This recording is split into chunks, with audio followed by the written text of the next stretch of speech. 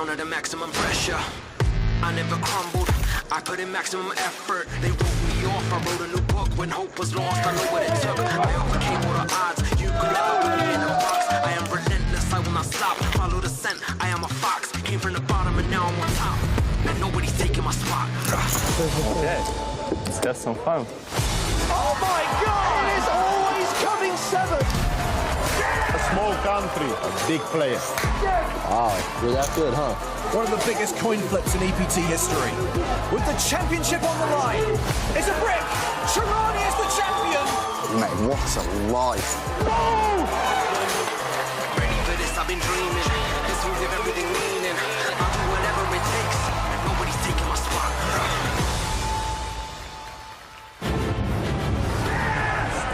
Takes the win here in Barcelona. Jason Mercier, he went with his instinct, he made the call. There's the professional level, and there's the Ivy League. Sebastian Paoli coming to terms with what he has just achieved. Nicky Corrin has done it! 2 main event titles! Sebastian Mallets has gone from poker fanboy to poker champion. This is why people love the EPT. Hello once again, welcome to Monaco and the PokerStars European Poker Tour presented by Monte Carlo Casino. Day 3 of the main event starts now. I am James Hartigan alongside Joe Stapleton. Hello, my babies. And Griffin Bencher. Hello, Joe's babies. So we have still got 3 days to go, including today. Hoping to get down to the final 2 or 3 tables today. We will play down to the final table tomorrow, and then on Saturday, May 7th, we will stream that final table. Cards up, starting 12:30 local time every day, bar the final day when we're on air at 1 PM CEST. Looking forward to hearing from you over the course of the day. Use the hashtag PokerStarsTV on Twitter. At PokerStars is the account to follow. Obviously, we've got the live chat on Twitch and YouTube. And of course, you can catch highlights and stuff from around the event on our Facebook and Instagram pages. Okay, guys, before we talk about what's coming up, let's recap what happened yesterday. Energy was high as players arrived for day 2 of the main event. And we were treated to some poker heavyweights on the main stage. But Canet and Greenwood hit the rail before the money. Previous EPT champions Patrick Antonis and Davide Katai were next to headline the TV table. Unfortunately for Patrick, his time under the lights was short-lived.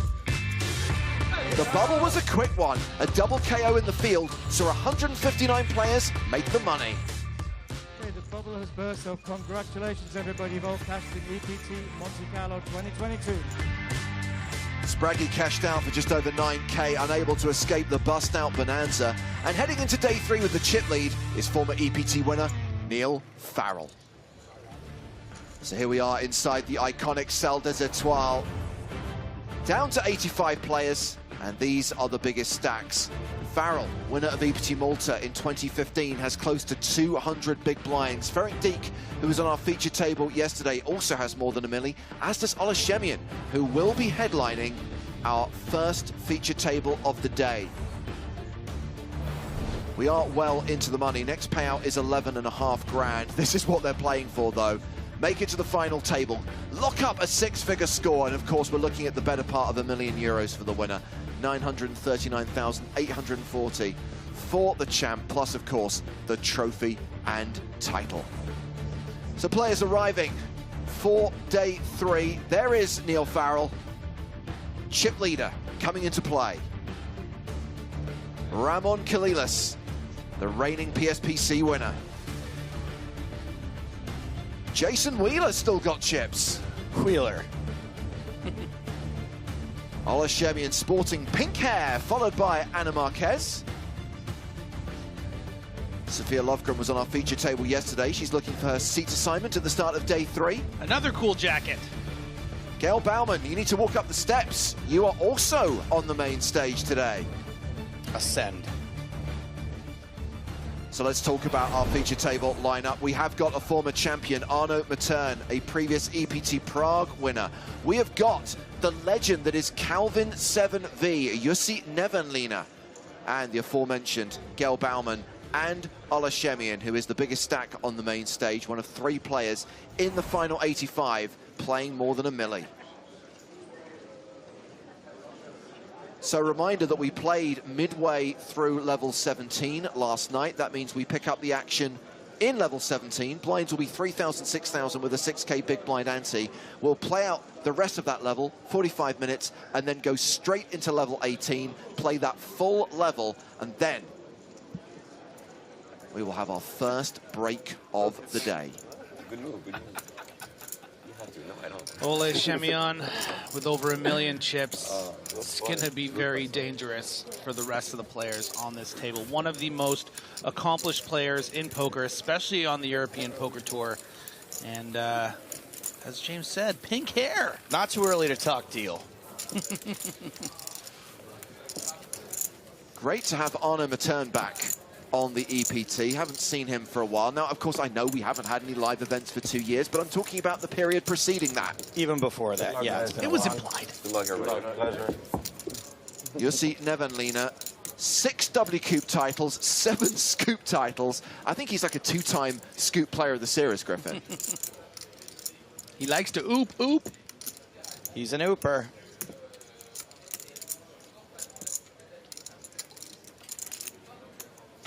So with all the players in their seats, looks like we are ready to get action underway here in Monte Carlo. We are going to play a similar length day to yesterday, so 6.5 levels, probably finishing just before 1 a.m. The only caveat is if by some small miracle, and I don't see this happening, guys, if we were to get to 16, if we were to hit the final 2 tables, we would stop there. I think realistically we might get to around 20 players, but 16 is a stretch. Ole Shemion, work your magic. And we are dealing first hand of day 3.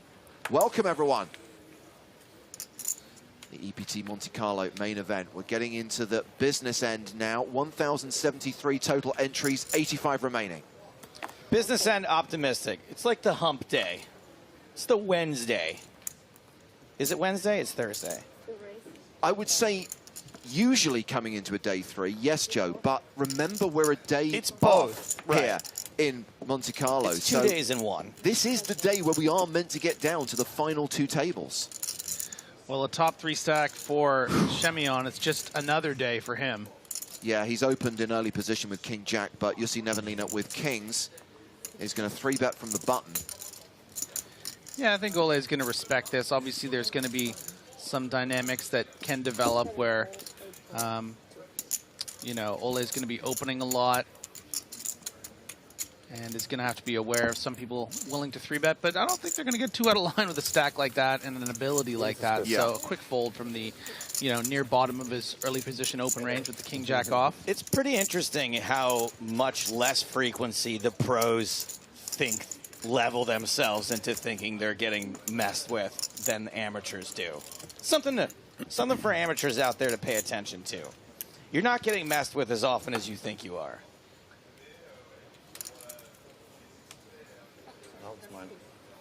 Yeah, and it's also about picking your battles, right? Obviously, he's going to be one of the toughest players for Ole to deal with on the table with all those oops. Yeah. And referenced Nevanliina's online pedigree and those WCOOP and Scoop titles. Also has 2.5 million in live cashes, meaning he is 7th on the pretty competitive Finnish all-time money list. And Calvin 7V, in case you wanted it referenced once again, is his online handle, and we have seen him at the tables a lot over the last 24 months in our major online series.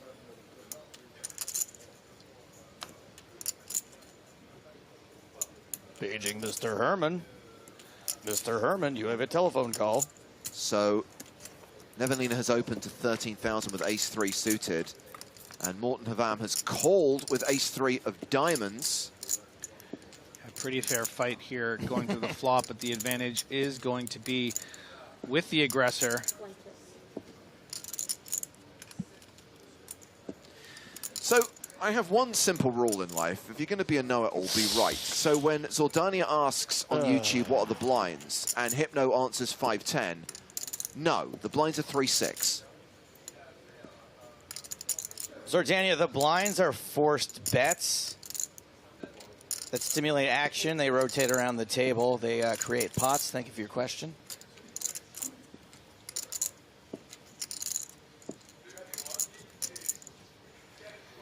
And as I suggested, Novenlina going to have the edge here because of the aggressive action and actually going to force out what would have been a beautiful tune by the three of us.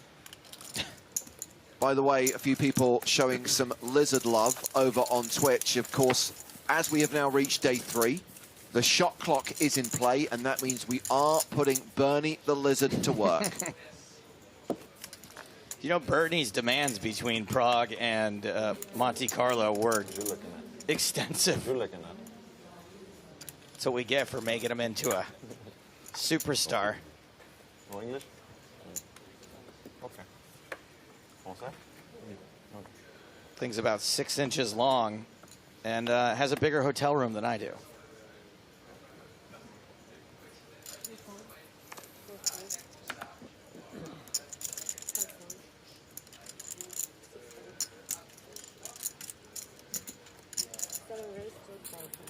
So, Gal Bauman getting the action started here by the looks of things. You got it.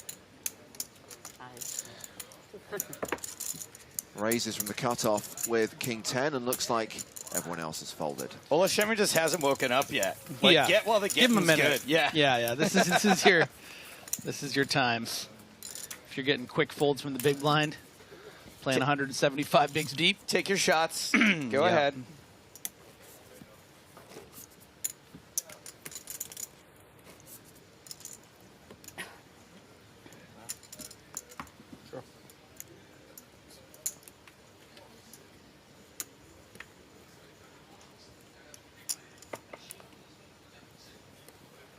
So hand 4 of the day.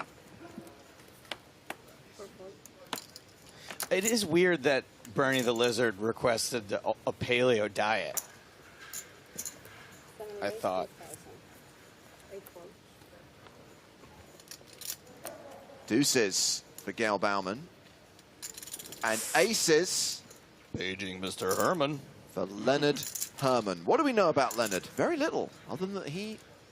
Is his name literally Mr. Man? Yeah.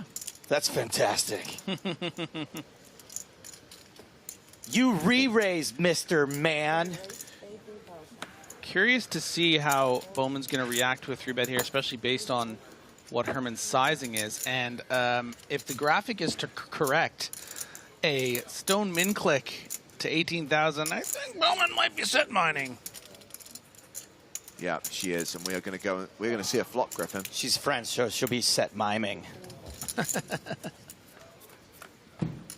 You guys can't see it, but it's good. 10-7-6 doesn't change anything. Herman's still a huge favorite here. Ducks having trouble getting off the ground. They don't always fly right away. Gale checks the action. Leonard.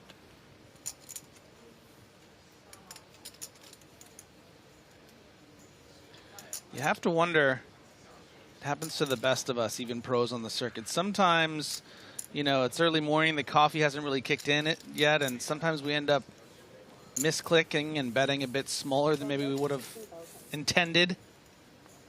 Certainly out of the ordinary to see a stone click back with the aces.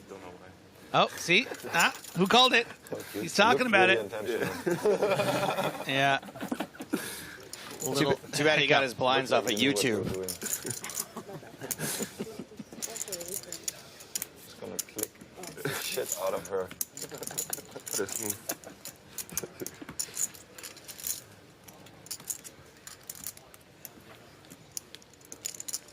That's well spotted, Griffin. I actually thought he was like, that's what I would do with aces. I raise the minimum. yeah, just like... I don't mind if you call.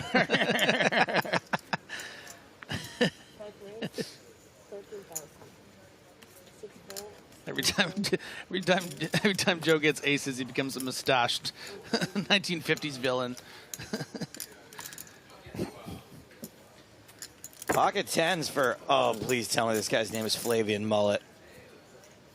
Flavian Mullet. When the boys see this. So you're saying it's business in the front, party in the back?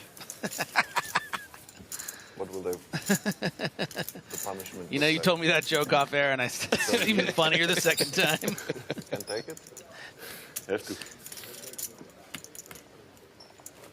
So you know it already. Gotta have a thick skin, yeah? Yeah. Ashton Johnson asks, is it nearly 1 p.m. there? Yes. 12:45 local time. Let the needles get to you. I heard Ole say thick skin. He must be talking about Bernie. That paleo diet's good for the skin. What do you think of this? What do you think of this? Dynamite strat comment. Bauman should have raised with deuces there. That board definitely didn't help someone raising pre-flop. What do you think, Griffin? On a scale of 0? I mean, listen, when you think about the common denominator of comments based off what they see in the hand, most of the time their reactions are very results, or it's like, oh, the person had aces. That's true. I give him credit. You know, like good fold or whatever. But instead, he's actually saying, you know what? I don't care what the guy had. Should have seen where you were at with those deuces and popped it up there. Get out those ace kings and ace queens, you know? I mean, isn't the classic ending to rounders where he's like, that couldn't have helped you? He's like, yeah, it didn't. I already had it. So we've seen an opening raise from Morten Hvam. The 3-bet from Leonard Herman, and now the all-in from Yannick Cardo. And Herman, not an easy fold for 15 total big blinds after you've, you know, just put in about 5 or 6. Can I get a count? Oh, yes, you can. That's what we do here.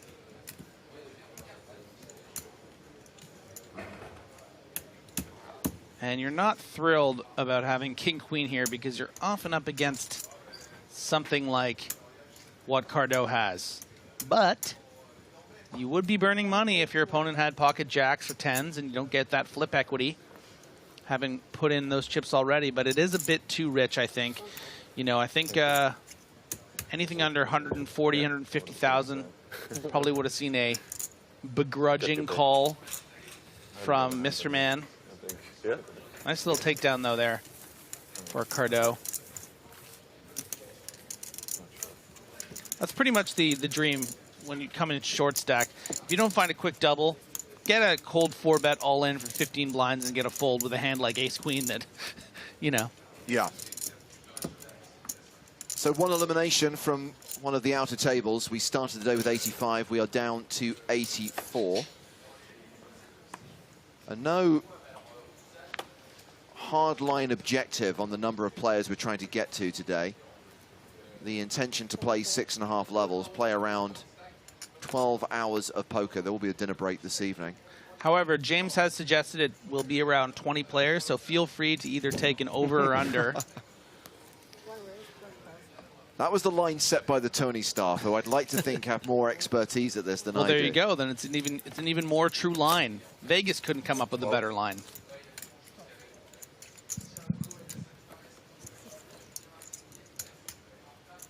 Hammond raising with ace-9. Nevenlina defending with ace-3. Heads up to the flop. 10-8 deuce. Ace-9 still ahead. Hellman a 3-1 favorite.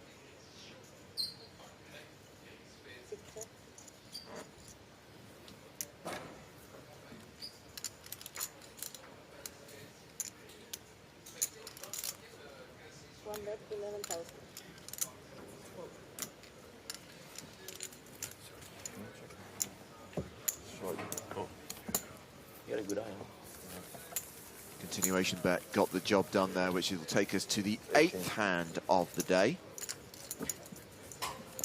Sorry, it's rare I agree with questions being asked in chat, but I would like to know, is Spraggy still in? 100% not. We even recapped his elimination in the opening sequence today. One thing to highlight, Griffin, average stack 383,000 at the 3-6 blind level. Again, we're playing quite deep here when you consider 50 big blinds is normally the benchmark. Yeah, that's a very, very good point. Why is that? Deeper than the ocean outside. So we've got Arnaud Matern on the feature table. We saw Neil Farrell at the start of the day, who is the chip leader. So that's 2 former EPT champs. There is a third. Griffin, do you happen to know who the other former EPT champion in the final 85 is? Say the first 2. Arnaud Matern, who we're looking at right now. Yeah. Neil Farrell. That was what I was going to guess. It's, again, a player who I don't think we've seen on the circuit for many years. Well, am I allowed to get a list, or I have to just guess? Peter de Korver. No. But from around that era, look, I'll tell you, because I don't think you're going to know this guy. Yeah. Lucien Cohen. I wasn't going to get it. I saw him in the hallway, yeah. Rat guy. Lucien Cohen won EPT Deauville back in 2011. Okay. And I believe he had an extermination business. Okay. Like he was a rat catcher. I was gonna ask. I was like, why are we calling him a rat guy? Like, does he have like, is it a Ratatouille situation? Oh, hold on. Because he would have on the table his lucky mascot, which was a rubber rat called Lucky, and in the same way that, you know when Umberto Brenes used to get in people's faces with a plastic shark? Yeah. That, but with a rat. Okay. He kind of walks around with a look on his face now that says, yeah, I was the rat guy. I don't think the rat is still a thing. Like most things from that era, it aged poorly.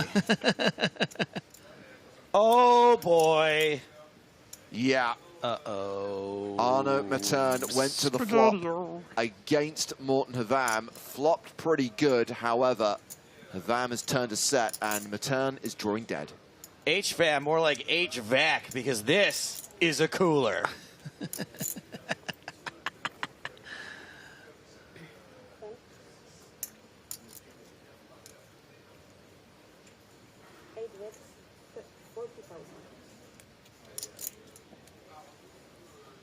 That's 40K now, yeah. Just really nothing you can do if you're Arnaud, huh? Well, I tell you what you want. You don't know what you want, but we know what you want. Matern, what you want here is to fold, obviously, but you're never going to do that. What you want is, after you call, you want the river to be like... the worst card imaginable. The 5 of clubs or the 4 of clubs. Because, honey, you can't fold this turn, and you're going to be in trouble if the river's a brick. Yeah. So it is always coming 7, and with the board pairing on the river, Havam now has a full house. Arnaud Matern, by the way, won the first ever EPT Prague back in December 2007. Also came 3rd in Tallinn, the only time we ever ran an EPT in Estonia. Yeah, it's interesting, I think.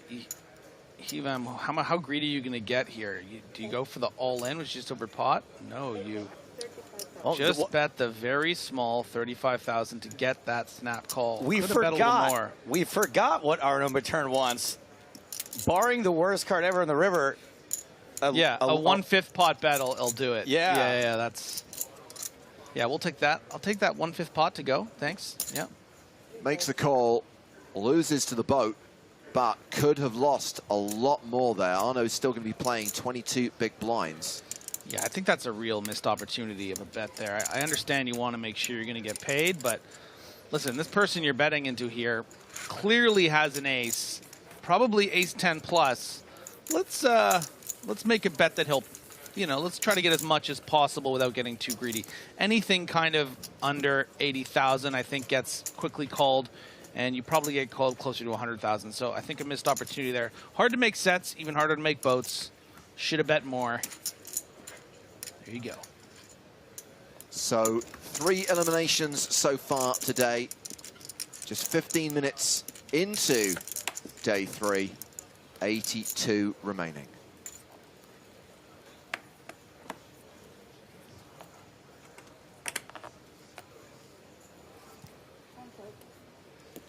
Action back on Arnaud. Pocket queens this time.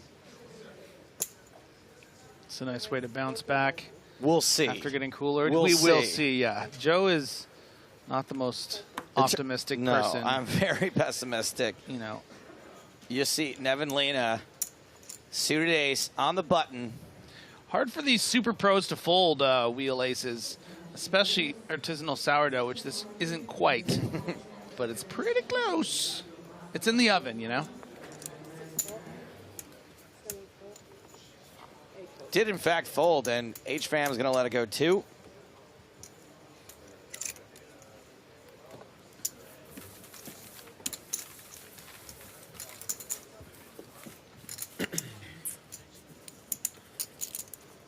Have a little look out into the field. 82 players in this event.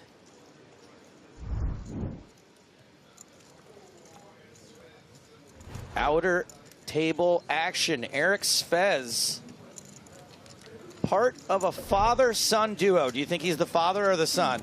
Ah, he was the father. Lucas Svez. They're both in the main? Both in the main. It's amazing. I hope one of them doesn't fold aces to the other in the final hand. Because I've seen that movie 2 different times. What are the 2 movies, chat? Which 2 movies use that same exact plot device? Oh, you've seen both of them. Oh, lucky you. That's great. Lucky you is one of them.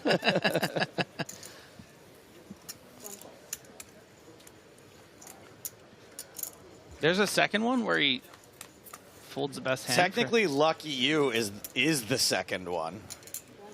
The other movie where it happened came before Lucky You, if I remember correctly. You seem to know a lot about poker movies. You should, like, maybe work in them in some capacity. Maybe as a consultant.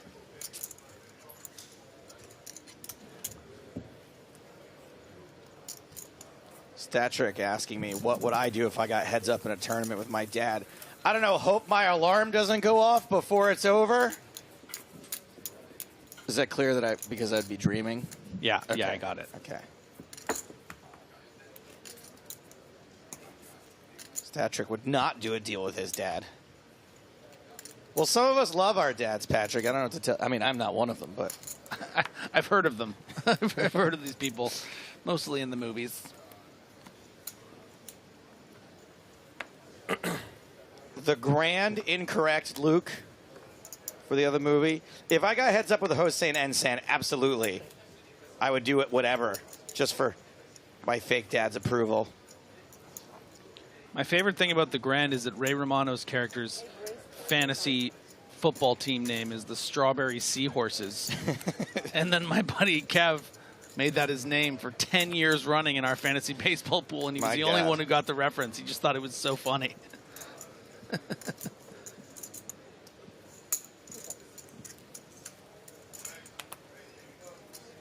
All right, Shemian and Khvam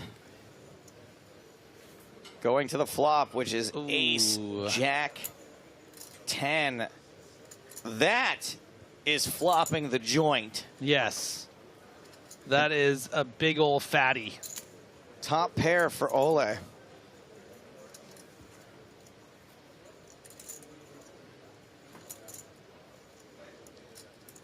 And as far as situations go, Ole is going to feel very comfortable with top pair against the button raising range, but it's pretty much always going to play this passively. Oh. That is a heck of a cooler turn, but I think it speaks more to the, I guess, sort of obviousness that Shemian's going to call 3 big barrels here than it is that he's going to double up Hivam here. Hivam with a lot of chips still, you know, over 40 big blinds. Not necessarily going to play this as a check raise to get in. Going to want to just keep the bluffs in there and then not get coolered, I think, by the better hands that Hivam can have.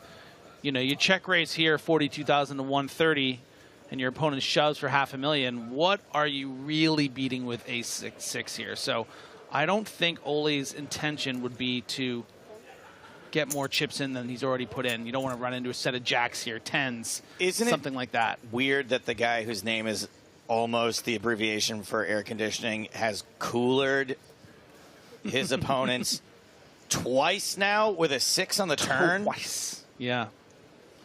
And if we did learn anything about how Havam reacts on the river with about 150,000 in the pot, it was, you know, the 1/5 bet. I would like to see maybe a lesson learned from that situation. You know, this particular board, there's so many 2-pair combos that Ole can have that we'll probably get a quick call up to 100,000. So let's get paid here, you know. I would like to see a bet somewhere in the range of that century mark. This is not really the century mark, more like the, what do you call the century mark with hundreds of thousands, Joe? Think of something funny, come on. There are people watching. I mean, 100 the grand. Accept your terms. I'm not really good on the spot. And what?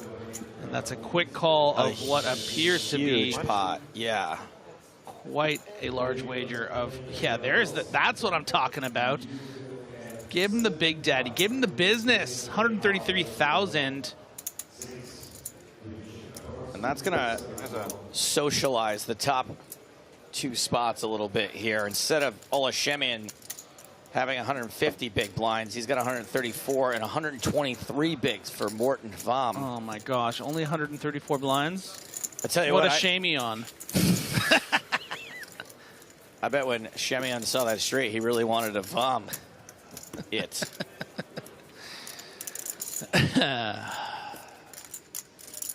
We've been on air for about 20 minutes. It's going to be a long day of good pots and bad puns. Shemian's so confused. He's like, I'm the one that coolers other people. Wait, what is this? This is weird. I literally have a sweater on that says champion, and this guy beats me? I just got that said, I honestly thought it said Hampion with like a weird symbol in front of it. All these years.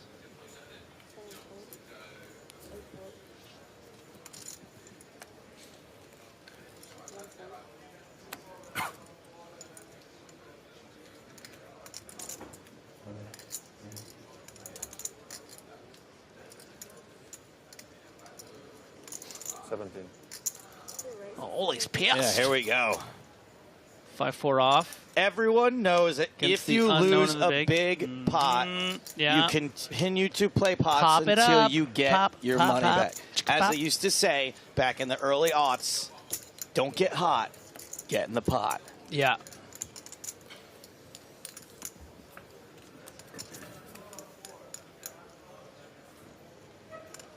Ooh, great result for Shemian here after having the dominated holding of 5-4 off here pre. Not quite smashing the flop as hard as Fom did, especially considering they both have the same draw. Shemian ahead with the pair.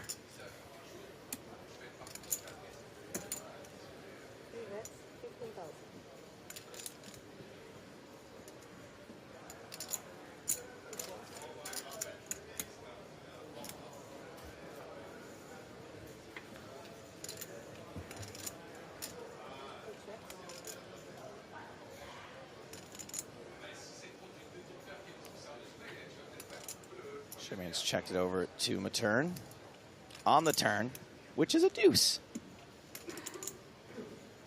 Wait, whose turn is it to bet? Oh, it's my turn.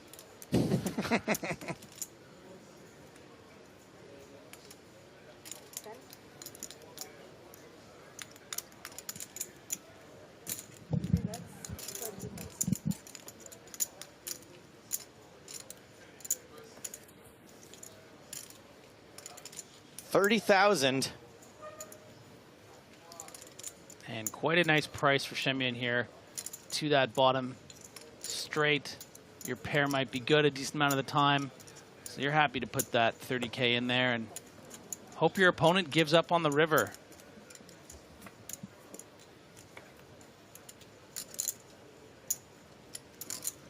And that river is the Jack of Spades. Hits no one. And check, gives check. up. Shemian's going to show down the domination rotation. This is why you're never going to make it, kid. You gave up. You're just like your old man. Larry Murray says this commentary duo is amazing. I hate it. I hate a kiss ass. You banned. Too far, man. Thank you for your comment. Yeah, it's just.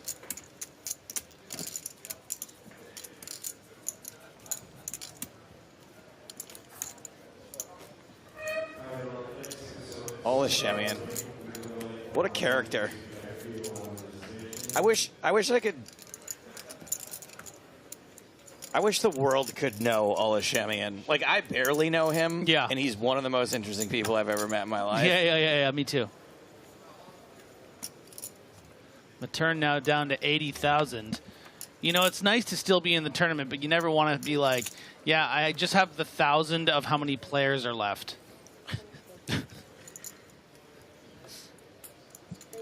Khvam. Raising 4-3 suited. Listen, man, play the rush. Got the momentum. People keep seeing you have the goods. 6 is full. Not straight. I'm raising at the hijack. This guy likes overtime cards. Card OT. King, 10, 5, a rainbow. 13,000 fold.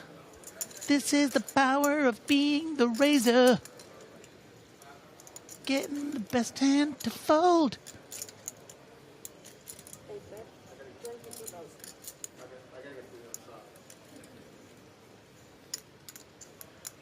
Wow, 22,000. Quick one. Made a fool out of me. Quickly, quickly. Nothing quick about the day today, my babies. This one is a marathon.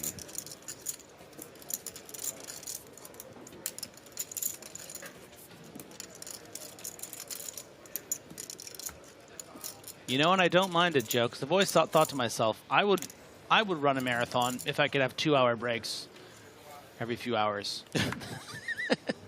Quite literally the Yeah. opposite of what makes something a marathon. Excuse me. Mr. T-Dog says, fun fact for Joe. Khvam is also the last name of basically the most famous Danish comedian.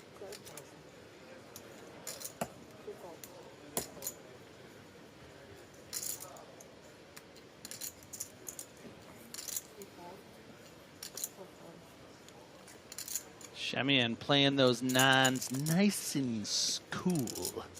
No reason to re-raise here. You got a couple of nines. You're playing real deep stacked with Ramon. Ramon, of course, playing about 50 plus bigs. Stay a little under up with that quick call with pocket nines. Try to flop a set. Bamboozle them. But Moulet has got a flush. So does Herman, unfortunately. Oh, no. Shemian has more of a chance to win this hand than Herman does. Yeah, and if Herman finds himself and goes to the check line, I don't think Ole is going to fire here. Oh, don't you look at that. The board's pairing and stuff. Like, I don't think Herman's going to go broke. Also, Shemian does have outs. Oh, Joe, don't be silly like he's seeing a river. To win this pot. Moulet checks. Paging Mr. Herman. Mr. Herman, you have a telephone call. Moulet, now it's Ole, Moulet, Ole. Ooh. That's 20,000 into 45,000. Now, is the pink-haired prodigy going to find a fold here? It's not easy. You know, you could think that your opponent just has Jack-10 of clubs here and thinks, man, I can try to steal this on the turn with a half-pot bet. So you don't fault Shemian. It's easy to be like, what's he doing? They both have flushes. Well, you know, you and I know that. Doug from Wisconsin. And but here, Here comes Yeah. Flavien Moulet, a.k.a. Mullet, a.k.a. Neck Curtains. And this is a raise. So Griffin, unfortunately, is going to be correct about Olashemi not seeing a river. I thought we had a shot once he called. Yeah. Well, and how that's why you hire a professional. Ugly is this going to get for Leonard, Mr. Man? I mean, for now, I think it needs to just get as ugly as a call.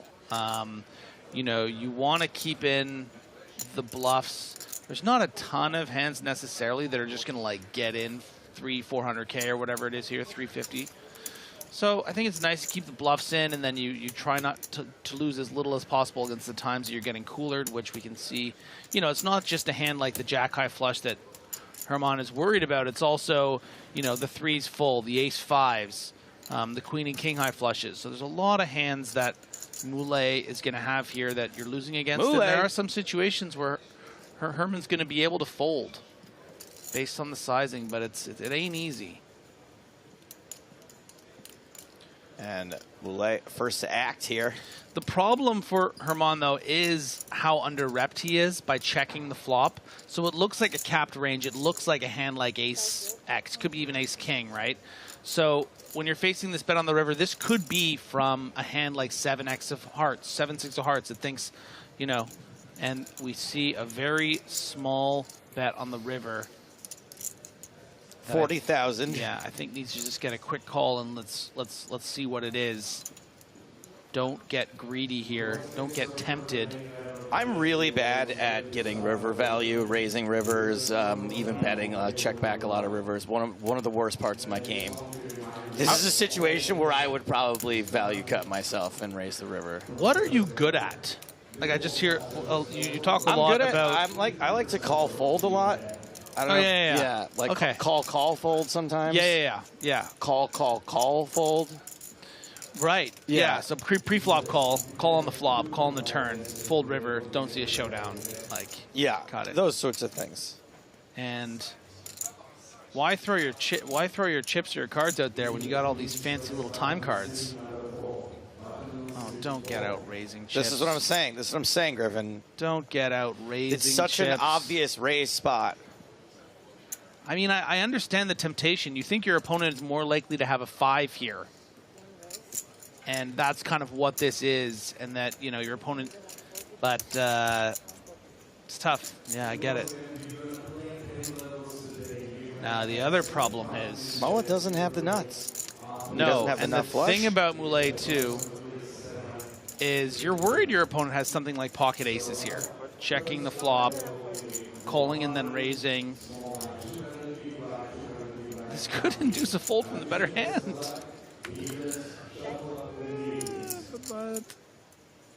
Time banks galore being burned, torched on this pretty big pot at this point.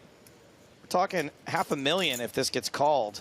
You know, the irony is if Moulet had bet something bigger, we probably would have just seen a sort of a snap call from Herman. Right. But because you bet the 40,000, you have induced this value raise, and now maybe you're talking yourself into folding because you're thinking, well, wait, what value do I beat? Maybe I beat a hand like 10-8 of hearts, but maybe he just calls with that. So am I beating bluffs? What bluffs does he have? I'm losing to aces. I'm losing to pocket threes. I'm losing to ace-5. All these kind of hands could very well have checked on the flop. Certainly losing to king and queen of hearts, and those are the kind of raising hands. There's other flushes too. Yeah, queen 10 of hearts, you know, raising pre-flop, king 10 of hearts.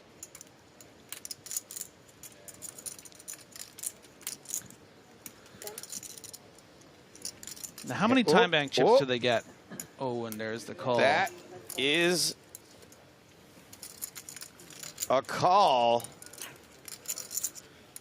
and Herman is hurting after this massive pot.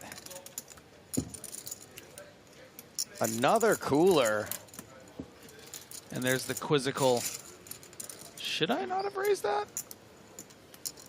Did I just burn 100,000? Am I going home early? How do you call there, you idiot? What are my friends gonna think? Moulet up to 124 big blinds. Will I lose my backing deal? Herman drops below a 20 big blind stack. Are we supposed to use this during the hand or just give it after? Whatever. Yeah. Twin Max says Herman is pronounced airman. Not gonna fall for that one, buddy. Twin Mac is actually pronounced your band. Thank you for your comment. I guess it has to be clear how many you have at some point. Yeah. But I guess at least the first one I don't have. Right. Yeah.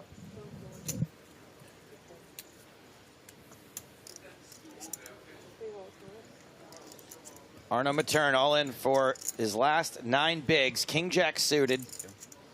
Definitely not going to get through. Ace 10 for Yannick Cardo. You know, I hate to correct the co-host, but it's more like 13 big blinds. Oh, sorry. Just don't let it happen again. I wasn't doing the math. I just thought it said 9 on the board before. And that's going to play as a reshove for the 37 bigs of Cardo, which I think is fine from the button here. You don't want to just call for quarter your stack and then fold behind. Not with a pretty hand like Ace 10 suited that can cut up a hand like Queens that they back called, you know. Cardo ahead. Matern pretty live though. Not going to lie, I'll be sad to see Arno go so soon, just after we got him back, just after the return of Matern.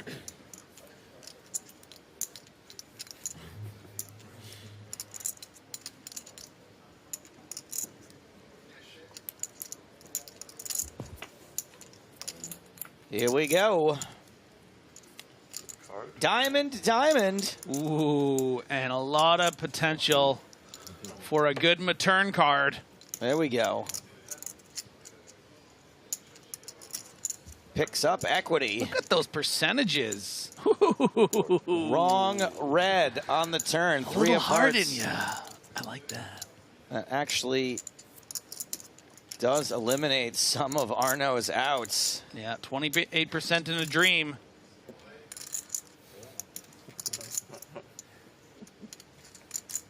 Just put me in, coach. Just give me one more River chance. card is a heart. Good luck, guys. Good luck, everybody. Flush for Cardo. Arno Matern, 1 day after Star Wars Day, is now Matern back to bed. Yep. What are we doing here? Matern back to bed. Return. Oh, is that what the... Yeah. Okay, do you want to move? Do you want to finish? Keep going? Oh, boy. We'll fix that one in post. Ooh, yeah. And what do we do with the live people? Do we just ban them all? Can you guys just unplug the stream before that goes out? Ban them all. I don't. I'm not sure. Ooh.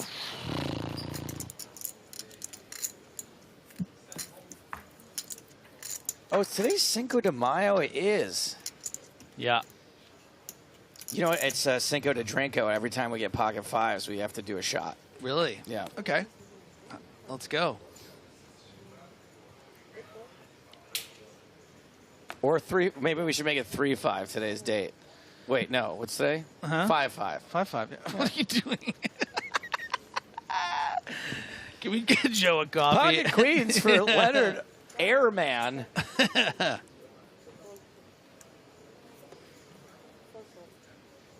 Sacco PT says, it's okay, Joe Stapes. At least you Matern tried?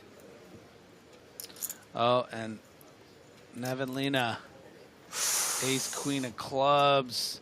Sub 20 big blinds. Might just be inclined to 3-bet, get it in against the very active Airman.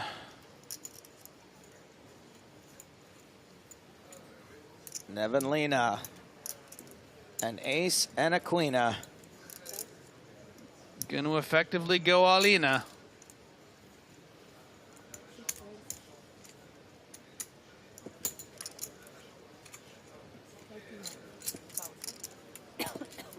Re-raise to what exact amount? 39,000.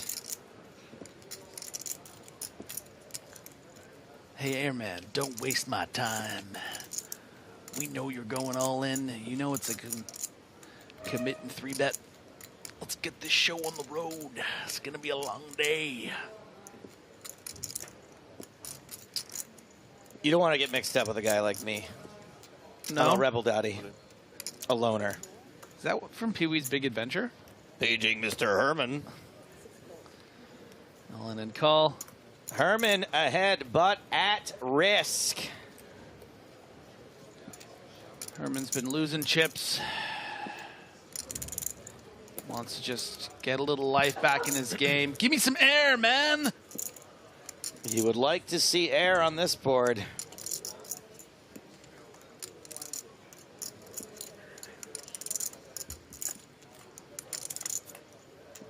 The flop. All the way from space. High, my goodness.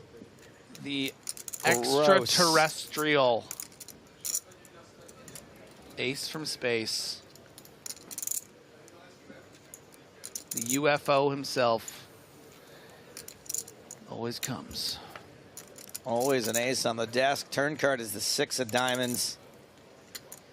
No Broadway hope for Herman. Gonna need a lady of the river here. The lady. Wish I knew a no dice. Herman, a bit of a bad beat. Suffered some coolers today. It's just the lady of the river, right? Like the Camelot sort of reference. Lady of the Lake? No, yeah, it doesn't really work as well.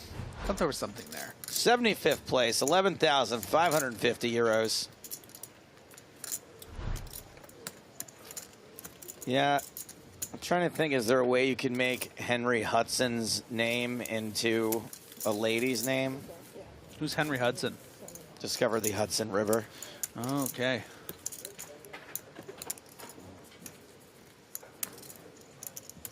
That's incredible that it was already named that. And That's so weird. Even he couldn't believe it. No, he was like, there's markings and everything all over this.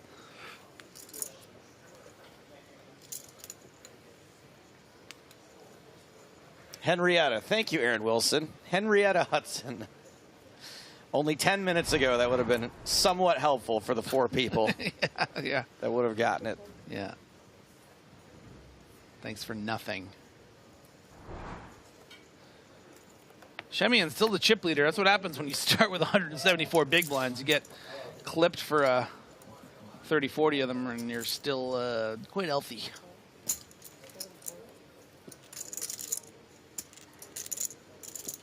Bass asked, "WTF is this commentary?"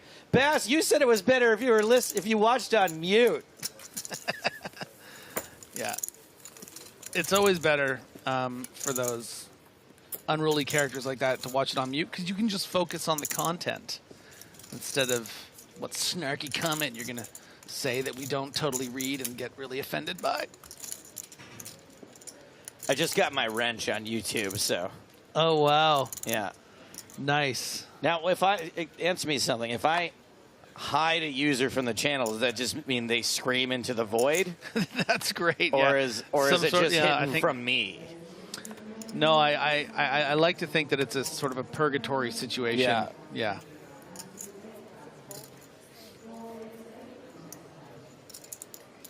It's almost better than banning people. Yeah.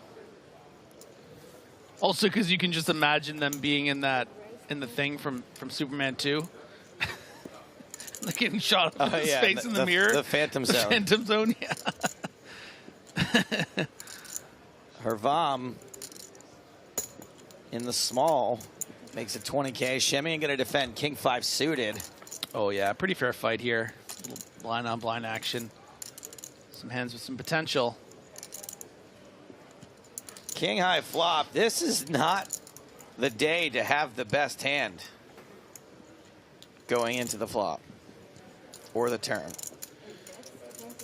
But, you know, effectively not the worst hand for Hervam here. When you don't know what your opponent has. The 2 spades on board. you're going to be good a lot of the time here. You can just fold out some hands that aren't quite as good.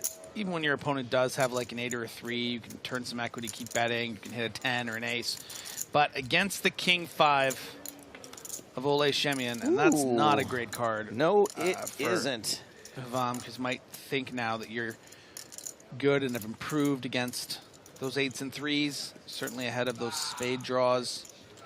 And I'll tell you what, I don't know if you picked up on this, Joseph. The Shemians got a little flush draw. I did pick up on that. Yeah. Yeah. You're always looking for Well, it's hard to get a word in. Yeah. Edgewise. Yes, 4 diamonds for Shemian.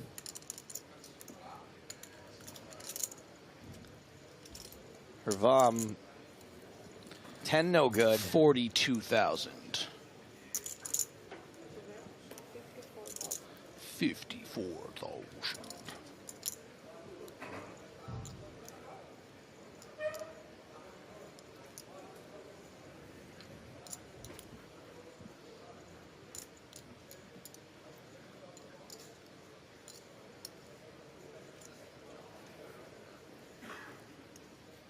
And yep.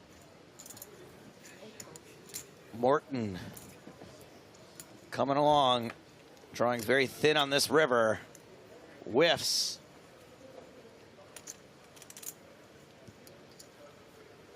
Dalton Cheney wants to know, is there any way I can get a happy birthday from the man Stapes for my return of the 5th birthday? Big 30 today. Sorry, Dalton. Don't do happy birthdays. Thank you for your question. I think a pretty good opportunity to go for some thin value. Blind on blind here. You know, you hate to value about yourself, but this, look, listen. You're blind on blind. This guy showed some weakness on the turn. It's going to be hands like a turn 10 sometimes, but also queens and jacks. I think it's a nice little opportunity to slice off a little. Don't even have to go crazy, you know, just bet 80,000. Oh, wow. Wowee. He is human, everybody. Checks back. Top pair. Missing out probably on a teeny bit of value there. Yeah, it's also a tough river to bet. Griffin, are you at all interested in who else might be in the field? Lots of people on Twitch, on YouTube saying, who's still in? What about this person? What about that person? I'm not actually. Can we keep stay here? Oh. How about the 2 fellas that ended up heads up in the PSPC? Ramon Kalilias and Julian Martini at the same table. And Martini's all in. Shaken, not stirred. And it looks like Martini has survived. More than survived, gotten stronger. More chips. Sylvain Loosely also in the field. Was that who Martini just doubled up through? No, these are just other familiar faces. Erkan Sönmez. We remember him. He was twerking in Erkan yesterday at the feature table. Still out there. He's an online qualifier. Now, Ferenc Dihak was being asked about recently. Still with a ton of chips. Are his arms even bigger? Probably went and got that pump on. Yeah. Come on. Chip leader of the main. I think he was sitting next to me at breakfast this morning. It was either him or someone else who was very handsome. Either way, I was hard to make eye contact. Yeah. I'm only born not yet. Oh, we've got a new player at the table. Oh my goodness, Dan Chisu. Dan's a Romanian filmmaker. Oh, yeah? It's the year of Romania, too. Anything I've seen? I don't think so. He keeps telling me he wants to put me in a movie. Someone on Twitch just said, is Dan Chisu still in? Yes! Okay. Thank you for your question. Oh, and he's got chips. I don't see what it is. What the fuck? Don't talk to Dan, Ole. I'm going to be in the movie. There's something about you, Ole. You ever thought about being in film? This happens all the time, actually. What'll happen is someone from the entertainment industry will be real into poker, right? Mm-hmm.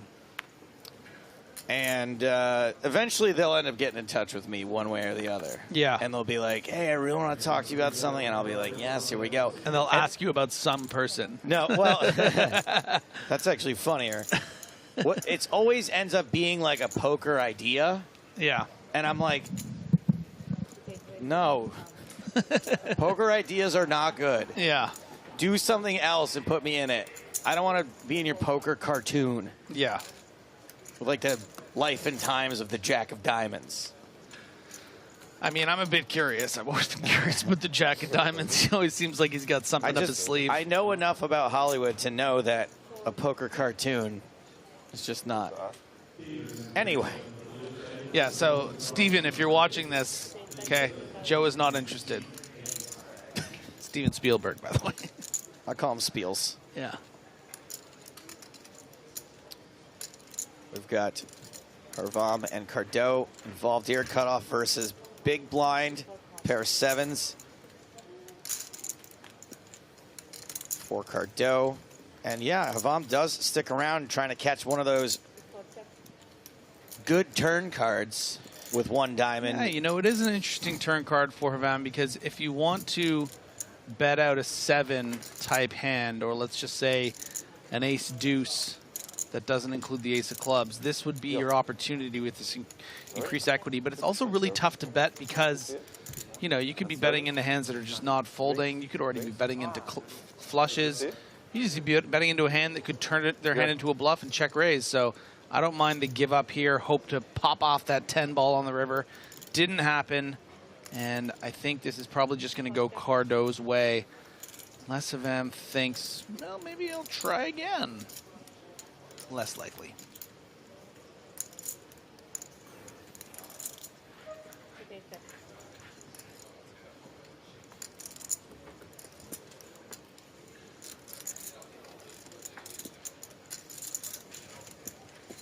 Well, at least Cardot isn't card dead.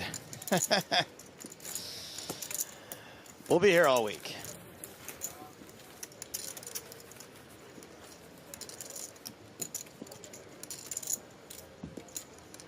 $70 players remaining. No more pay jumps. We did just reach a pay jump. Everybody now guaranteed about 13.8, but we won't hit another one until 55.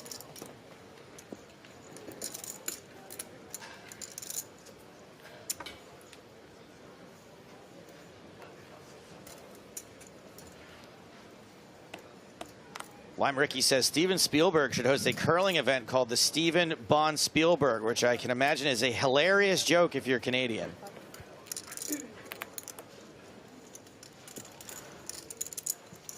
It's practically in a different language. I'm more of a hockey references kind of guy. Bieber Maroos asks, is there any chance that Shark Tank is coming back? Well, it's one of those popular shows on network television. That it is. Mark Cuban, Mr. Wonderful. Oh, Shark Tank, yeah. Shark Tank, I'm almost certain will be back. I tell you what, if Shark Cage ever comes back. Oh, Shark Cage. Yeah. Shark Cage. I do have an idea. I do have an idea for a theme for season 3, which I've brought up before. But beyond the winner's season that I would have proposed, I think that we should get Umberto Brenes for season 3. Yeah, I think that's a must, you know? Listen, he's put in his time. He's annoyed enough people with that gimmick. It's part of his brand. Can you imagine being Umberto Brenes the fact you didn't do for season 1. Seeing a show called Shark Cage with poker people, like you're at home and you're like, what?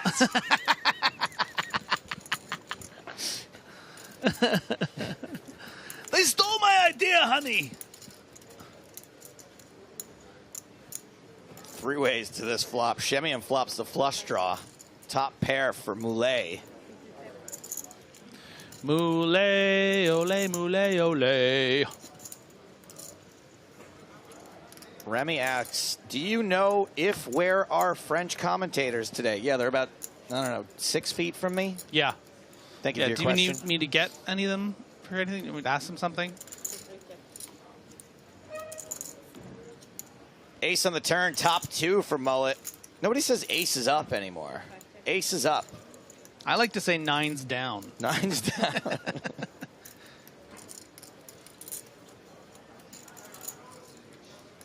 Shimmy missing the flush on the turn.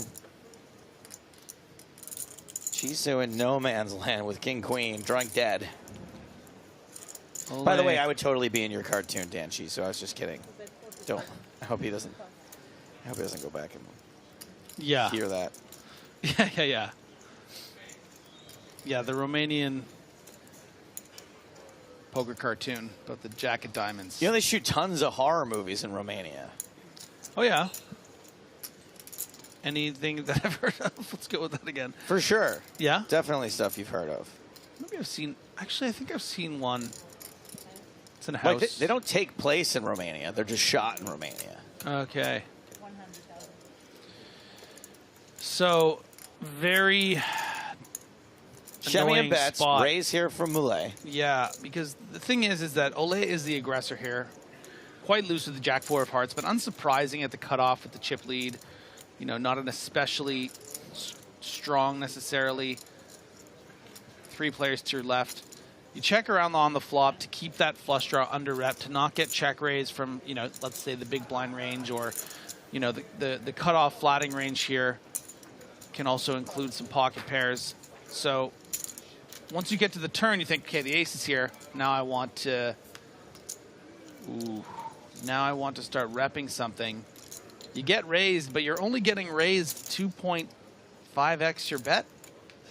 So now Shemian had a draw here. He had hearts, but could he have had a 7? Yeah, it's certainly possible. And that's the thing, too, is that that's got to be part of the intention here. If there's a scary enough river card, can I go Blastoise? It's a Pokemon reference. And, you know, get my opponent off something like what they're repping, which is 2 pair or a set. Not an easy thing to do, but something you've got to be prepared to at least consider if you're willing to, you know, call that check raise.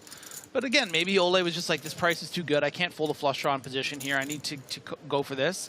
And this is what he's thinking about right now. Do I want to bet 2 to 350, 400,000, whatever it is, and try to get my opponent off their very strong check raisable hand here, which is often almost always 2 pair plus.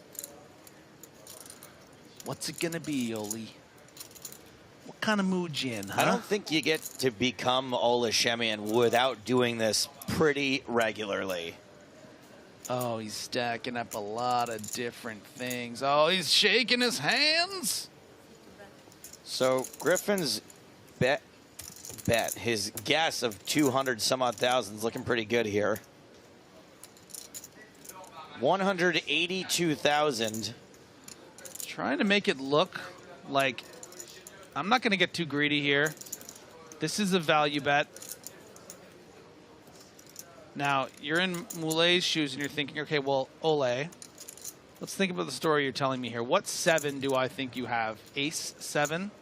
Certainly reasonable. Would have checked the flop, bet the turn. But not ace 7 of hearts. But not ace 7 of hearts. Very true. You know, would Ole have something like 10 jack or queen 10 of hearts here? 10 jack off. Could certainly bet the turn, repping the ace, call that small check raise. So a lot of bluffs, not a ton of 7x type hands. So my rationale, Griffin, if I'm Moulet here, is the flush draw is the most obvious one, right? And that missed. And Ole, I know, is going to take a lot of spots against me. Oh. Yeah, and I'm going to call. Yeah, I don't think you can fold here. And I think... Nice call by Moulet. Shemian's going to drop a little bit further. No longer top dog at this table. Down to 81 bigs. Moulet now on top here at the feature. 132 big blinds. Over $1 million in chips.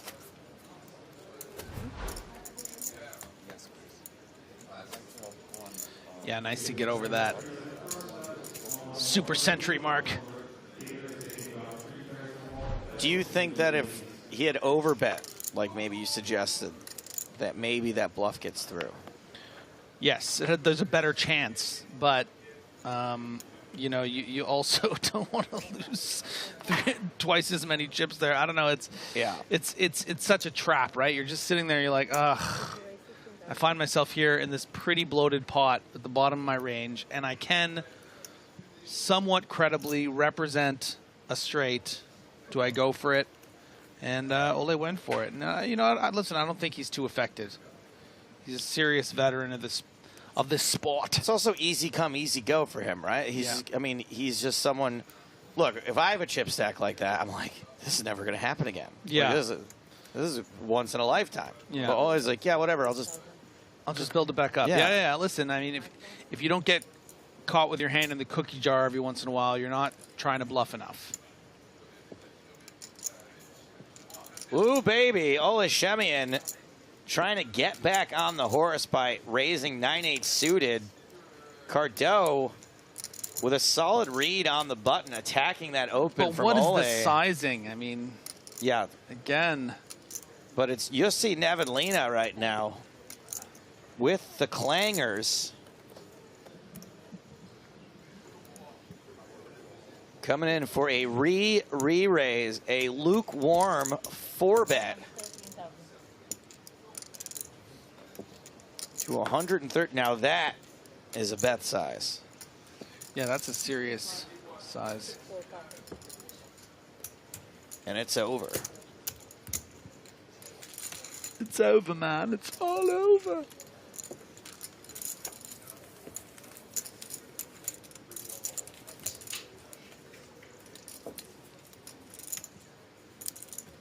Well served, doggy. If it's not live, how did you just get put in timeout? Think about that. Riddle me that. Serve doggy in the pound.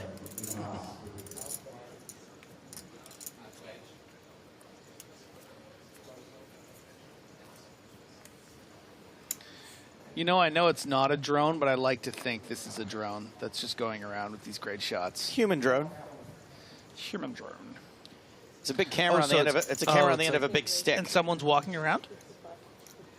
No, so the person stands still, and it's on the end of a giant arm, like a crane. I know that. I've seen them, but I didn't realize the crane had that much capability. Oh, yeah. That thing was... It articulates in multiple ways. Wow. Unlike you, which is mostly... Bad pun. Bad impression. But I guess they are coming back. Okay. He said they're coming anyway. They were here, I didn't see them.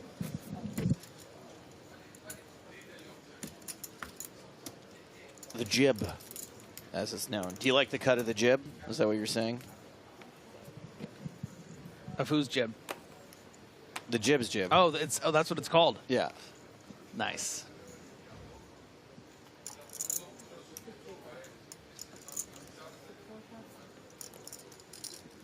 What's cool is if you're like at the table or something and you can't see the jib operator and the camera like comes over. It's like Flight of the Navigator. It's like this big mechanical alien looking you in the eye. I have an idea for a cartoon. Okay. You have a sentient jib and a boxer. A boxer? Yeah. And they solve crimes together, and it's called Jib Jab.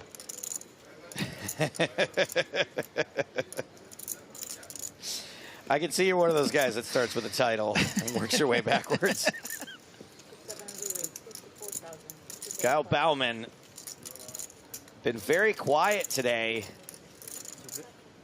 As she often is, in fairness. Speaking of jabs, been letting these folks throw haymakers back and forth. Now attacking the button open from Nevenlina. And if I know anything about Nevenlina, he's not going to fold the Grafton because you won't hear the end of it from Sam. Listen, I will record this footage. Yeah, is that what I said? I said never folding, right? Yeah. I was just saying we've got Nevin. Oh, Nevin folding. Okay.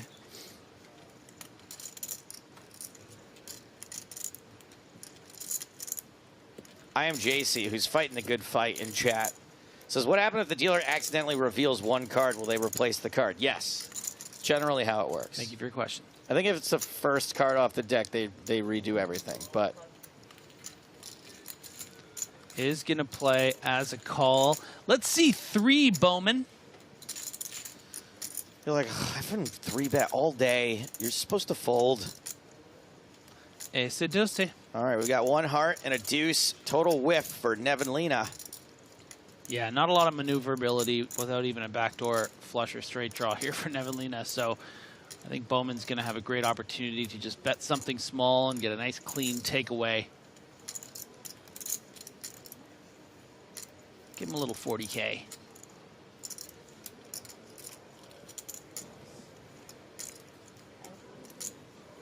Hit him with that 40 pack. 40 thou. 2 score. Thou. CA writes in to say, it's very difficult unless done intentionally. The dealer will lose the job. Wrong! It happens all the time. I mean, in fairness, you used to be a dealer, and that's how you got fired. I failed right up into the commentary booth. Yeah. Nevin Lena reluctant to fold this hand. Not nice. And this is one of those very sneaky kind of moves where if you're in Nevin Lena's shoes, you're thinking, okay, this is obviously a perfect range for the 3-better here, but we're at the cutoff and the button.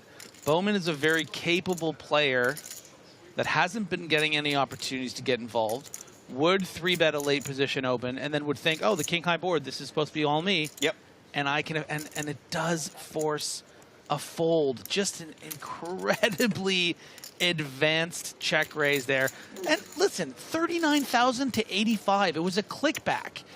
You know, you think, Bowman, just call there, but then it's just like you're in this spot where you're getting check raised, and like it just messes it's you up. terrifying. Yeah. And that's what a world-class player looks like, and that's why Nevin Lena, out of nowhere, 837,000 chips. Oh, how many oops? How many oops is that person I'm bringing have? up the 13 oops right now. Hold on. Nevin Lena with 13 at least titles between. That is exactly correct. 6 W Coupe titles, 7 Scoop titles. That's 13 oopses. Yeah. And that's the finished flash right there, baby. You write that stuff down. 7th on the Finland all-time money list, and that's just live. I mean, most of his wins are online. Yeah. Oops, he did it again. Isn't it crazy how, like, when you're sitting on someone's left, you're supposed to have a slight advantage over them, but against a good player, they'll just completely own you from the right, too. Like, they'll just figure out a way. Yeah. To work you. Something you've thought a lot about, I guess. So every time there's a person, anyone on your right, they're better than you.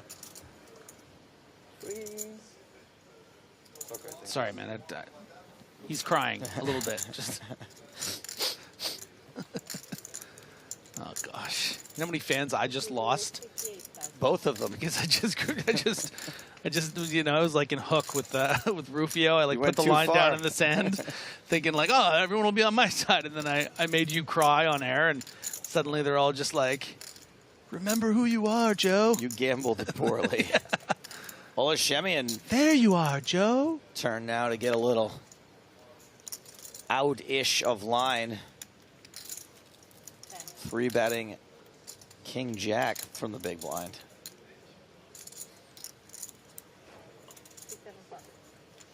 And Bowman, you know, not someone to be underestimated. One of the most experienced players really on the tour. A lot of success. But, you know, when you got some of the toughest players in the world on the table and they're coming for blood, you kind of just have to roll over a little bit unless you're really willing to make a stand. And those 2 spots, especially tough to make those stands. We see the total live earnings for Gail Bowman of 1.2, nearly $5 million. In this event, the last 3 times it's run, including this one. Wow.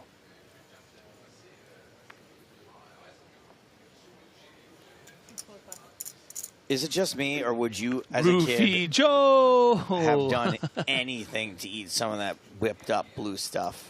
Oh yeah, Whatever that definitely. was. No, but I did because it was imaginary, and I just did it. You know. Oh, you did it? Yeah, I did it. I was never able to pull it off. Here, I tried. Ready? Yeah. No. Yeah, it's all over your face. Oh, lick your face. Fold every time. Oh my god. It tastes exactly how I imagined. Blind on blind against Ola Shemian. Here comes another situation where being in position All these young guns is very unlikely to be much help to poor Dan Chisu here, who's about to get tangled up with Ola Shemian. Good luck. At least Ola is probably going to talk himself out of whatever role he was about to steal from me. Oh, no, it's going to be tough for him to win this one. Top pair for Chisu. Not too tough. I mean, look at the percentages. You're still, 1 in 4 times you are going to win. You got those backdoor clubs. You can turn a 7 or an ace. Plays is a pretty easy check call. Expecting you to be in Ole's shoes behind, fair amount of the time to the kind of range that Chisu's going to have. But you got to continue try to get there. And as James Hardigan always says, it is always coming 7, but not here. 8 of spades on the turn. Good card for Chisu. Yeah, and with a bet from Chisu, if it comes, an opportunity for Shemian to come out relatively unscathed.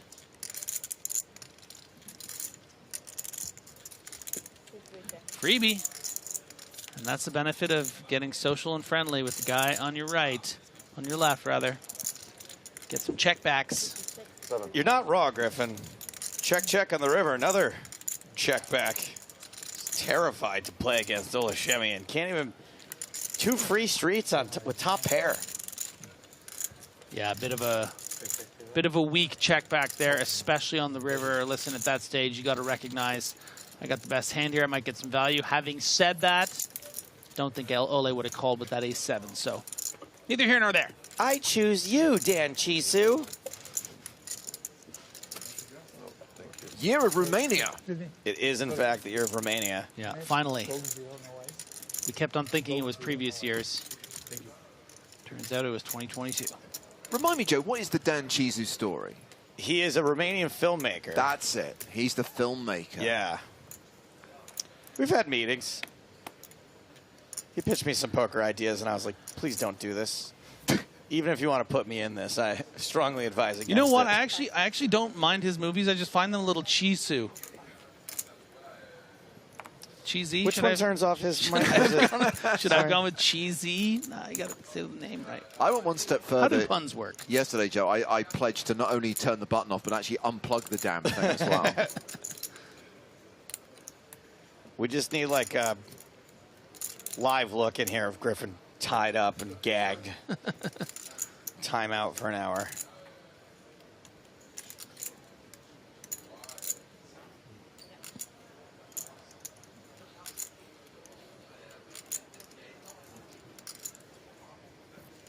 Oh, Cardo's got the look of a, ooh, this is a nice little squeeze spot with the,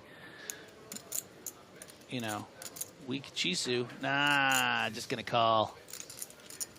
I mean, it's kind of hard to squeeze. 10-6, we're not all Greco. Greco still in? Greco is suited at least, too. Yeah. No, he wasn't. Jack 8 off, remember? So 3-way to this all-diamond flop, which is King 7-6. Shemian with top pair. Flush draws for Chisu and Cardo. Cardo also with a pair of 6s.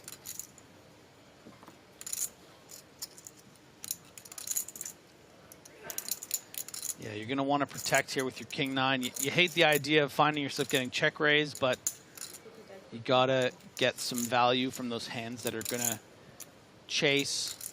Hands like a Queen 10 with the Queen of Diamonds. Hands like even a 10-6 with the 10 of Diamonds. Kind of a tough continue, though, for Cardo. If you think about, what your opponents can have here, as you can see, the 11% beside Cardo's name. Were it just heads up against Shemian, you'd happily call with that bottom pair and the 10 high flush draw. But with Chisu calling, you're thinking, oh, he can have a king. He can have a higher diamond.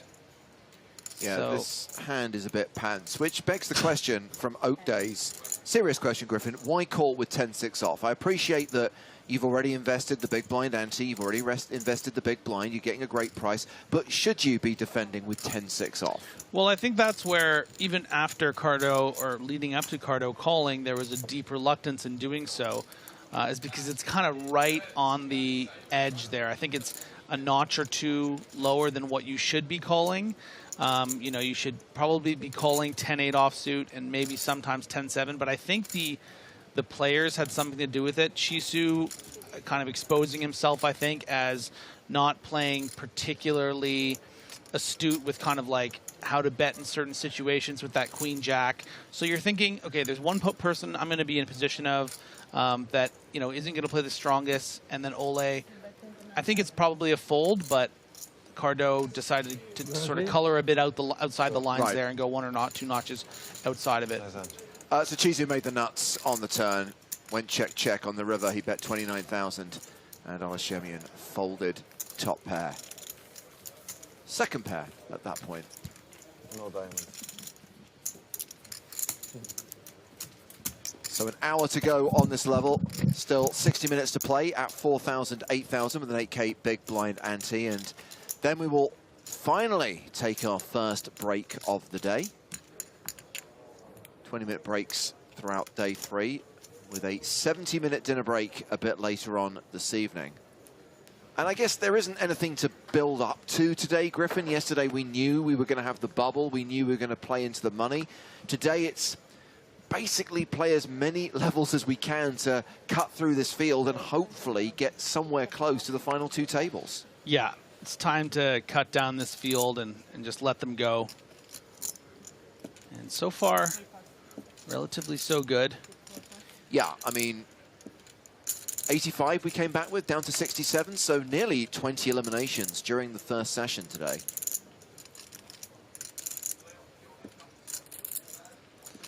Moulet, just an incredible start to this day, all the way up over $1 million, has had a hand in a flush over flush situation. Of course, that big pot, calling that bluff against Ole Shemian. Oh, and Jussi Nevenlina just flops the flush here. I was just going to say about Moulet, Griffin, I love the fact that we still are introduced to some new players. Like, Moulet doesn't have a great deal of experience, $40,000 in total live earnings. I know 40K is a lot of money, but if you're talking about live earnings, it's not massive. Only 3 EPT cashes, all in side events, so clearly in a position here to get his best ever live result. Bit of a tricky spot here with the 8-6 of diamonds, and I think this is a very disciplined fold. You know, you are open-ended. You're just up against one bet. Like, you know, you're going to think almost always your 5 and your 10 that isn't a heart, at least, is going to be live. But let's just not get involved. There are scenarios where you're drawing dead. Yeah. And that happened to be one of them. So I like that discipline, saving that 16,000 plus. So many coups for Calvin 7V. And Jussi Nevenlina is in Neves competitions. Of course, Scoop just around the corner. And I imagine that Jussi is going to be grinding many of those events at all buy-in levels. Definitely someone to be feared in the non-Hold'em variants. Yeah, and really flexing his muscles at even the Hold'em here today. We saw that incredible play in that 3-bet pot against Gail Bowman. Shemian back in action, opening from the hijack with ace-queen suited. Moulet lets 8-7 of clubs go in the small. Nevenlina with jack-9 of diamonds in the big. Oh, I love this hand. Hard not to love this one. He defends, and 2 very accomplished players going to the flop. That flop being ace-10-6. Shemian flopping best by a considerable margin.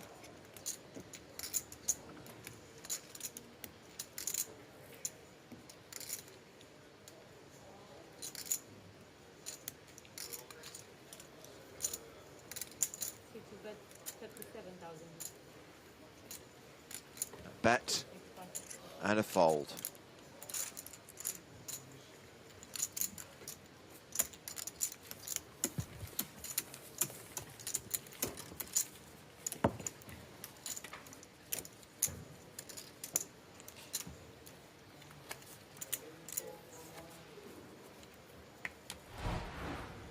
So Olashemian, not yet 30 years old, has accomplished so much in the last 10 years.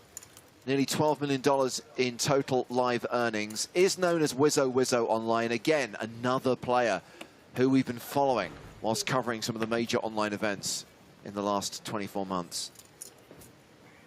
Yeah, absolutely. Came up as one of the young phenoms of the game over the last 8-9 years. Went on one of the most famous heaters, you know, the kind that we've seen.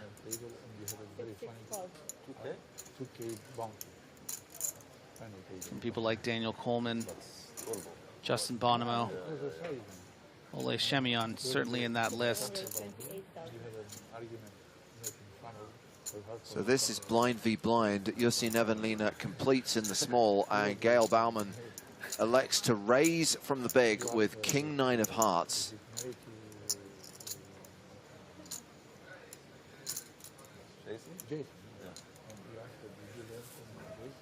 And sometimes you're going to want to play these small pairs as limp shoves, depending on the stack size, but Bowman's stack size is going to be a bit out of reach for that particular move.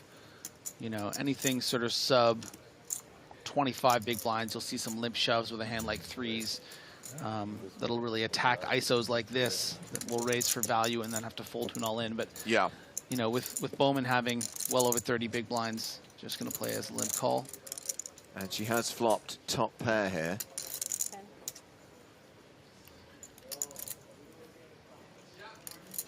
And an interesting lead from Nevanlinna.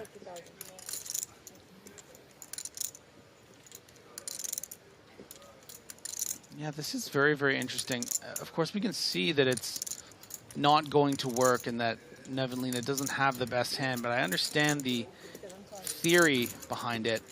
You know, going to expect a board like 8-9-4 to be better for a hand like threes enough of the time that maybe you want to, you know, start with a lead and it really freezes up a hand like, you know, ace-queen without a club, yeah, or you know, ace-7 of diamonds that might just fold out the equity.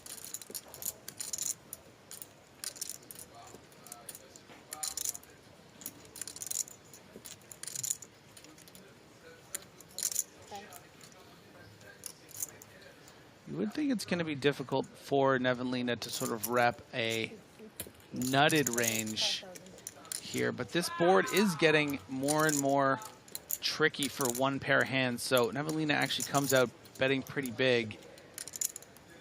Yeah, 85,000 into 124,000. Gail still a huge favorite, 95% favorite. But she's not going to be pushed around again after the hand earlier. She hates that 10, but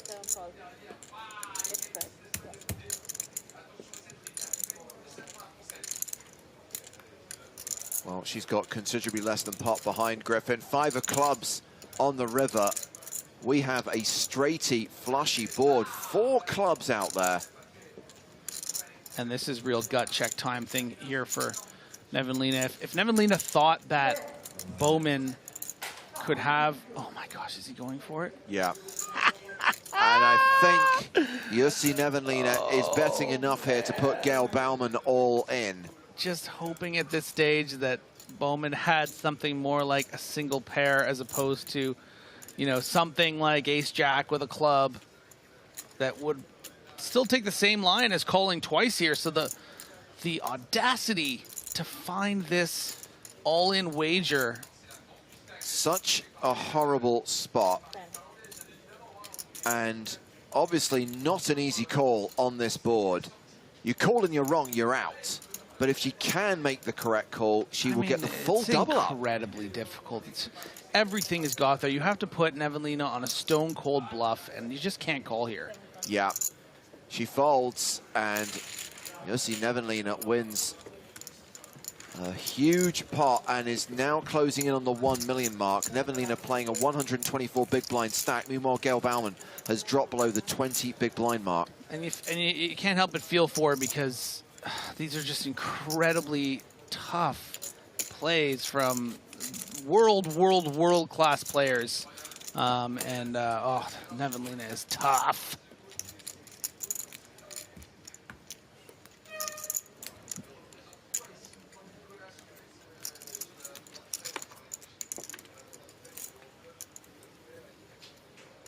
Now, obviously, we've talked a lot about Jussi's online prowess and his amazing results in W-Coop and Scoop. He does also have a 4th place finish in an EPT main event. In Copenhagen in 2009, he made the FT and went out in 4th.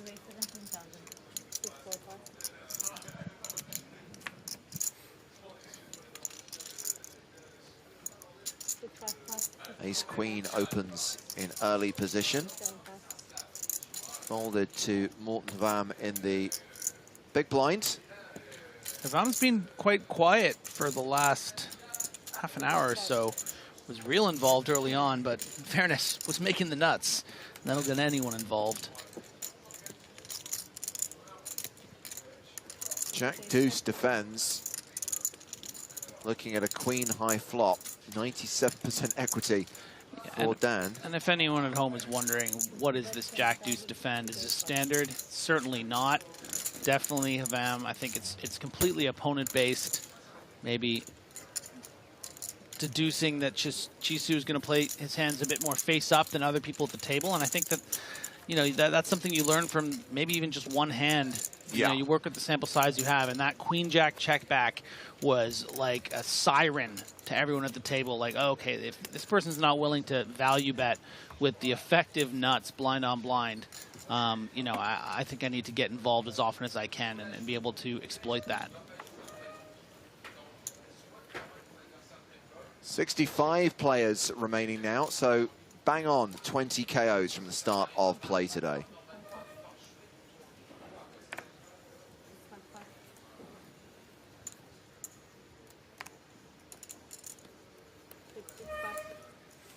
Folded to Gale on the button. She's made it 16,000 with King 7 suited. Morton's in the small blind with aces. Ooh, but just a call, which, you know, I think very clearly Bowman would be raised folding here, but at least it gives Bowman an opportunity to flop something special. You know what they say, it is always coming something, James. Shemian calling as well from the big blind, and we do get a Queen 6-4 flop. So neither Bauman or Shemian connect, and that will probably save them some chips. Yeah, I think Bauman has to be very careful about putting any more chips in this pot. Don't even try to c-bet into 2 opponents. Very tough opponents, you know. Shemian's not going to fold 7-8 off here, or, I mean, I guess you do block something like 7-8, but not going to fold any pair, and it's just, it's going to be tough.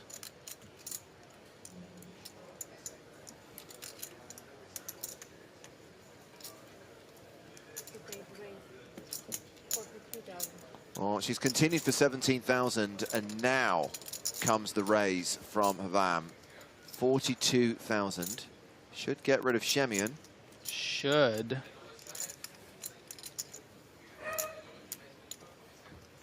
And gets rid of Bauman as well. A frustrated fold. She's down to 14 big blinds now.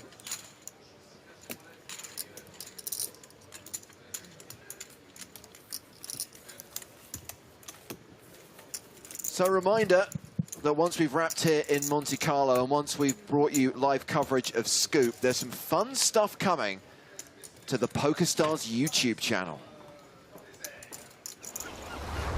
This is the moment you've all been waiting for. The PokerStars Championship! Let's go!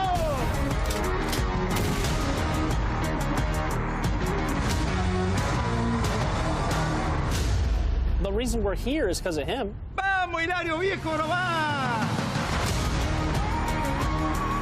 Platinum passes for your asses.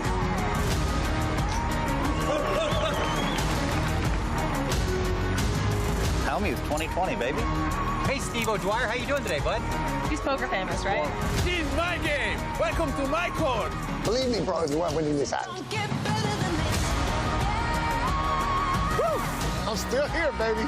I ain't going nowhere. He's one of the greatest poker players of all time. 2 aces.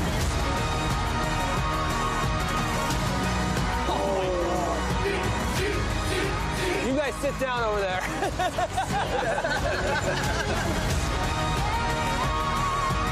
In it to win it, boys. It's going to be a long 6 days.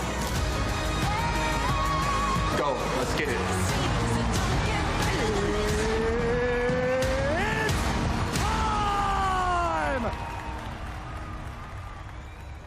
Watching that brings back so many good memories. It is a chance to relive the PokerStars Players at No Limit Hold'em Championship, those TV shows which have been broadcast on TV networks around the world, finally come to the PokerStars YouTube channel in June, July. Maybe we'll have a couple of watch parties in the summer months.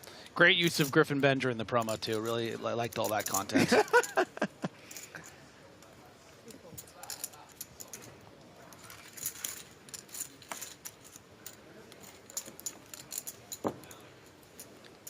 Little C-bet and take it there for Cardot, the nut flush draw.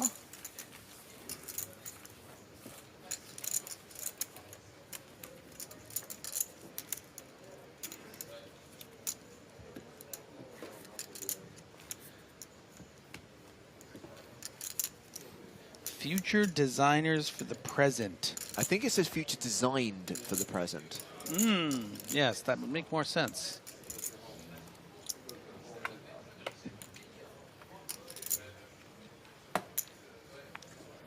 There's that beautiful trophy. Like Prince Arthur's sword, you can't take it out of there unless you win. Come for revenge. It only works if you win. Those 2 jacks. Looks like we have a new player coming to the feature table.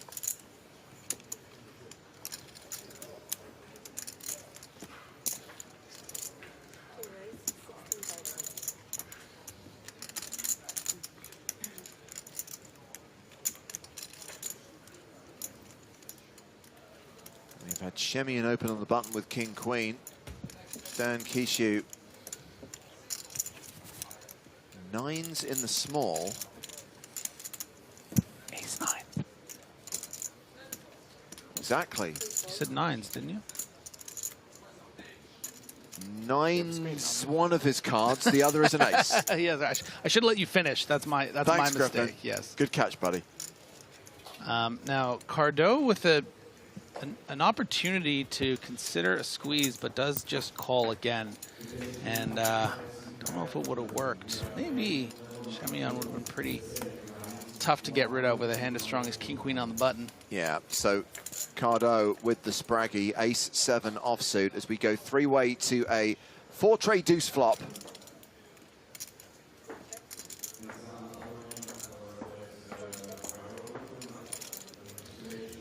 Daniel Golder, by the way, is the new player who's just taken seat 1 on the main stage. Ooh, nice card for Ole here. Going to give some serious equity to Cardot, though, with that ace of spades, wheel draw. Ace is still live. So expect to see a river between Cardot and Shemian. The question really does become, does Cardot play this as a check raise with that ace of spades, or just as a check call against this pretty capped range of Ole having checked back the flop? You know, most likely if Ole had a flush draw, like something like a queen 10 of spades, would have probably bet the flop.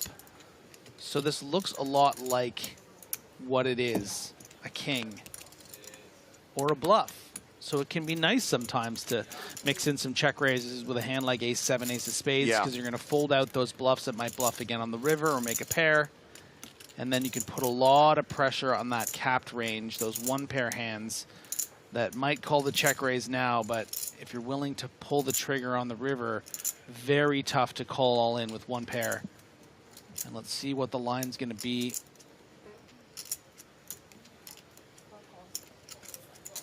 is just going to be a call. Elios on YouTube says, missed the old commentators. As we get Barry Greenstein here, the ace on the river, which gives Cardo the best hand. Look, I'm just glad that someone thinks I'm still new / young. Been doing this for more than 15 years, but if Elios still misses Colin Murray from 2004, good on you. And finally, some visible frustration from Ole Shemion, who's now lost about half of his stack since the beginning of the day. Has not been able to win nearly any hands. Well, let's step away from the main stage and check on some action at the outer tables.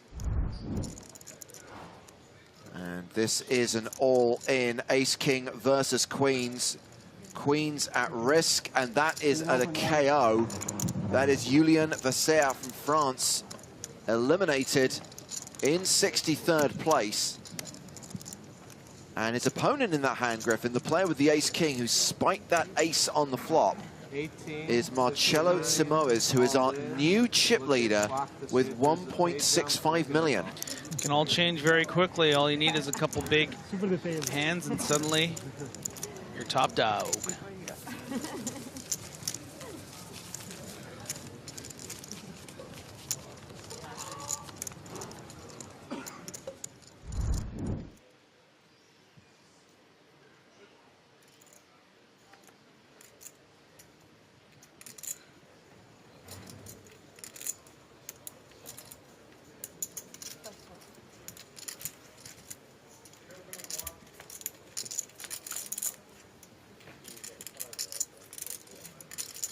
Well, this is Moulet versus Baumann.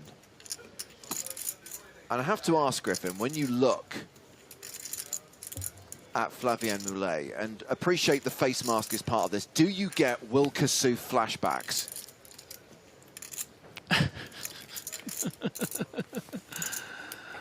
Check your face mask, it might be him.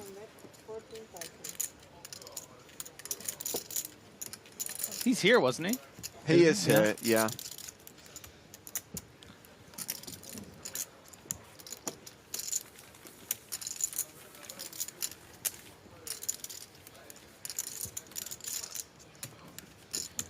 And no, I actually didn't get flashbacks because normally with Kassouf, the mouth is constantly moving and not hidden by a mask, you know? Right. It's just...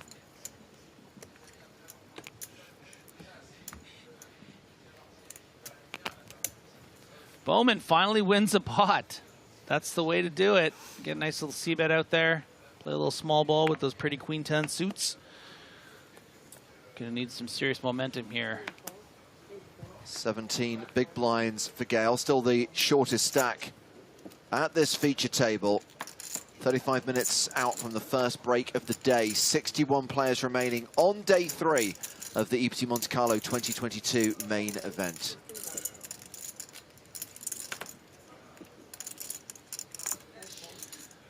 You know, I understand the allure of using that button and maybe raising weak hands, but it's a tough customer in the big blind in Nevin Lena.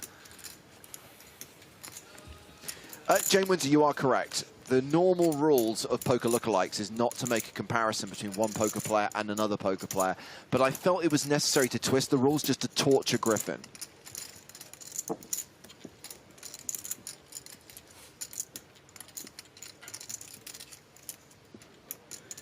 It's an interesting spot here for Cardo because it's actually a board that would more favor the big blind calling range, but with a hand like 10-8, you're going to feel pretty comfortable about betting here. And actually, Nevin Lena does have the kind of hand that might consider folding. Nevin Lena does have the ace of spades, though, and doesn't like giving up on pots. So we do see the call of the very small bet.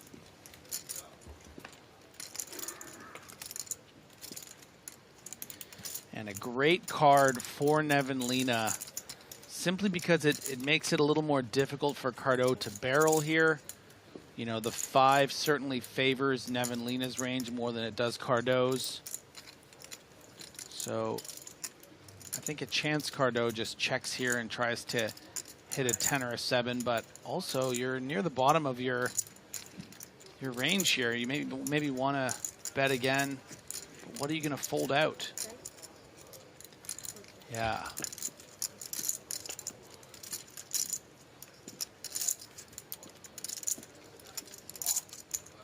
Have some of that.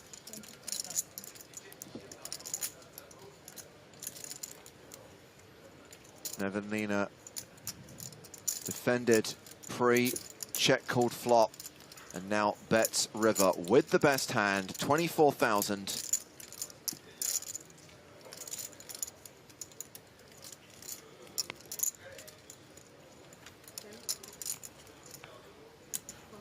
And Cardo does not play back at him, folds, and Jussi Nevanlina moves over the million mark, takes the chip lead at this feature table, 127 big blinds. And far and away has played the best here on day 3 at this feature table.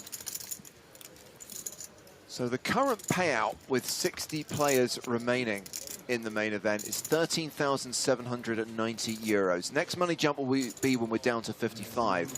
And of course, we're looking at 6-figure scores for the top 7. We're looking at nearly €1 million to the winner. We'll pay out those big prizes, the life-changing sums of money when we get to the final table, and we will stream that on Saturday. Of course, you can watch them play down to the final table tomorrow.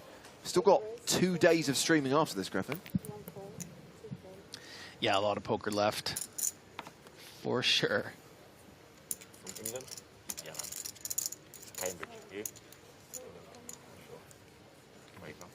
And not much of a break after this. Just to remind you guys that the Spring Championship of Online Poker is kicking off on Sunday, running for the better part of a month, and we are going to be producing live streams of selected events. So the dates of the series, May 8th to June 1st. Our first stream is going to be on Wednesday, the 11th of May, and we're going to be focusing on the big events, the high buy-in events. Stuff like the 25k super high roller. I think our first stream is a 10k high roller. And of course, we will have 3 days of coverage of the 10k no limit hold'em main event. And we have got a situation here that Gail Bauman does not want to be in. Absolute disaster for Gail here. Completing from the big blind with the king 9. You know, playing 15 big blinds, you're kind of trying to flop some equity and then get it in. And this is exactly what that looks like with the king 9. And absolutely coolered against the ace-king of Vivem. And I think this is going to be very hard, considering Gail's stack size, for her to get away from. Just calls the 13,000 on the flop. No, that's a raise to 36. No! Yeah. Gail, no! Yeah, I think this is the way you have to play this. You're so short stacked that you got to play this as a sort of a value, happy to get in sort of situation.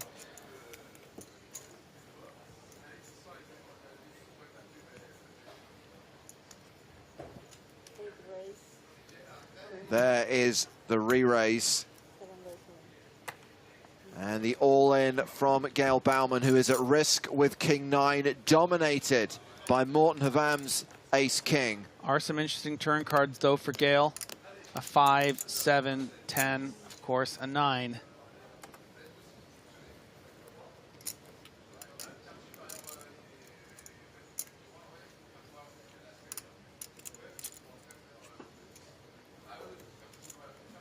She knows she's drawing thin. There's one of them. It's a little bit of hope. What's it always coming, Griffin? What is it always coming? 3? 7! Oh, Barry Greenstein, you can sod off. Gail Bauman eliminated.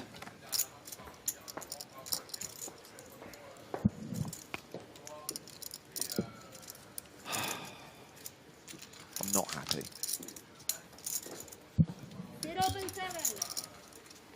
Yeah, a very tough day for Gail, I think. You know, coming in with some high hopes, decent stack, but just running into the buzzsaw that was Jussi Nevanlina, the Finnish superstar with 13 combined W, Coup, and Scoop titles, millions in live earnings, just an absolute superstar dynamo and just came to play against her. Nothing else can be said. You know, if I was in her shoes in those hands, probably would have played them the exact same way. Just a real tough player.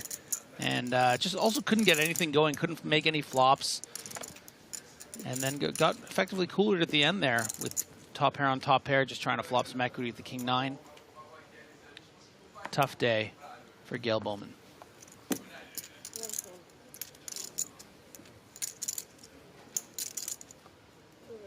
So on we play as Olashemian opens with 6s.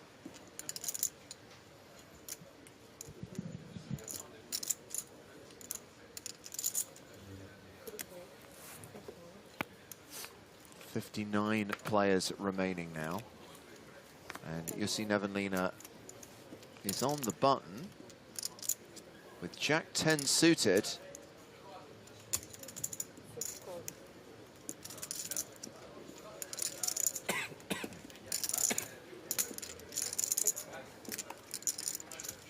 No, Be My Girl, I was not referring to the fixed limit Omaha 8 or better event when I talked about the biggest events in Scoop. However, and it was remiss of me yesterday not to mention this, we are going to have replays of final tables in the hours leading up to our live streams, and many of those replays will focus on the non-Hold'em events. I don't know what this complete is in the big blind from He-Man. Maybe, you know, I thought the Jack Deuce was kind of like very player dependent, but now it just appears that if there's just one more chip to put in there, I guess he's putting it in. That is a bad hand.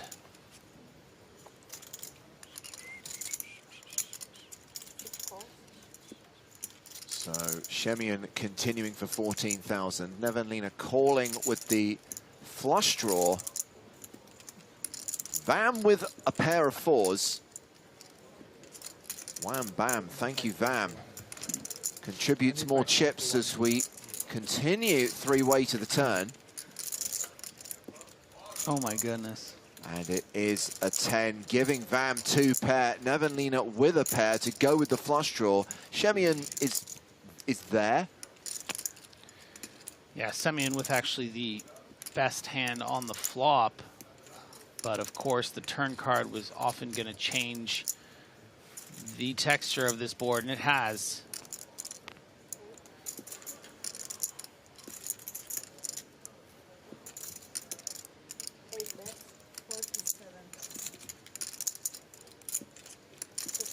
Quick fold from Shemian. Yeah.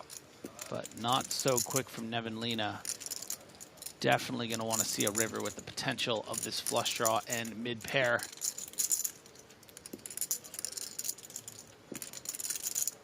This is a pretty strong lead here from Havem. You know, a lot of the times it's going to be something like a queen plus.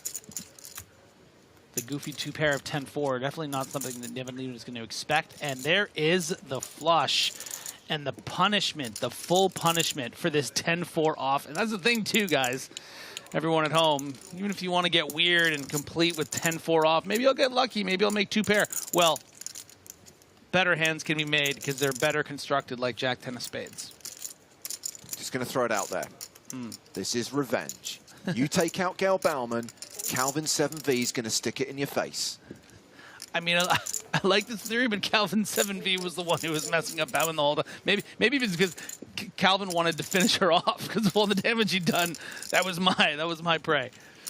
It's just how my mind works. I'm not saying it's logical, Griffin. Just give me this one. It's okay, I know. Long days, man. Curious to see, has Havem come out with a blockery kind of bet here, targeting a queen, or is he going to play this as a check? I guess the action is on Nevanlinna, so it has been played as a check.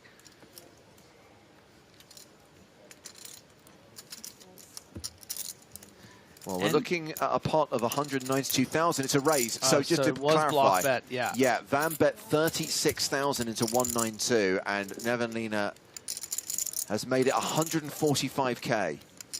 Yeah, so Havem did decide to go for that small value bet, targeting a queen, trying to get a little paid. But now facing this raise of over 100,000 has a very difficult decision because when you break down what Nevenlina's range should be, it will be a lot of flushes in this spot. Calling twice. Shouldn't really have many bluffs. Wouldn't turn Queen X into a bluff. I suppose something like 5-6 of hearts, you know, might have called pre-flop, certainly would have called on the flop, and then, you know, called that extra bet on the turn. 5-7 of hearts. Something like ace-5 of hearts. But not a ton of bluffs. King-Jack of hearts would have floated the flop. Ace-Jack of hearts. There's some hands. Yeah. More than I thought. And a couple of time bank cards played here. So just to remind everyone, and this started at the beginning of today, the shot clock brought into action. So you have 30 seconds per decision. You do have an allocation of time bank cards, and if you play one of those cards, you get an additional 30 seconds. But once they're spent, they're spent. Additional cards are given out at the start of each day. I think we saw a situation. Oh, there's the call, the single chip call, and Nevenlina wins another big pot.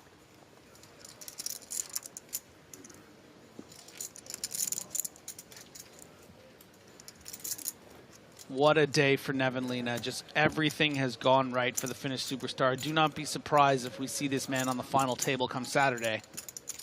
Up to 1.28 million. I was just about to say, Griffin, on the subject of time bank cards, I think I'm right in saying that when we covered EPT Prague, I think at the final table we had a situation where once we were down to 3 players, maybe it was heads up, everyone had used up all their time bank cards. They were making some really big decisions and they literally had just the 30 seconds on the clock. Wow. So use them wisely.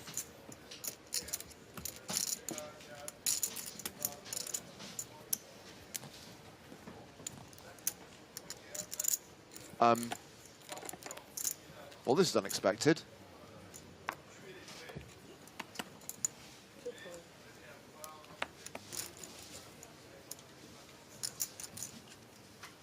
Here's Shisu now.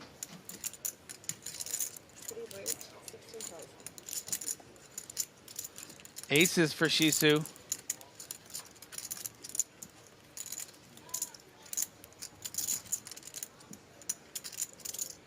And the ducks for Cardo. I like the fold.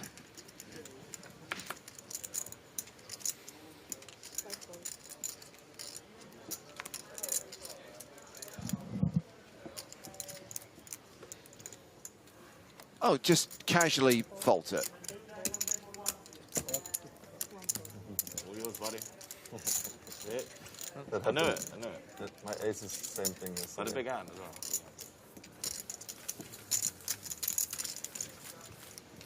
See them once a year and then... Telling you, bro. Day one. 59 remain, so we are starting to get And then I get aces. into the danger zone. Is there a danger zone of amount of players? What would it be? No. I think the danger zone of amount of players would be like... There's no such thing, Griffin. No such 19. thing. 19 is danger zone, I What, think. how is that a danger zone? That's just like awesome. We've managed to cut through this field and we might actually have a winner by Saturday. Danger zone! No super short stacks at this feature table, by the way, on the subject of danger zone.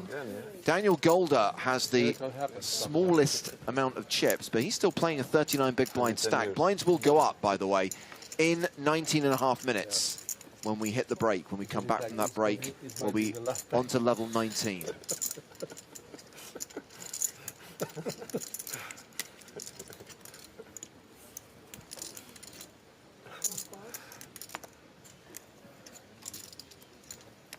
So Kishu has opened under the gun with Queen Jack. Artisanal sourdough for Daniel Golder in the small blind.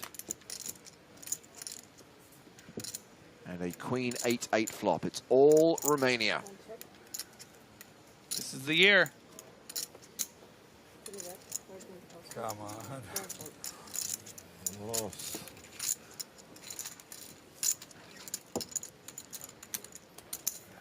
Well, once again, we are going to move away from the action on the main stage and check on what's happening at the outer tables. It is the rematch, Griffin. It's Ramon Kalilas versus Julian Martini, the two players who are heads up for the title at the PSPC 3 years ago. We have a Jack 8-3 flop. Looks like Ramon has checked the action to Julien, who has bet 21,000. See, you know, sometimes we get comments in the chat being like, oh, do you guys pick the feature tables, do this and that? See, the poker gods, they pick them for us. They always do weird stuff like this, putting these two together. It's just amazing. It is quite incredible. They find themselves both deep in this event and on the same table on day 3. Ramon just called that 21K bet. We get the deuce of diamonds on the turn. Brick City. And Ramon Kalilas checks a second time.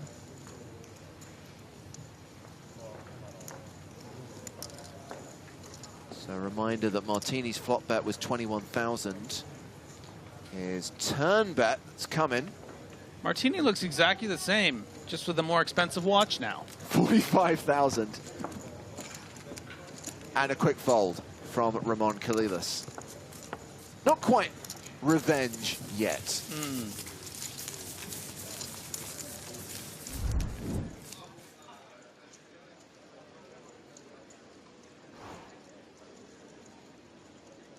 So back to the feature table.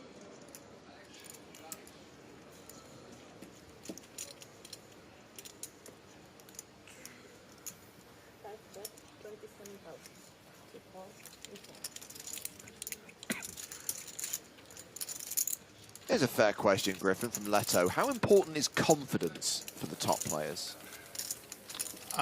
It's incredibly important. You almost need to have a diluted sense of self-confidence and ego, I think, to really persevere at the highest level, because this game can beat you down so much. There's so many instances you can see players around you, especially at these high rollers and that sort of stuff that are going on these heaters, saying, am I a fraud? So much imposter syndrome feeling. So I think you really need to believe in yourself, and you really need to have a good perspective on, you know, how cruel this game can be and how amazing it can be when it goes your way. So yeah, confidence, super key, master key. Here comes the French Will Kassouf. Flavien Moulet opening under the gun. 9's high, like a boss. Evelina folding. Round to Golder. Ace Queen. Bit of a tricky hand to play here on 38 big blinds for Golder. You can certainly play it as a 3-bet, but the problem is that when you are then faced with a shove from the end of the gun, you kind of just have to fold. Is going to play it as the aggressor here. Given the stack depth, this could really go, I think, one of two ways for Moulet. You could just decide, okay, my opponent could have some bluffs here and I can get this through. Sometimes I might just shove and he calls for these 37 bigs and we're in a big flip. Or you can just play it as a call, which I think is probably going to be the safest angle. I would be surprised if we see a fold with that million chip stack.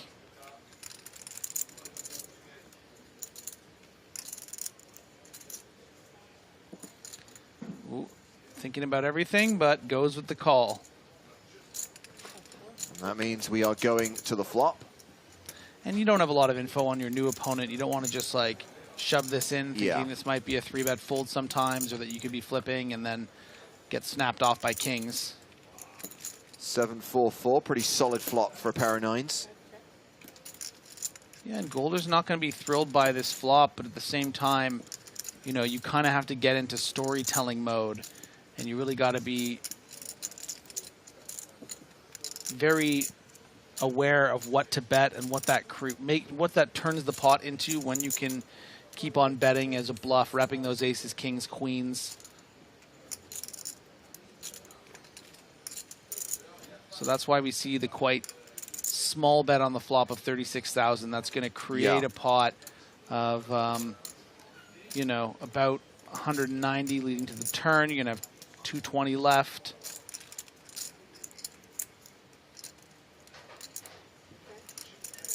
But Moulet counting out raising chips. Yeah, decides to check raise the flop. Golder's c-bet 36,000. And Moulet's check raise likely to work. Yeah, before the dealers even had a chance to count it, Golder's folded. It was 128K. Yeah, and that's a different approach you can take in a situation like that. You can say to yourself, okay, all those different angles I've thought of, he could have something like aces, kings, queens, could have something like ace, king, and ace, queen. Maybe I should just look for a safe flop for my hand, and if I am getting coolered, let's let it happen on a 7-4-4 board instead of just all the way in pre-flop. And you can get that extra money from hands like ace, queen, and ace, king that may have called you pre-flop if you went all in. Yeah.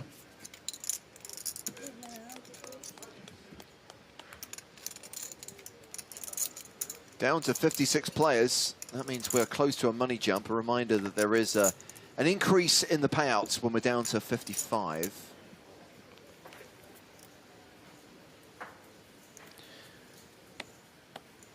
You know, the existence of Daniel Golder and the existence of Jamie Gold suggests that there is a Paul Goldist out there.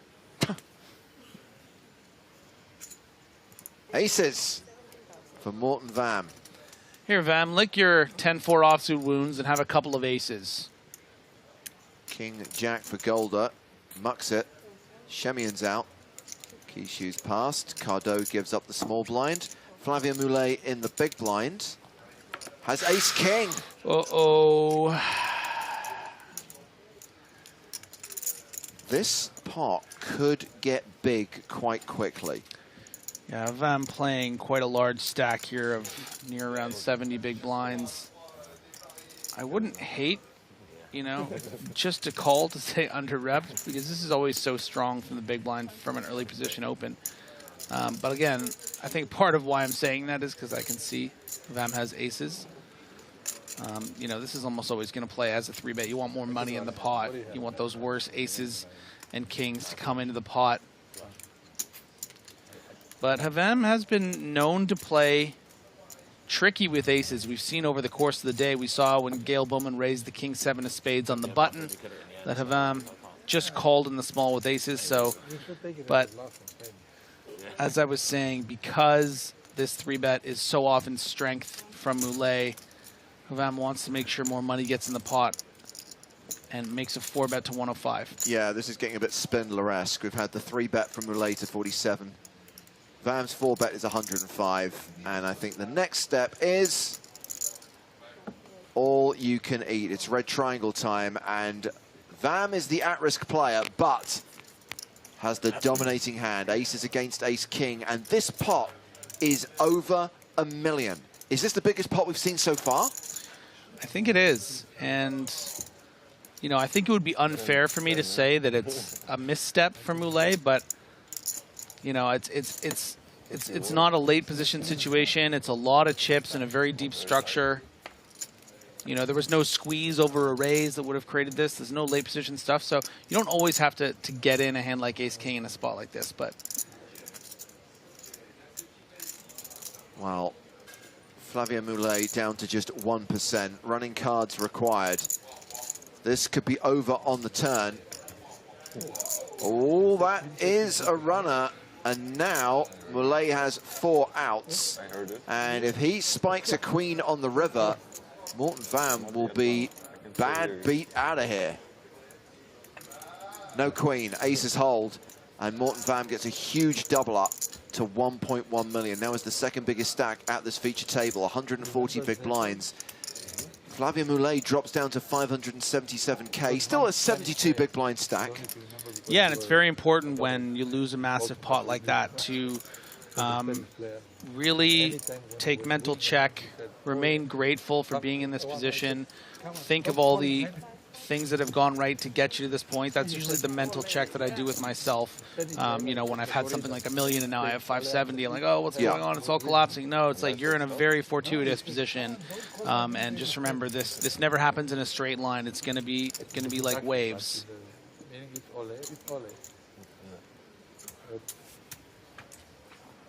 You're laughing. That's it. I've never seen it said, by the way.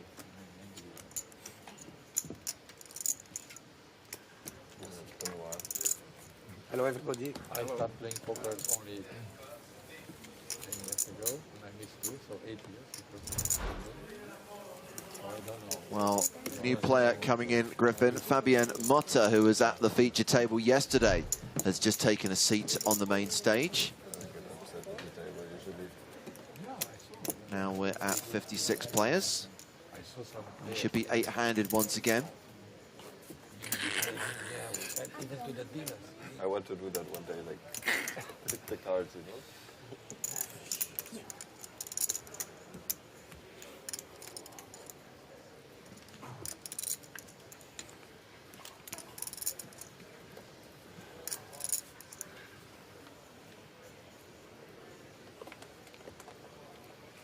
So Motta, the new man at the table, first to act. Folds.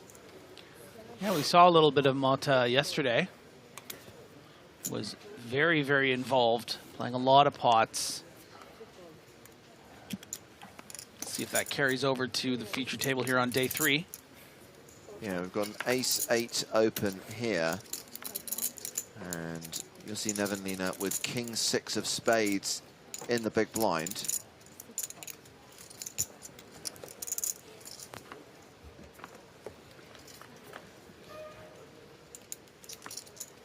Jack 5-4, king high, losing to ace high right now. My money's in Nevenlina. And I lost money. I didn't take the bet. Didn't seem like a plus EV move at the time. So Olashemian, as we mentioned, Griffin, has kind of been on the EPT for the better part of a decade now, and I think it's fair to say that his appearance has changed over the years.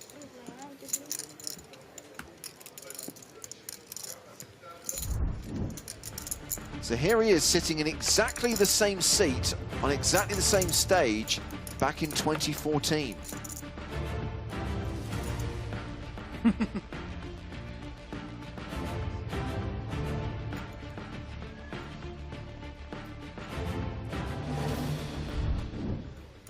Yeah, the hair, the baseball cap, it kind of is a different look for him. Oh, actually I thought that it was a picture card. Good fold. Thank you. It was not on purpose. What was the card? Martin, show the bluff. Fold that card? Just for you. That's the best card of the day. You did it on purpose to fold the people you are very tight with. I did not do it on purpose. But you can think I that. know. Sorry, I'm not joking. Malay with 5s on the button. No, because You know what would suck? Losing 140 big blind pot, ace king to aces, and then you see Nevenlina on your direct left for the rest of the day with 1.25 million. I'm trying to sell to the guys who are making all the comments on PokerStars. So,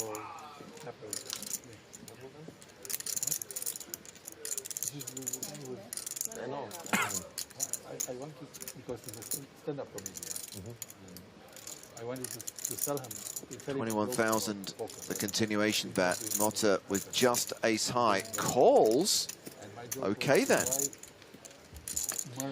Yeah, Motta doesn't like to fold, my experience. And you know what? Based on Moulet's hand, What is it? and the Mermaid is like a half most lady, half fish. probable result being that Motta doesn't have a great deal of showdown value, whatever this river is when it goes check-check. This is opening up a great opportunity for Motta to win this pot. Very good. Down to 55, that means we've had the money jump. Everyone's now locked up the better part of 16.5 grand. It also means we've lost 30 players during this first session. Clock ticking down into the first break. Incorrect. Motta's got to take this spot here. You don't want to lose at showdown to something like ace-jack or pocket 6s, 7s, pocket 5s. So is going to bet. Shouldn't have too many bluffs here. And doesn't even need to bet that much. The spades got there, Queen Jack got there. You know, 7-8 in particular didn't get there. Certainly the bluff to consider. But when things not going Moulet's way, doesn't really think that it's worth a call. Nice river bluff from Motta. And players just being informed that when we hit the break, this table will be moved off the stage, out into the field. Griffin, we are going to have a new feature table lineup when we come back from the first break of the day. And I hear a certain Spraggy might be on it. No, he was eliminated yesterday. But we do have those two. We saw them in action earlier. Ramon Kalidas, Julian Martini, currently at one of the disco tables, going to be at the main feature table. The players who came first and second in the PSPC in the Bahamas in January 2019. It was a pretty dramatic heads-up battle with a hand that really swung things in Ramon's favor. Julian Martini was the monster chip leader, flopped a flush, but Ramon went runner to catch a full house, and after that seemed unstoppable. Destiny's a funny thing, and Ramon was destined to win the first ever PSPC. Other players at that table include Arthur Conan from England and Fausto Tantillo from Italy. I've heard of this Arthur Conan, actually. Sam was telling me about the other night. Very cool cat. You sure Sam wasn't telling you about Arthur Conan Doyle, who wrote the Sherlock Holmes books? That would actually be a thing that would be... That would track. Yeah, would track, yes, but no.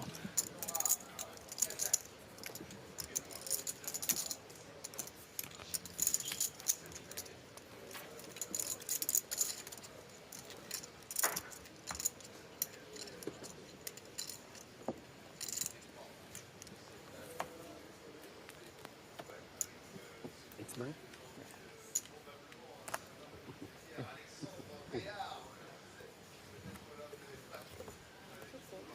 So this could be the last hand of the session. Less than a minute on the clock. Ole's convinced. He's out of here.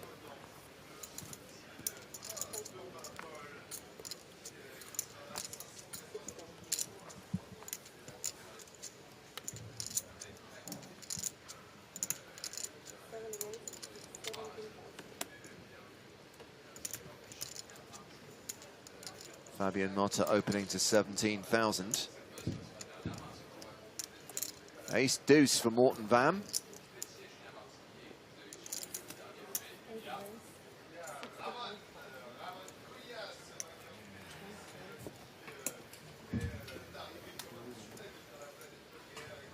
Sticky 41, very excited about the new feature table because it does have eye candy. Sticky, a huge fan of Julian Martini.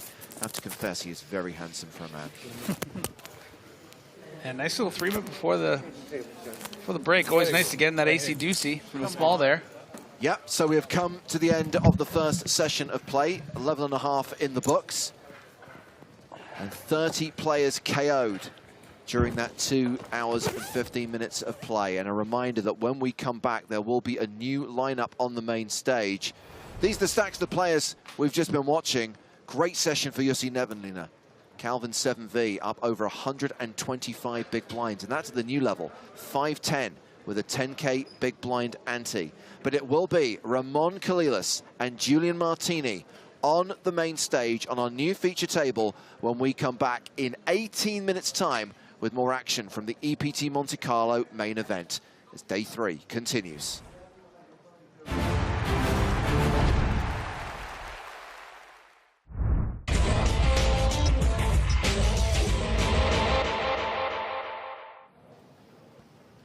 th place through 18th will pay 27,900 euros. Not to be confused with euros. Euros? Shawarmas? Wraps? Gyros? I mean, But not gyros. Euros. Euros. Did you hear the one about? Euros Did you hear the one about the versus Greek Euros. poker player? He made the Euro call. Ba-da-da-da-da-da. Queens versus tens. And even worse, hijack versus cutoff. And, you know, it's tough to imagine not more chips going into the pot.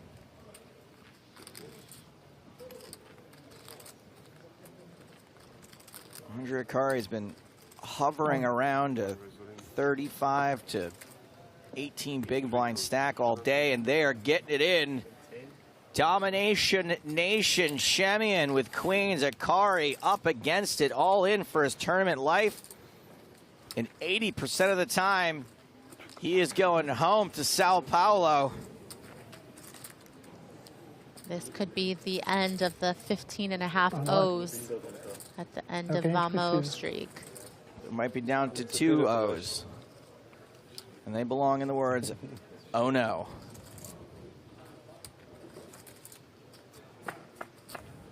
The flop. 8-9 jack. Andre flops open-ended. Now, Ola's got 2 of his outs covered. Must come 10 or queen now. 7s or queens.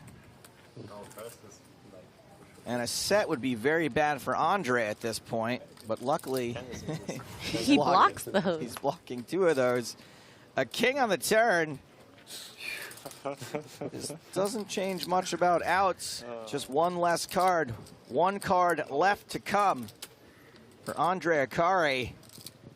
5 outs, 12% chance. Anything else, and he's going home. But he catches the queen. Brazil stays alive. Vamos! 16, nailed it. Right on time. Right? Okay.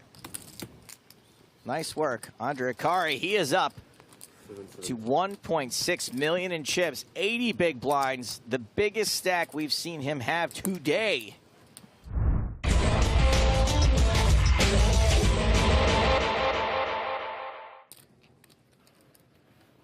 Action is on Olashemian. He is raising under the gun with Jack 10 off.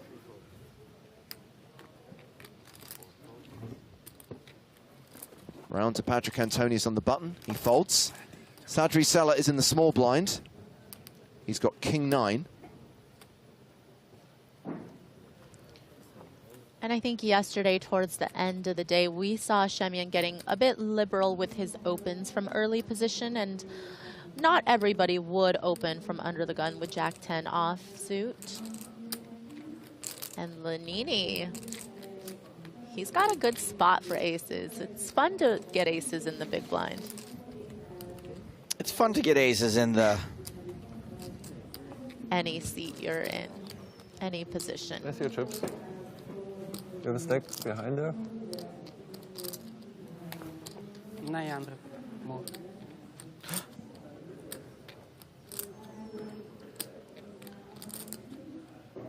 I don't mind that he's 3-betting right now, because you usually assume that people's under the gun open range is quite strong and that you will get more value this way. But Shemian is a bit weak, but he has position. He's like, no, I'm going to see a flop. I'm going to outplay you. Or just crack your Outflop aces. you. Yeah. Oh, Shemian flops trips. I like this check by Lanini. Hold my hair back, Maria. Not on my shoes, No, Joe. I'm going to... Hey, there's the turn of river still. I'd like to see Lanini check call.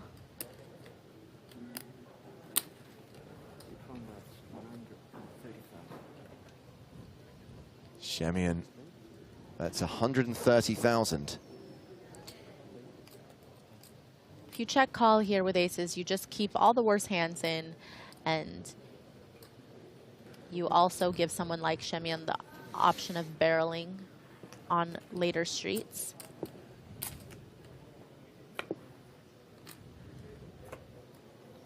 Is that an ace?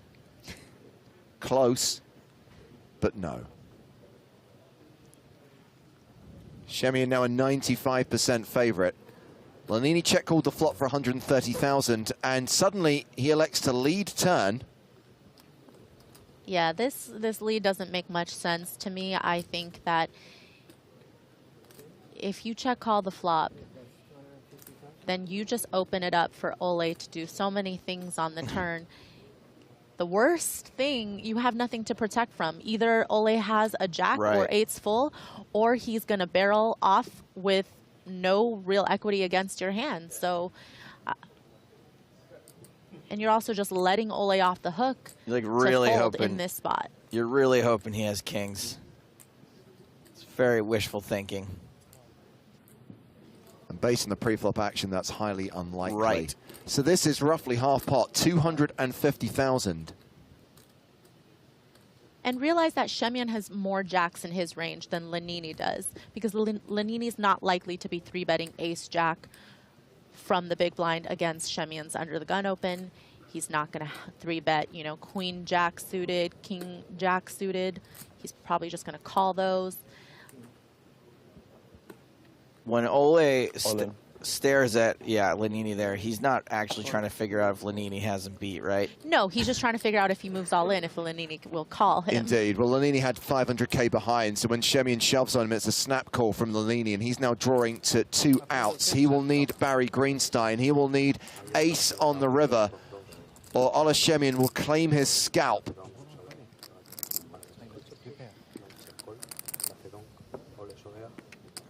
Just a 5% chance of survival. Is Shemyan going to get Greensteined?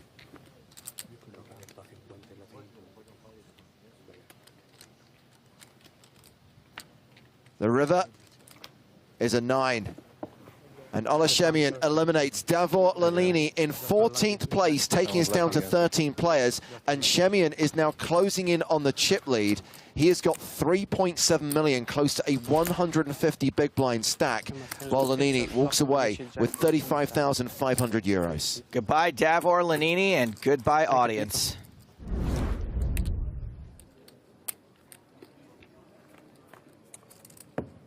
Kings against 9-5. Classic confrontation.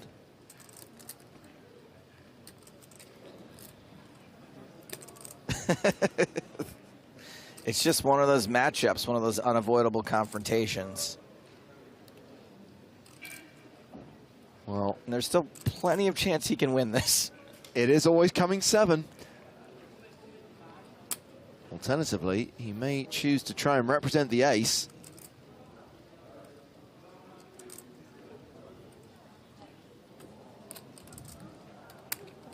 Ole's like, I'm running so good. I am just going to call with my gut shot. I know it's going to come. I don't even need to try to outplay this person. I'm just going to hit the card I need.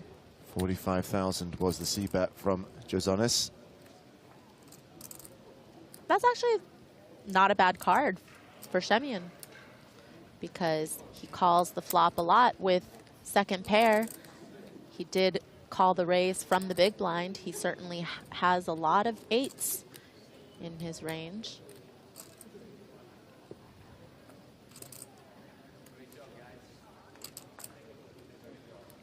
Oh, I forgot we were saying Jozonis. Jozonis.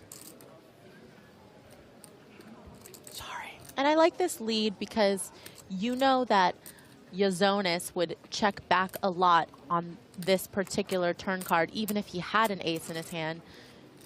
So it's definitely very believable. No, Jozonis. And there it is. Always coming 7. What do we play at the end of this hand? Do we play the swag meme or the sevens meme? Well, we just had the swag feature, so I vote 7s.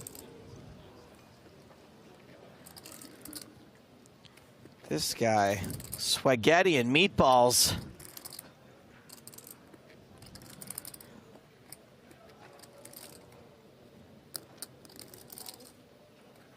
The 7 is always coming. 390. And I think this is just the run out where Jozonis can get away from his hand. It's a big bet from Shemyan. Nearly full pot. Did this dude crack aces and kings in back-to-back hands? Did that just happen? Yeah, that just happened. Cracks aces with Jack 10, cracks kings with the Dolly Parton.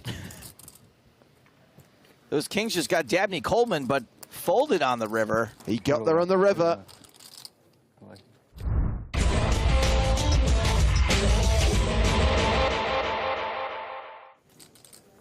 Ola Shemian, second in chips, 94 big blind stack. Opens with Queen Jack from under the gun +3. Makes it 90K. Pocket fives for Sadri Saleh.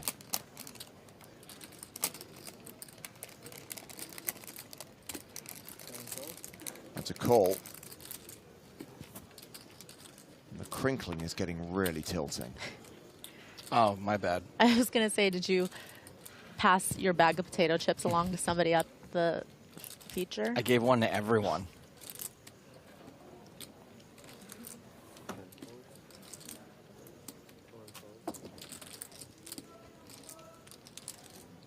Izonas has Jack-8 in the big blind.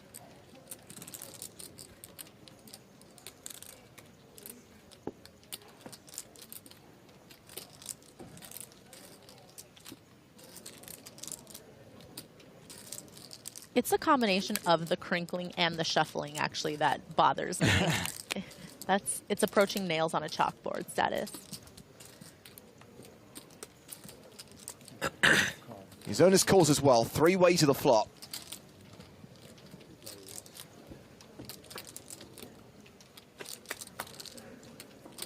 And that flop is 10-9-7. Izonas flops it. And Shemian has a gut shot to a better straight.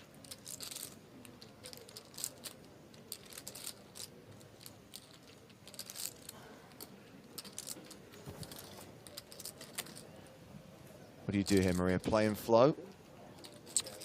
Yeah, I mean, I think the reason why it looks like your Izonas is going to lead into the pre-flop raiser is because he feels like this is the kind of board that's going to get checked around a lot, and leading can actually look a little bit weaker than obviously what he has. It looks more like, you know, protecting top pairs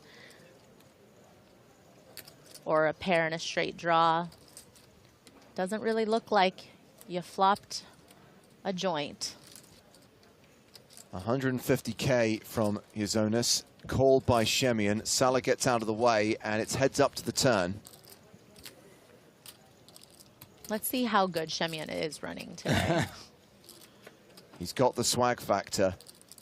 It brings a 5 on the turn, which would have been a set for Salah. He saved himself by not getting involved post-flop.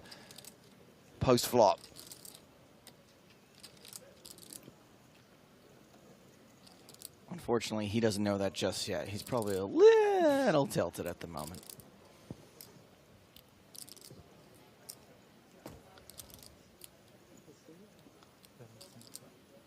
I was actually a little disappointed that Honglin folded 8-6, which would be in really big trouble right now, too.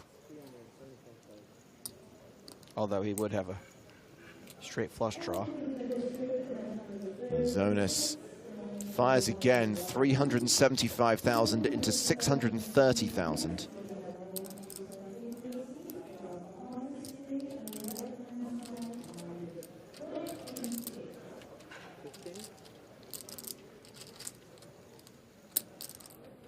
And this is the part where, you know, Shemian's also thinking maybe my overcards could be good based on the way the hand was played. I don't think he would often call with just a straight draw if that's all he thought his outs were. But it's the 8 that comes on the river. There's our answer to how good Shemian's running today. Shemian swag factor, 8 out of 10.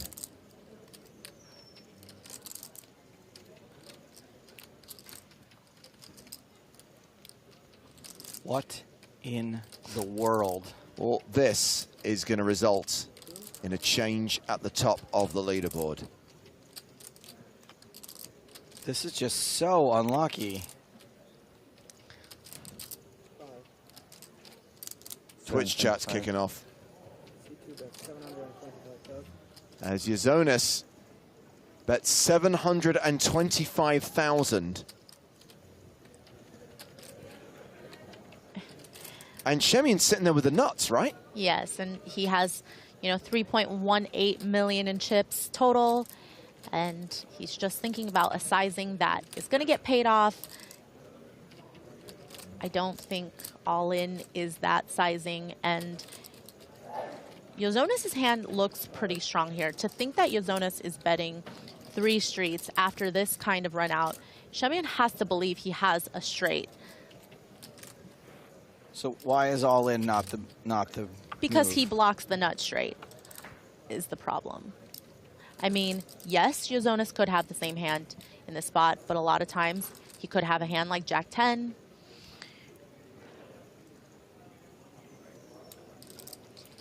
Well, how much is that? 2 million? 2.5 million.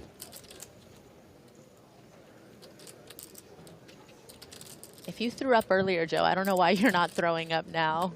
I got nothing left in my guts, that's why.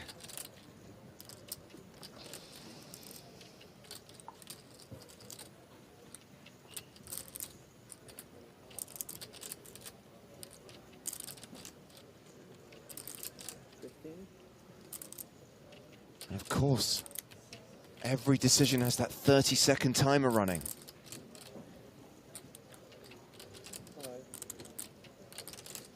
How are you supposed to get away from this when there's one hand that beats you? I didn't say it was something he's going to get away from, but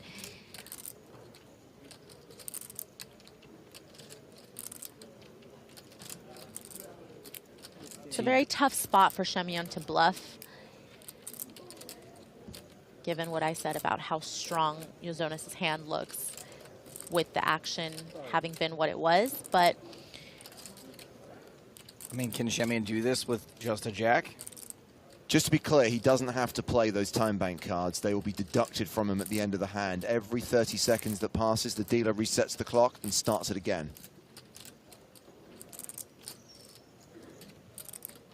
He will be warned when he's on his last time bank card, though, because if the clock hits 0, his hand will be dead. whew, looked like he was going to. Oh! It's a fold. Wow.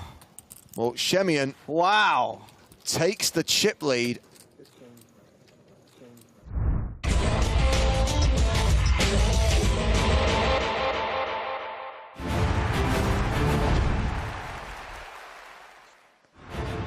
Hello, my babies, and welcome back to the PokerStars European Poker Tour, presented by Monte Carlo Casino. Live coverage of the main event. It's day 3. We're well into the money. 55 players remain here on the poker train. Tournament chip leaders on your screen. Marcelo Samoas. Yes, there are still Brazilian players in the field. One of them is chip leader Jussi Nevanlina. We just had the pleasure of watching for the last couple of hours, but it's time for a new feature table. Are you ready? Joe Stapleton and Nicholas Walsh. Hello, hello. David Lopez in the 1 hole. This is in seat order, headlined by Ramon Colilius and Julian Martini. They meet again. I don't know if you remember a little thing we like to call the PSPC, but they were the last two standing in that event. One of them took home $5 million. The other one took home less. Less than 5. Even when I'm out. But still quite a bit. Absolutely. Players getting mic'd up. Also at this table, French phenom Arthur Conan, who I'm told is the new hot young thing coming out of France. Not to be confused with Arthur Conan Doyle. To be confused with Arthur Conan Doyle as much as possible. Quite right, Joe. The blinds of Baskerville. Keep them coming. Thank you for joining us on Twitch, on YouTube. Happy to have most of you. We've got some interesting headgear at the table here. It's been a while. Yeah. Crocodile Fundee.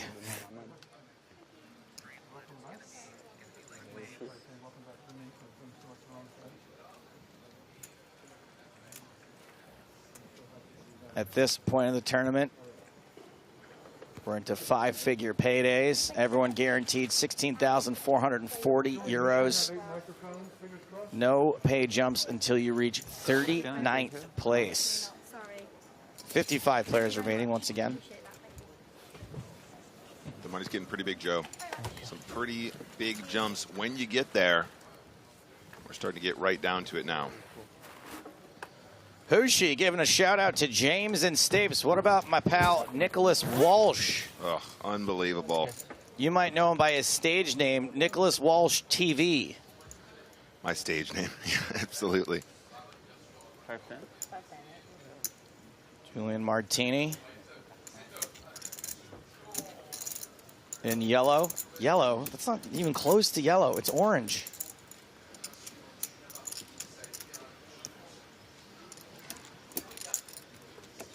Everyone getting situated, getting grounded. Everyone taking a deep breath. About to get underway. Going into hand number 48 of today's action. And cards are in the air. Ayer. I should always put here. Blinds 5,000, 10,000 with a 10,000 big blind ante.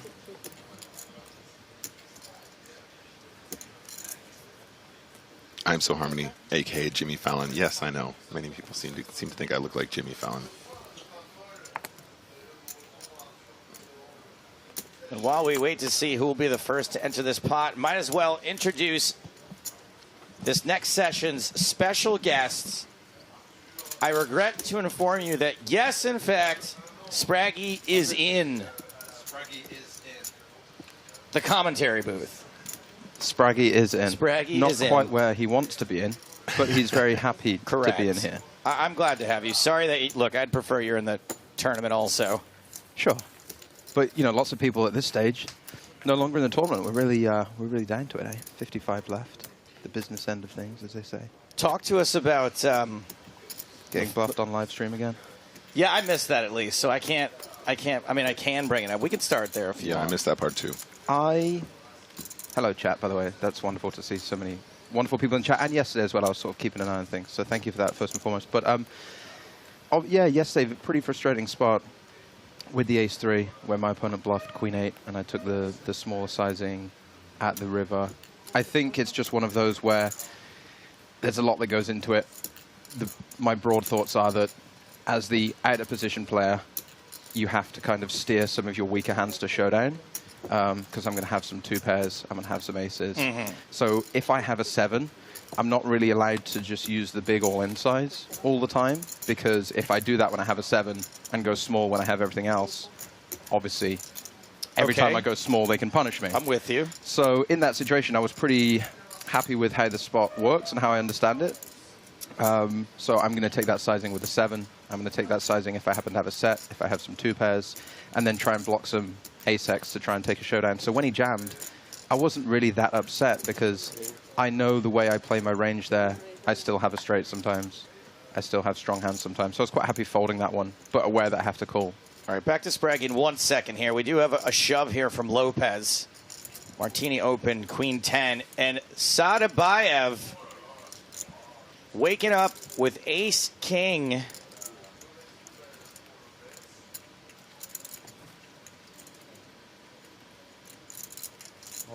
If you reverse it, KA, Kazakhstan, right there, makes the call. And we are flipping like NFTs versus a high-pitched noise that never stops. One of these two things has a slight mathematical advantage.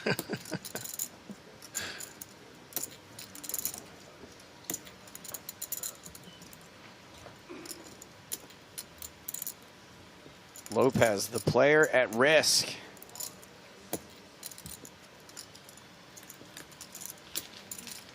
The flop is 9 high. 6 is looking pretty good. Lopez, the only player with a heart. Lopez with some potential straights, although Sadabayev could possibly make a wheel as well. Turn card is an 8. 1 card left to fade. If it's an ace or a king, it's time for Lopez to go Pez. But nope, stay Pez. All right, Spraggy, so I followed everything about that except for the part where you folded aces. I folded aces? Yeah. What do you mean? Didn't you have aces in that hand? No, I had ace-3 offsuit. Oh. And the board was ace-6, 8, 5, 7, 4 to the straight. So I was like betting the worst hand I'm ever going to have. Come on. Why And then why are we even talking about this? Anyway, but that was like the one hand. Because I didn't really play many hands on feature, I played that one. And like I said, I lost like 20-something thousand chips in that. But it was one of those where I started the day with 177, 175, and then lost a bunch of small pots and whatnot. Do you ever consider just being like, I don't have to explain myself to you? If I was a member of the general public, yeah, I would never explain myself. I would never. But there was a lot of people obviously following me yesterday and rooting for me in the chat and things like that. And then I think I kind of owe it to people to be like, okay, this is what I was thinking. I saw you fold aces before. I thought that's what happened again. Yeah, that was a mistake. Looking back, Joe, I don't have as much of a rationale for that. Put me in that seat again. I would love to just click call. Sure. Fair enough. But it, good event. Fun event. Great. It really is great to be back at a major stop. The prize pools obviously have been really good, and happy to cash because the large majority of the field did not cash. So that's right. That's nice. And there's more poker to be played. You were profitable. Yeah. I don't know if you heard my suggestion. I said that whenever they put you on camera and you're wearing one of these green tracksuits, they should just project nicer clothes onto you. That's the future, isn't it? That's the metaverse future where PokerStars can eventually make me brand friendly. Yeah. Pocket queens for PSPC runner-up Julian Martini. Nikolai Tulin. Tooling around town in that hat. Folds Jack 10 suited. Ace 8 for Lopez. Hot off a double up. And is this going to get... Oh, no. Oh, no. Oh, no. Holy shnikes. What a matchup this is. 1 and 2 from the PSPC. The sickest and classicest of all races. Races. Batman versus Superman, isn't it? It's Godzilla King Kong. It's two of the great gladiators meeting once again on the highest mountain top. It's Sword and Shield versus Trident and Net. I've seen this episode before.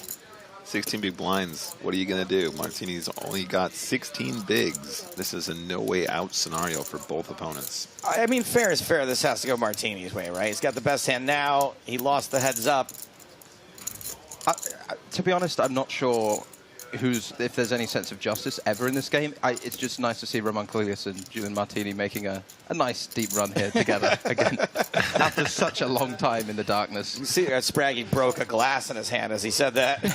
So nice to see these two going deep again. So we are flipping. Hey, there you go. A little bit of camaraderie. These guys know what's up. Like love versus money. One of these two things has a slight mathematical advantage. All of them, all of the sickest matchups of all time. Chocolate versus vanilla. Window versus aisle. Lighting a match versus a courtesy flush. Kalilas versus Martini. To the flop. King high. Kalilius way out in front. Martini somehow not... Oh, okay, a slight reaction.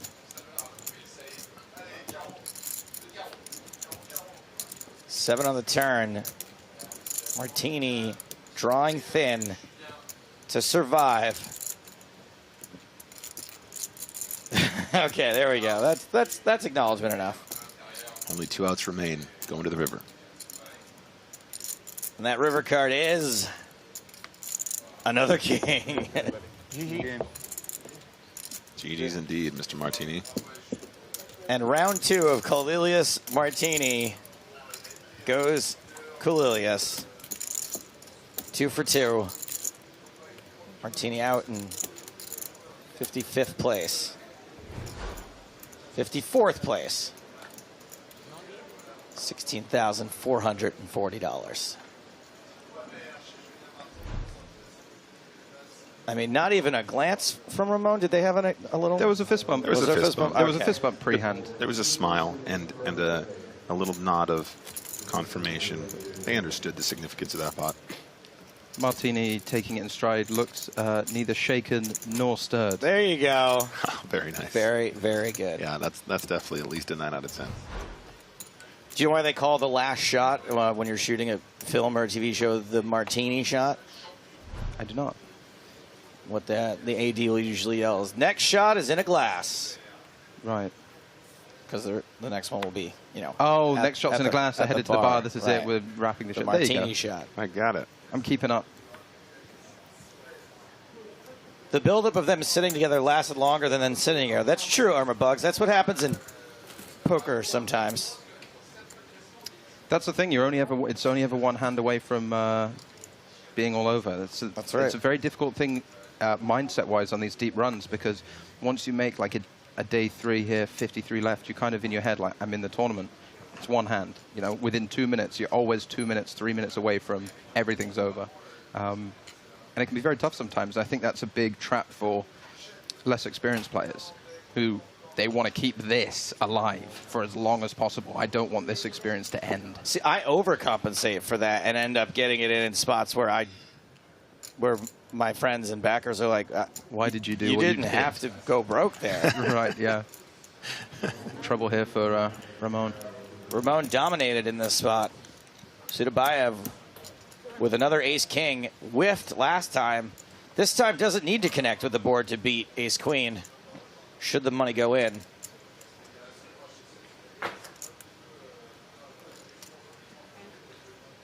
Yeah, these guys with not too many big blinds at this stage.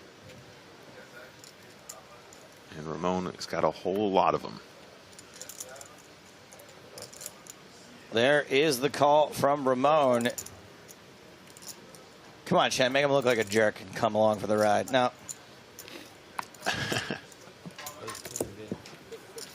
So 3 hands and 3 pre-flop all-ins.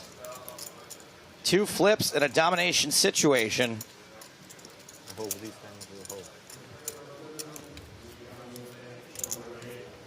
Sadabayev, the big favorite. Oh, there we go. A little, yeah, okay. Every time we got shot and call. On TV table. I was waiting for some signs of life from Ramon. Like to see it.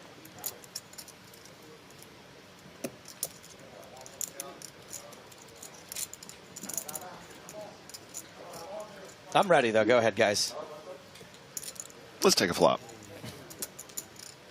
Spraggy, you want to try? This is the most frustrating thing about playing on feature. I'll just go ahead and say it. I'll go ahead and say it. It takes a long time to deal these cards. The pain is real. Ace-king holding. A couple of clubs out there as well. Yeah, a couple of clubs. A couple of backdoor flush draws for ace-king. Not that they need it right now.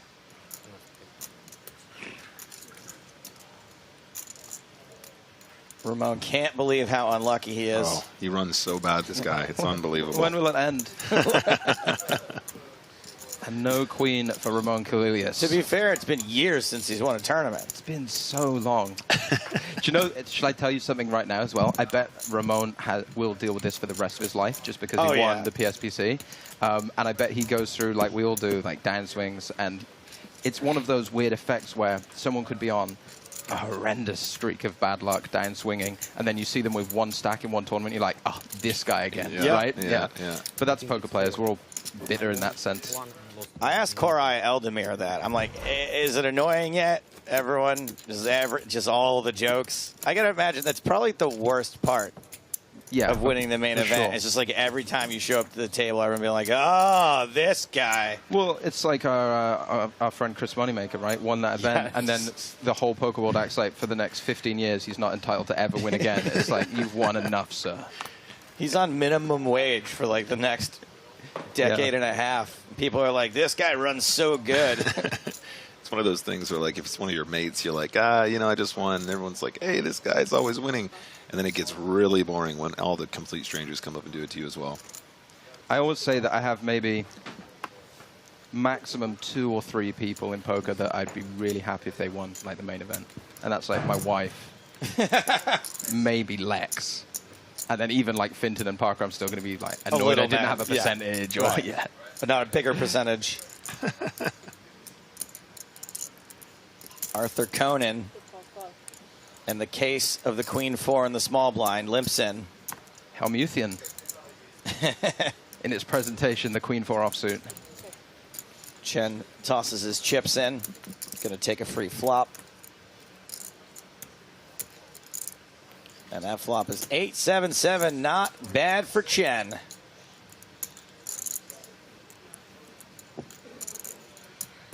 Yeah, I always say that poker is a lot like stand-up comedy in that respect, where, like, you know, all your competition's also your friends, and things, when good things happen to them, you're happy, question mark, for them, but you're also like, that should have been me. That should have been me. Yeah. That's really nice, but also.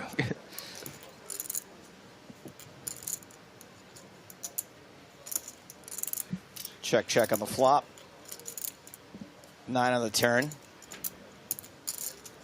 2 diamonds, 2 spades.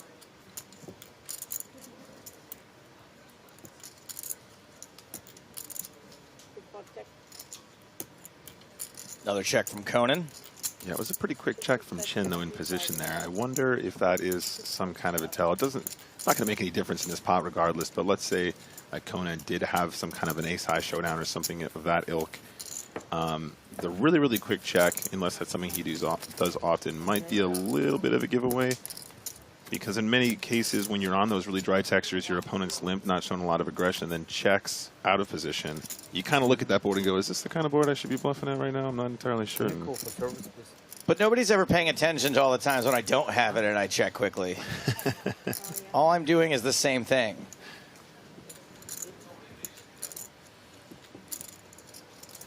That's my strategy when I'm playing live now is I completely haphazardly and randomly always throw the chips in. Because what I find when I first started playing live poker, I would make a very deliberate motion when I placed chips in the pot. And then I would do that 2 or 3 times in a row. And then for the whole rest of the day, I'd think, if I deviate from that in any way, someone's going to read into it, or I'm giving off a tell. Even if they don't read into it correctly, you don't want them to read into it. But then I also don't want my brain to think they're reacting because I moved my hand in a different way. So now I'm just like all limbs and arms and throwing chips around, and because then if it's always random all the time, it's always random all the time. That's I prefer that to the methodical. I don't want to get trapped into a method and then think I have to stick with that, and then I'm exhausted doing it. And then one time you realize you didn't do it. Yeah, and I'm like, oh, that's the reason they're raising the river. Which, by the way, all this is completely moot because no one's paying attention. No one paying attention, and you know the technical side of the game is a lot more important. And I'm putting energy into things that don't really matter, of course.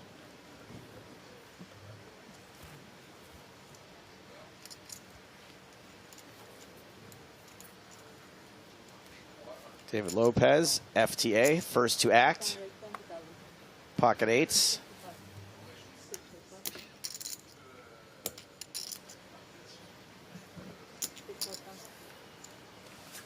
Coin folds ace 5. Chen on the button, jack 9 suited. It's kind of a pretty hand. Definitely a hand that you could be playing from in position here. Yeah, Lopez opening off around, what, 30 big blinds? Yeah. Excuse me. Can you call waiter, please? Yeah, as we get shallower, it can be trickier to sort of glean value from those kinds of hands. But when you have position and you're at 30 effective, you know, feels pretty good.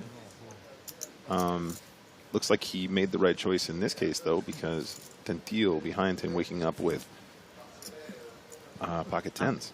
No, he's got tentillos. Yeah, I think versus under the gun with 2 tens, there might be some calling if we're in position or in some earlier positions. But from the small blind, you don't really want to call and play out of position. Often you'll bring the big blind along if you flat as well. So I like the 3-bet. Is this a 3-bet fold spot to an under the gun? I don't think so. I think at 30 big blinds, once we decide that we're okay 3-betting, we want to 3-bet, we probably can't fold. 3-bet getting it in. Yeah, 3-bet getting it in. Yeah, I mean, 8s is such a tough spot here as well because, you know, it's just going to be the best hand so often from this position, you know. It's really close. There is some ICM pressure as well. What do you think, Spraggy? I think it's pretty. Oh, we might have a. Yeah, I mean, I feel like the all-in is definitely going to happen quite often here, but it's real close. It's definitely one of the worst hands that Lopez is going to be wanting to commit. Yeah. And you could certainly make case against some tighter opponents. Not sure how Tantillo's been playing, but against some tighter opponents might consider maybe even a call or a fold against some. But this is by no means a big overstretch. Yep. Is Ray's folding pocket 8s under the gun bad with a 30 big blind stack? Once you 4-bet, you've committed too many chips for sure. No, to raise and fold to the 3-bet? Yeah. It's a little tight. It's definitely, you know, against a good aggressive opponent, it can be taken advantage of. You don't want to be doing too much of it. Got it. What about just folding pocket 8s under the gun? That's certainly too tight. Too tight. Yeah, that's may as well stay at home. Obviously some ICM situations where it might be appropriate, but maybe don't sit down to play. You remember that Choose Your Own Adventure books where, like, eventually you just end up in the fire pit, like, over and over again? Yeah, I feel like you make choices in those, and then just like, we don't have a page for what you've... I feel like all my poker choices lead to stay at home. Yeah. Yeah. Tantillo's got the stack to call, though. 150 BBs in the SB. So another domination situation. And the frustrating thing for Lopez in this spot is the more... Oh, excuse me. Ignore everything I've said. Not everything. The last couple things, maybe. Queen 7-4. We get 5-6, maybe. That's good for 1%, I think. There's the 6. Ooh, spicy. Good for a little bit more now. 5 outs, not bad.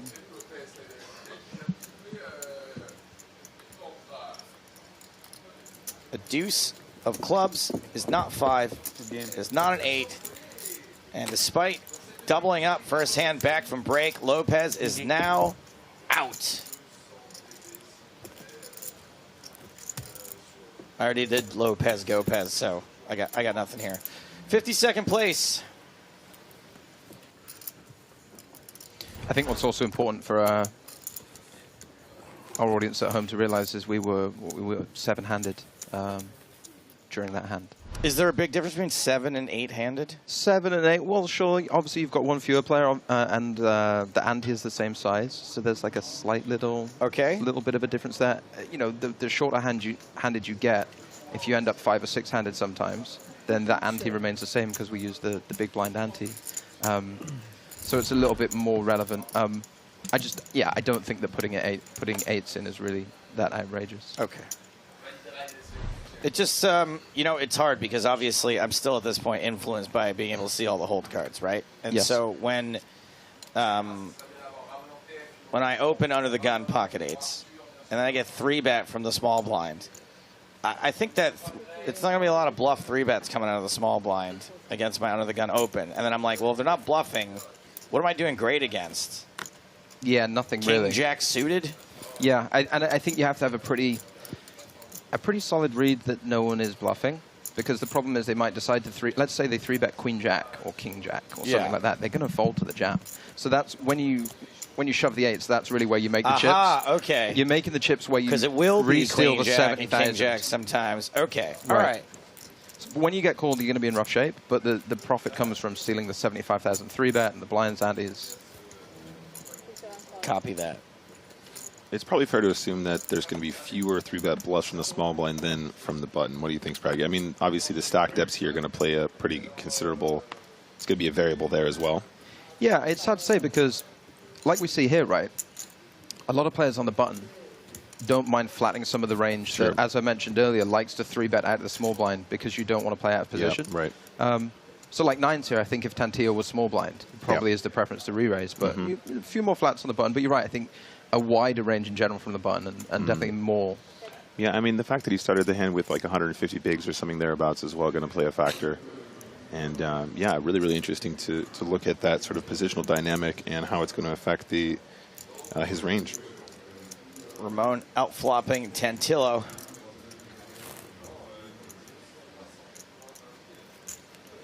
Tantillo sounds like an exotic pet. It does, doesn't it? Tantillo. They smuggled a Tantillo over the board for me, over the border. Sounds like chinchilla. Yeah. Tantillo sounds like a Spanish folk dance or something like that. Mating ritual. Come and dance with me. Dance the Tantillo.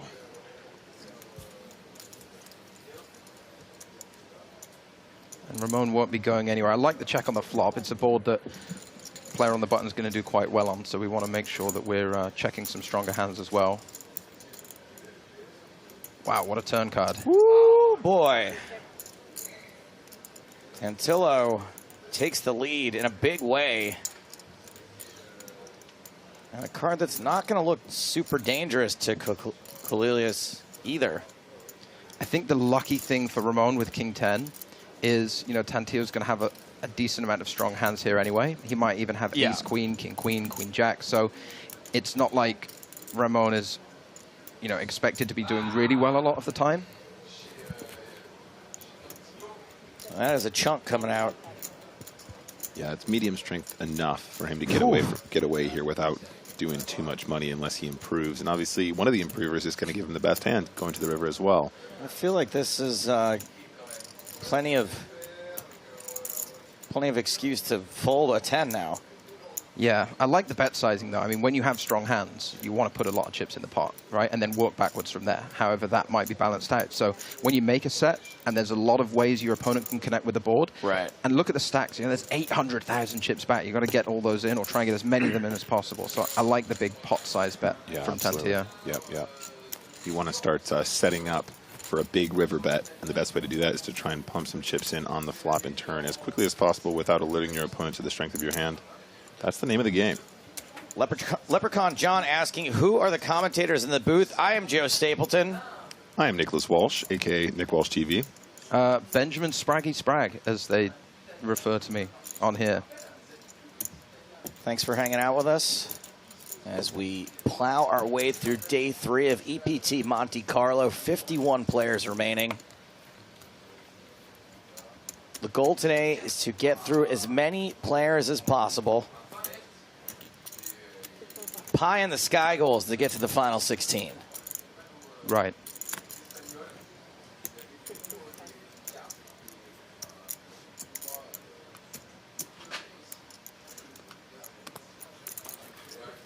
Tantillo ditching Jack 6.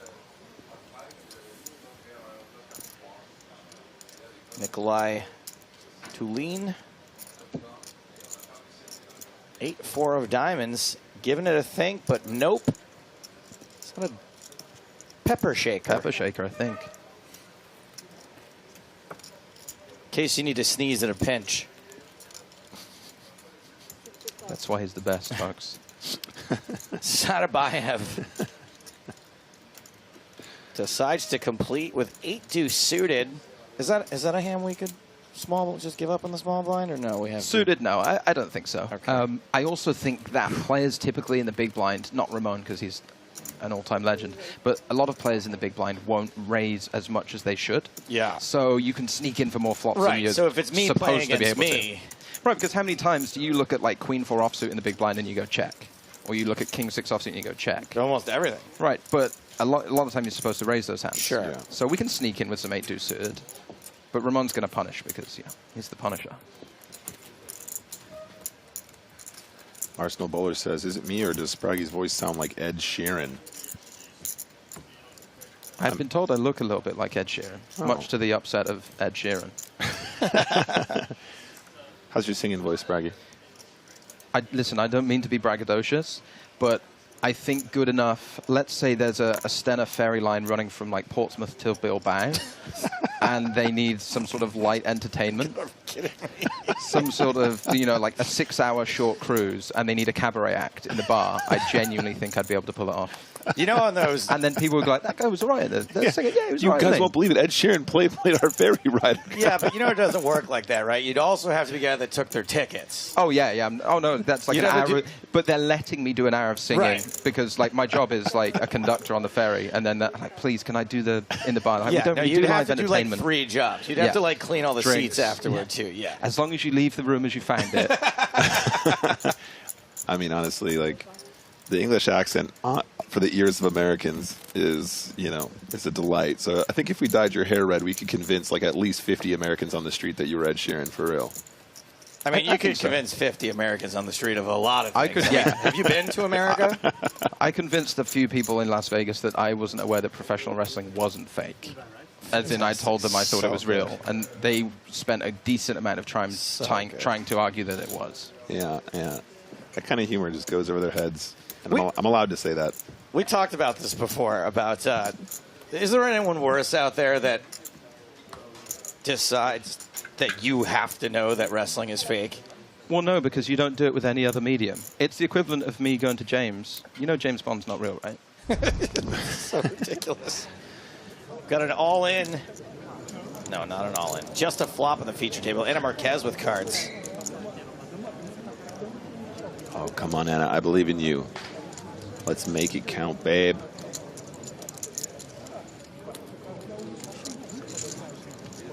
$20,000 looked like the bet from Anna.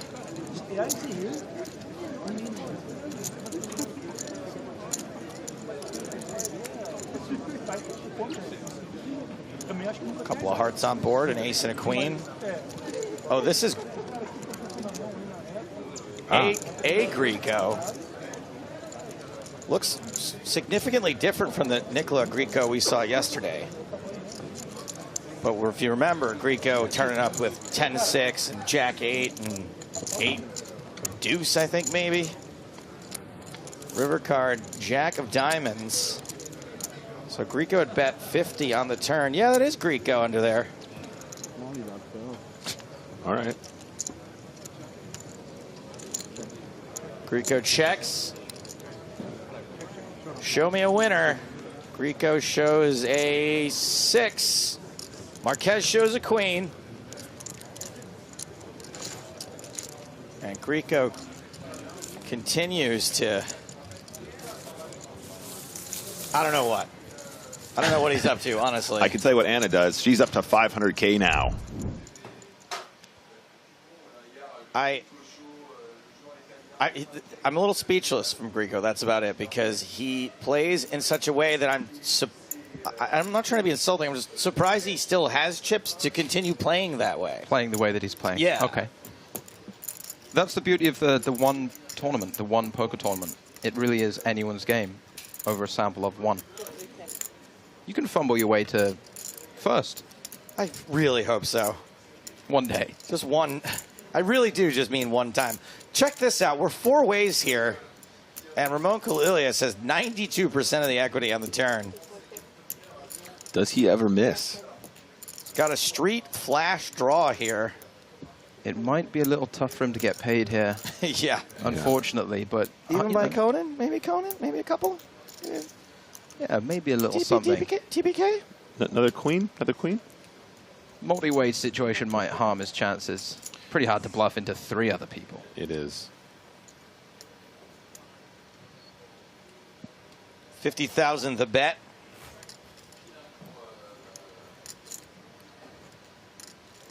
Oh, man, yeah, ace-queen doesn't look too pretty now. You don't want to get exploited, but, yeah, that bet's going to be so strong so often. Yeah, everybody has to have a pretty honest policy when there are 4 players in, because it's pretty easy for at least someone to have a hand. Most of the times I'm going 4 ways in most situations in life. It's a pretty honest policy. Yeah. Would you say it's true to study sort of 4-way pots and even 3-way pots, Bragg? I mean, 3-way obviously much more simplified, but just purely based on the fact that people were just going to have very different ideas and very different takes on, how to play in multi-way pots, generally speaking, if you're sitting with 3 randoms or maybe 1 pro and 2 recreational, something like that? I actually feel like multi-way pots is the next big thing in poker in terms of finding edge, because as poker's developed, everybody's really well studied heads-up pots heads-up pots of 1v1, because that's what is the easiest part of the game to study. And multi-way pots, people are still making lots of big mistakes because fewer people have explored how you're supposed to play. So that might be the new frontier. Into the multi-way. Do you think we will see the rules of the game evolve to encourage more multi-way pots, like the big game style rules where it's you can only pot limit pre-flop, no limit post-flop, or? No. But that would be nice. In an ideal world, I think it would be lovely to have games maybe, even where there are like 3 antes and you create some like blind v blind v blind situations, or like you say, pot limit pre-flop, so you like more people are taking flops or something like that. Fewer all-ins. That sounds really interesting. I like the idea of that. I like the idea of trying to, I don't know, Joe, what would you call that game where it's, it needs a flashy title if it's pot limit pre and then no limit post? It's hard for me to suggest anything other than my alma mater. Big game. Those are the rules on the big game. When I say that, Joe, I don't mean to shut you down. That like no, it won't happen. I think it's a great idea, but I think that people just love No Limit Hold'em in its this current iteration so much that it's just always the most popular game. Yeah. And Conan is going to flop the absolute nuts. You love that movie, Conan. With a redraw to the Street Flash. To the steel wheel. The steel wheel.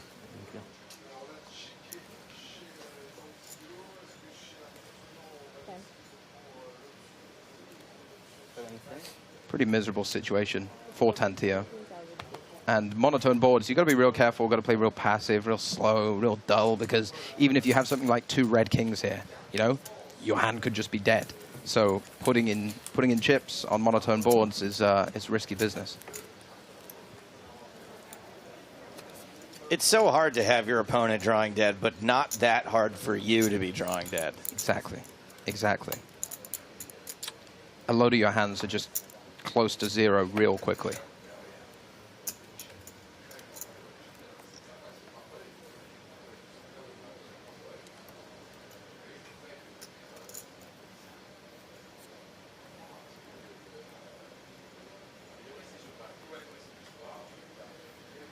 Action on Nikolai. Haven't seen much from Tulane, but Ace King offsuit is within the under the gun starting range.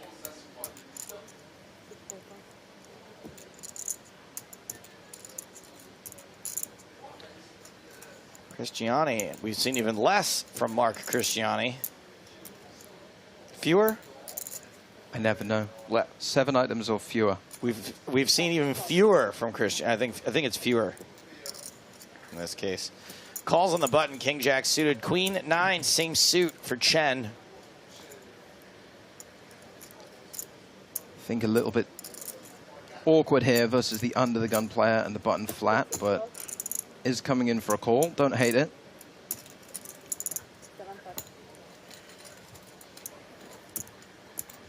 Spraggy, I was hoping on your next stream you could help me plug my GoFundMe. I'm going to try to play the World Series this year. You are? Yeah. Oh my goodness me. And I figure at the no, I'm not. No. You could sell action to the World Series. I could sell action. You could get into the World Series, and dare I say, you'd be winning player in the World Series main event. Like a profitable player. Yeah, you'd be a profitable player in the main event. Yeah, of course you would. I just need to. Have you ever played the main event? I have not. You got to play the main event. You play the main event. It's not out of the question that one day I would play the main event, but I don't know if this year is that day. So this is another awkward board, really, for Tulane's Ace King, especially against 2 opponents. As we said previously, you have to have a bit more of an honest policy when you're 3 ways. And there are better hands to be bluffing with if you want to bet with nothing, right? Have a 9-10. Be able to improve a little bit more readily. And be able to make the nuts, too. It's good. Can we talk about this bucket hat? I'm rocking. It looks, it's quite the statement at a poker table, and I'm into it. Huge fan. It's like a young River Phoenix. Yeah, good shout, actually. There isn't another version of River Phoenix other than a young River Phoenix, but quite. Anyway, he folded. And Chen comes along with the gut shot to the straight and the backdoor flush draw, but the deuce of hearts doesn't improve him at all. Cristiani still best and still going to be feeling really good about a strong jack, bets and wins. Joe, you always talk about how bad you run in poker. Yeah. And you do. Yeah. What if the universe is storing all that up into some sort of World Series of Poker main event energy ball that's going to be unleashed this summer? I've definitely. It's really the only thing keeping me sane. You're like, no, it's coming at some point. It's the only thing keeping me sane is that, like, which tournament's going to be. I think it's going to be like the 109 Caesars Nightly. Which is fine. Yeah. When it comes, it comes. Because it's just the feeling of winning that I want. What I don't want to happen is we sort of build it that it has been saving up for the main, and then you play and you're just like, out day 2. It's the same thing. Yeah. Because where do we go from there? It's really weird, the evolution of my running bad, where I used to think that, like, getting it in, like, with kings and then being called by aces was running bad, right? That was, like, happening a lot. And then I was like, then it was a while of, like, getting with aces and getting called by kings and losing, and I was like, that's running bad. Now running bad is like going a day or two without getting dealt an ace, a card or higher a than king. a 7. Yeah. You play often. You play the opposite of short deck, where there's only deuces or sixes. Yes. Only number cards. Yeah, plenty of ways to run bad in poker. And then I was complaining for a while that I think I've missed something like my last 40 flush draws, right? Which is possible, mathematically improbable, but possible. And then at UK EPT London, I only flopped 1 flush draw, which I missed. But you're not even getting the opportunity now. Right, now I can't even, like, semi-bluff. So the universe keeps finding ways to just pound me down more and more. Both players with top pair here. Could get a little dicey for Tulane. Yeah, we actually saw check on the flop, which, given the 7-7 jack, you know, Tulane in the big blind is going to have all of the 7s defending, but still a very wide range. I think it's fine for Ramon to mix in some checkbacks. I think ace-jack obviously is a pretty strong hand, and I think Tulane, with queen-jack, quite rightly, now looking to extract value. This is a really strong hand for Tulane to have here, given he has nothing very often.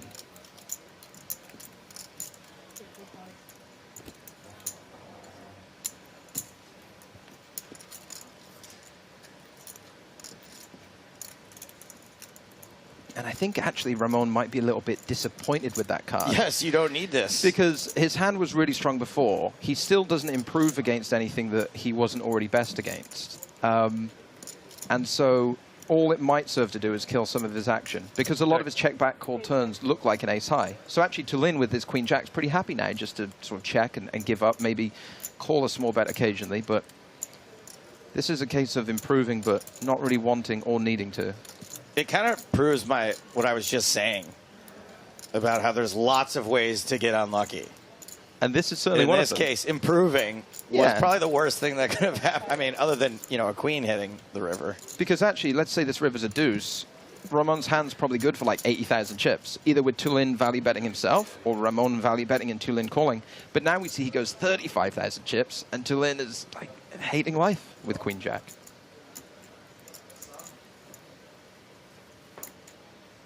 I mean, it's such a great bet.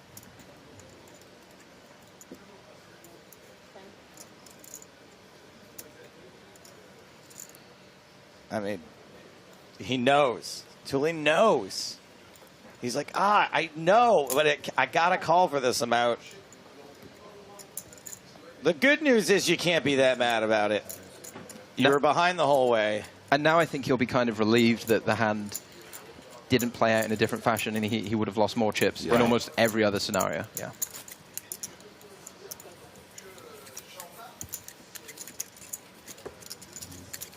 Another really common one as well, Joe, is especially it's even more punishing in tournament poker than, say, cash or something, is when you flop like the straight flush draw and the guy's going big on the flop and you're like, well, I'm not folding. Guy's going really big on the turn. Well, I'm not folding. And then just like the brickiest of bricks, you know, that's how in tournaments, super punishing because you just have to commit more money in these situations. You know, if not by calling, if by getting it in or something like that. Especially because most of the time when you flop a straight flush draw, you have like 7 high.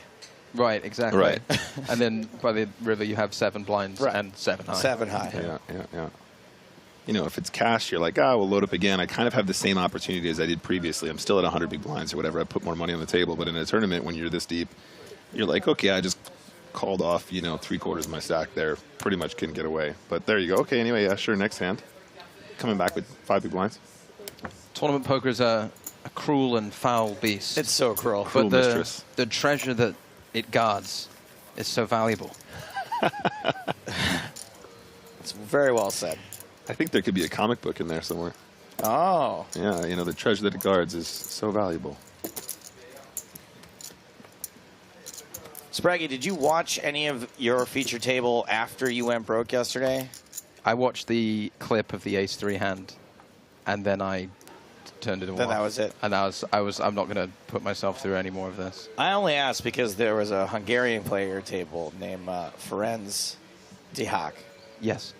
He was the gentleman who bluffed me. Yeah, he ran incredibly hot after that. Oh, really? Yeah, I saw he was amongst the chip leaders. He had a lot of chips whilst I was there, but I think he finished the day with over $1 million. Is he still in the field?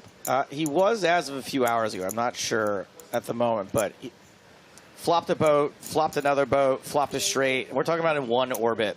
Yeah. So it does happen in the good way from time to time for some people. Zhang Chen, ace-king suited.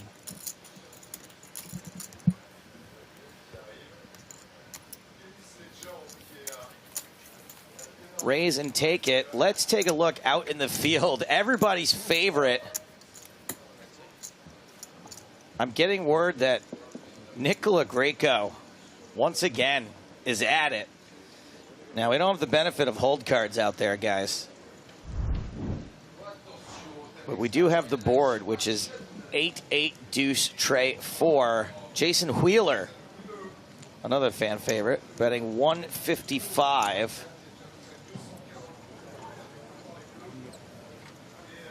And Nicola Greco, we don't see him calling a lot of rivers.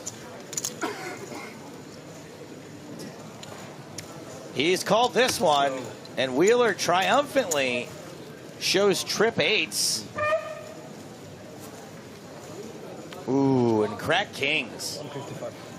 155. Wow. The river king. But the river no king.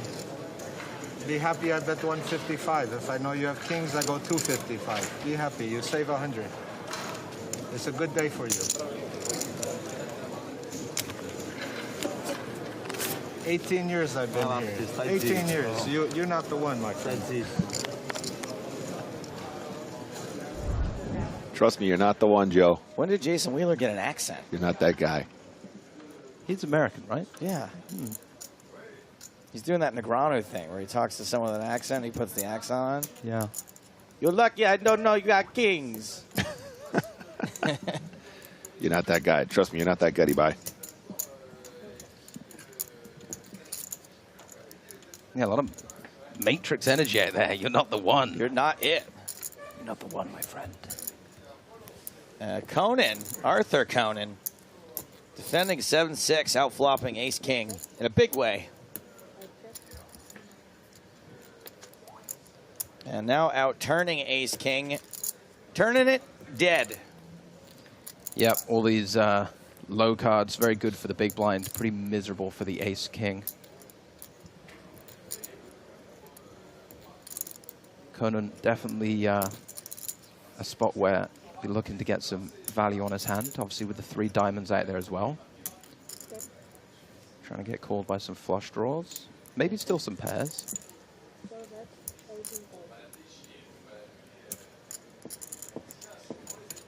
Ooh, that is quite small.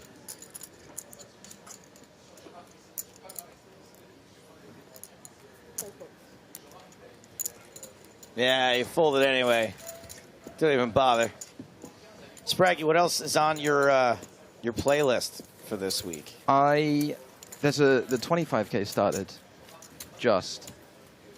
I had been considering it. You're considering railing your friends in it, or considering? I had considered entering it, but then I doing found some out. poker news reporting. It's the buy-in is 25,000. Yeah, euros. So euro as well. So it might be in my future. Okay, we'll see. You may not be able, and if you can't answer this, right? Yes. Let's say you decide you want to play the 25K. Yes. What are the steps that need to take place in your life from the decision to sitting down? You got to call some people. You got to just fire off some texts. No, I'll just go register. But yeah, I probably sell a little bit. Just a little though. Yeah. Cool. But also, I cashed that main yesterday, which got me even for the trip. Right. So actually, not quite. But I don't know. Here's the thing, right? I want to do that at some point. Play a 25K. Yeah. Well, no. Yeah, like start playing those sorts of tournaments, and there might not be a better place to do it than right here, right now. But there's also a 2K running, so you can play 12.5 2K. I could, spread. yeah. Well, it's a freeze out. I would if I could, but yes, I hear what you're saying. But definitely more poker is the point. There's lots of great tournaments still going on. I was kind of tempted to take a little bit of a shot earlier, but I think you have to wake up feeling really good about it. And I woke up feeling like, about it. So I would say a very low percentage chance of that, more high percentage chance I late reg the 2K that's running. I completely support your decision to play the 2K. Okay, thank you. Let's go back to Spraggy and the 25K for a second. You've played one 25K before, at least, that I know of. Live, yes. PSPC. PSPC. Yeah. This would be a slightly different type of situation. Much different field. Yeah. Obviously, at the PSPC, we had over 1,000 runners. So, that was a very special event. I mean, here the field will be smaller, a lot smaller. I think there were currently about 80-something registered. But a lot of the players that I play against, a lot of the regulars that are in that game, like the good players, yeah. I play with some very tough players quite frequently. Yes, you do. And I don't feel too bad about being in a field that's like got tough players in it, but also has, a lot of runners in it, or a decent amount of runners in it. So up here, I'm pointing at my head, up here, you're good. Yeah. In here, pointing at my heart, you're good. Yeah. Here. My gut is... Here, not as a gut instinct, as in like nerves. What are the nerves going to be like for you in a 25K? Compare it to like a number on the McDonald's value menu. Right. It would definitely let's say... Like a shamrock shake in a double quarter pounder? Is that the kind of rumbling, the tumbly we're talking about? Yeah. So American, it's hilarious. I think 2 years ago I wouldn't have felt as good. I definitely feel like I would have been more nervous. I think I would be less nervous now if I thought I would be like impacted by that in any way I wouldn't play. But I think I would be good to go. That's awesome. Yeah. That's really cool. Now that could come from a place of like my game's being developed a lot in the Many 2 years. factors, I'm sure. But it also could be just like incredible naivety. But there's only one way to find out, right? Is to eventually take the leap. I guess that's the one drawback to not being as young. Is that when you're young, you're real stupid. Yeah, so there's like a bell curve, I guess, of like real stupidity and firing off, and then like slowly over time, but then you go back to like, as you get older, maybe a bit more. You can just Mr. Magoo your way through it in your 20s, not realizing all of the danger around you. And then that danger becomes apparent, but then over time, as you actually get better, it kind of dissipates a little bit, hopefully. Why don't you go? If you want to be dumb, you got to be tough. I'm also in support of you playing the 25K, by the way. It's just that I don't know if I can handle it emotionally. You playing the 25K. It would also be, it'd just be good fun, wouldn't it? It'll be Joe and I on the sidelines in tears. And also, it's one tournament. Anything can happen. If Spraggy busts the 25K, I just wouldn't even be able. I wouldn't even talk to him for like 3 months because I'd be afraid to bring it up. Oh no, it was. 25,000 euros. You nuts? Drop in the ocean for old Spraggles. Come on. Okay, so not a shamrock shake and a quarter pounder, just a regular number 4. Like a big You're fine. I mean, you can handle it. I think I can stomach it. Your stomach is but then, pretty cast iron at this point. If it goes badly, as it sometimes I mean, you always feel a little bit rough about it. Afterward, though, not during. After the fact. Oh, during, I'll be loving it. Okay. That's great. All right, so we're rounding now on hand number 16.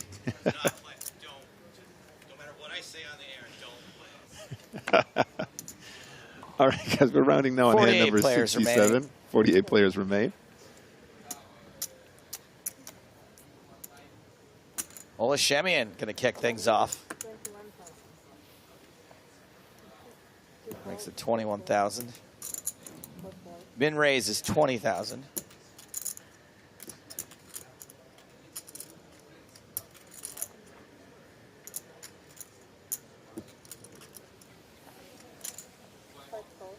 American Airlines for Shemian.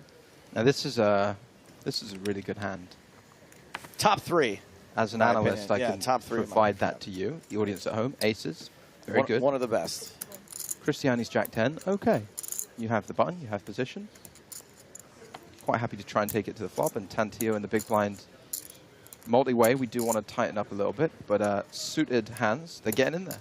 Now, I'm American and mess up a lot of foreign things. I just want to let you guys know that Fausto Tantillo is Italian. So you pronounce the L's? I don't think that I think the double L is like a Latino thing. Okay, dropped in Spanish. Yeah, but maybe not. Maybe Tantillo? you guys are right. I think you would pronounce the L's in Tantillo, but we'll bet on it later. This is a pretty fun flop.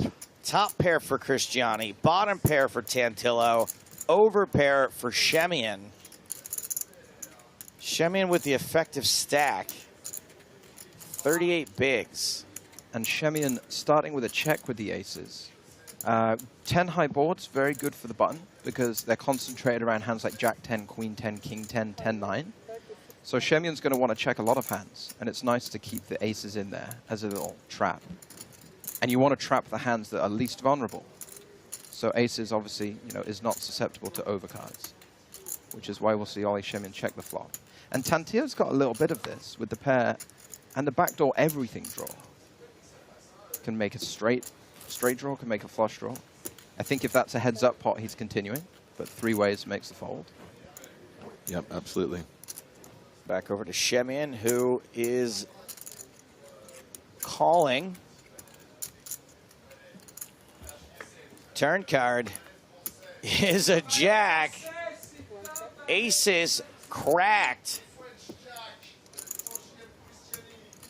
And the dangerous thing here for Ole Shemian is he could feel like Cristiani was bluffing with a hand like Queen Jack and just made a second best one pair hand. So yes, there are certain situations where his aces fell behind, but there are also situations where his aces now are still feeling really good against something like Queen Jack or King Jack. Right, like Shemian's smart enough to know that Jack is going to hit Cristiani a lot, but just maybe not enough. Right, and hit him for second best still. Right.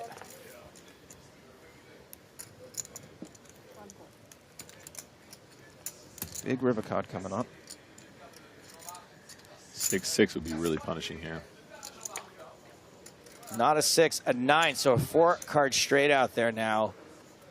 Shemian checks. Cristiani gets to check behind. The action killer river. Yeah, and that's another one of those when on seeing the river, Ole Shemian probably thought, that's a bad card. Now all my opponent's other hands get there and improve, but actually probably saved him potentially his tournament life. Absolutely. Do you think if Cristiani somehow finds a value bet there, which he probably shouldn't do, right? Like the check back there makes total sense. Yep. Does Shemian ever think to himself, okay, now I can rep this straight and I can muscle my way out of this? I don't think so. I think just a fold because the player on the button's going to have, betting that river, going to have a straight a lot of the time. Yeah. So you don't really want to bluff into a range that's got a lot of straights in it. No, I mean Jack 10. Nice hand.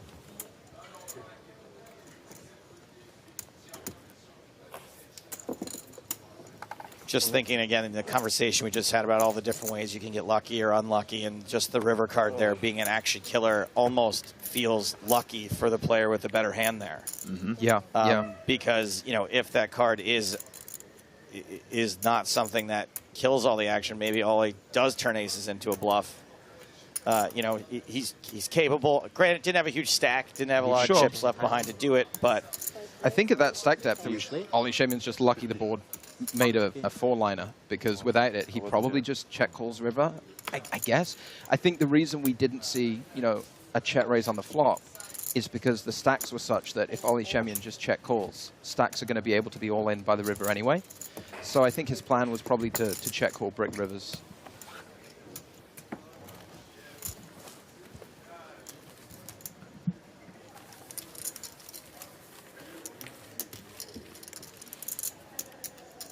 Gianni picks up another small pot with a raise and take it. Nearing the end of our time with Spraggy. Thanks for coming in, man. Thanks for having me. I'm glad we got the tip that we might see you in the 25K. Maybe might. I'm going to go scout it out, see what's going on. It's kind of a free roll for you to come in and say that, because then you get all the... Now everyone's excited about it, and then, yeah, it's a nice little bit of... People like, oh, Spraggy plays 25Ks now, and you don't even have to do it. I've never even played I've never even played one. Well, I mean, you got the one. Kind of. Kind of. I'm with you on that one. We'll see. We'll see what lies in store. But yeah, thanks very much for... It's like when I say I played the Comedy Store because I squeaked my way in there one night. You ran up on the stage. Yeah, exactly. Someone was like, ah, God, there was a huge bus crash on the freeway, and there's Do we have 8 comics. anyone? It's like being on a plane. Yeah, right. Is there anyone in here who can MC an event for this evening? Benjamin Spraggy, everybody. Good luck in whatever you do, my friend. We'll see you soon. Frustratingly, I really wanted to go to McDonald's in Monte Carlo with Spraggy, and I just don't think we're going to have the time. But nothing makes me happier than to go to McDonald's in exotic places. Kolilius and Shemian both taking a flop. Diamonds for each of them. No diamonds on the board. Jack, Jack 4.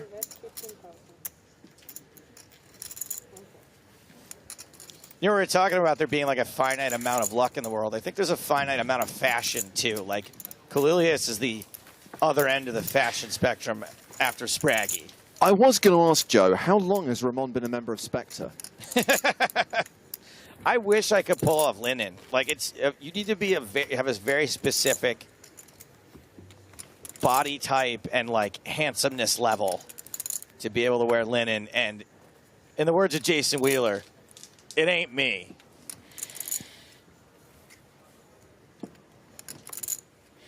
Ramon very much rocking the Dr. No look today.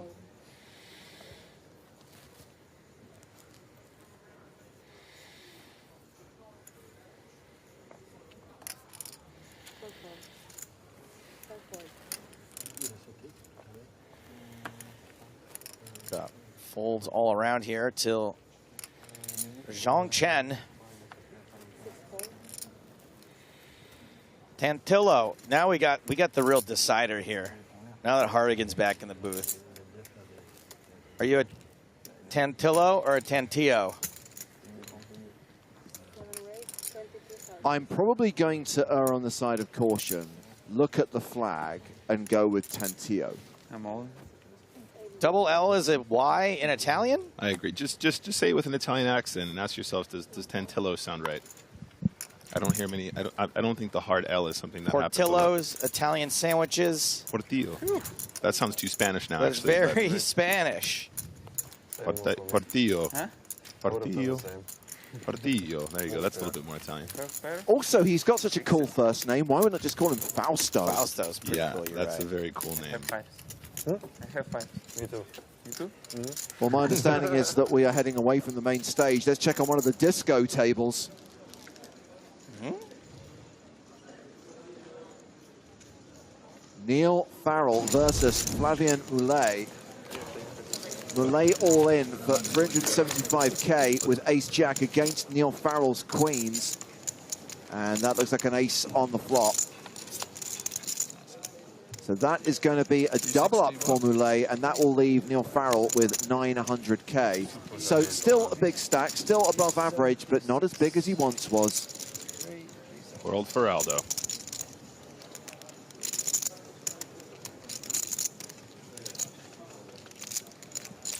Seems painless enough.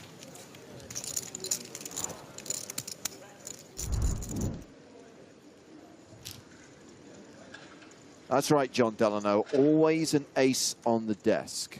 Happens when you got kings, happens when you got queens. And still at 48 players.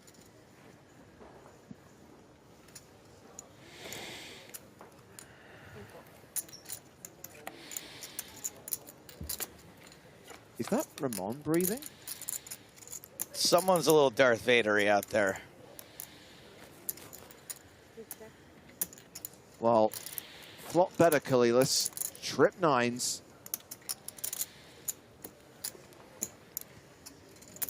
Kalilas, trust me, you're that guy.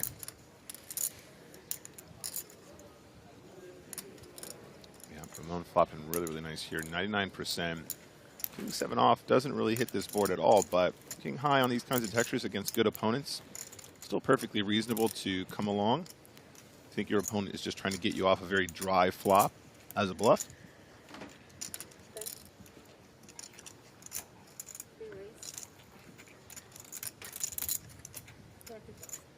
I heard the word raise. And now I see a fold.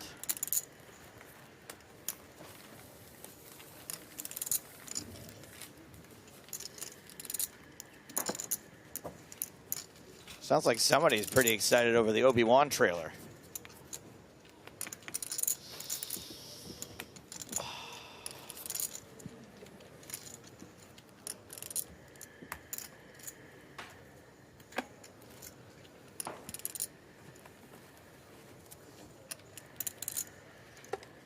It's making me yawn, though. Oh. Okay, so I've utilized Google, which is a reasonably reliable source of information if you link to something that looks legit. The double L in Italian means that you emphasize the extra L. So a single L would be silent, but the double L means you go hardcore. So it is Tantillo. Tantillo. Okay. Can I say we were all right? Yeah, I feel like we were all kind of on the right page there. It sounds like there is a roll of some variety, but not as pronounced as I was doing if that was too Hispanic. I guess because it would be mozzarella, not mozzarella. So yeah. Right. Good shout. I'm glad that we can figure this stuff out while we're on air rather than actually, you know, doing our research beforehand. What the hell else are we going to talk about for 13 and a half hours? Back to the poker. Going ahead in the big blind with the opportunity to call. There has already been a raise here by Shemian, though, in the cutoff. How much playing total? 200? Yeah, roughly a little more to start.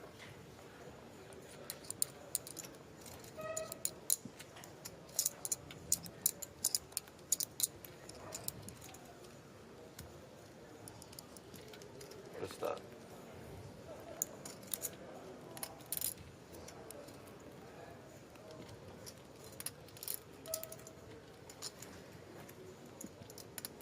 Raise call.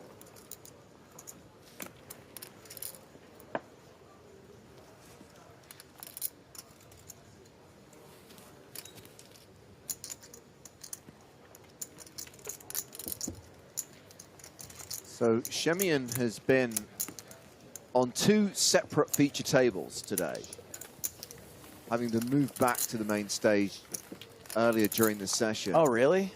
And I'm just going to say that at the first feature table and at this feature table, hasn't been having the best day. He has been on the descent. He's been getting knocked around a little bit, yeah. Down to 25 big blinds is the shortest stack of the players we're watching right now. But if there's anyone who can navigate 25 big blinds, it's Ole. Yeah. So 23 minutes until the blinds go up to 6,000, 12,000. Right now we're at the 5,000, 10,000 blind level.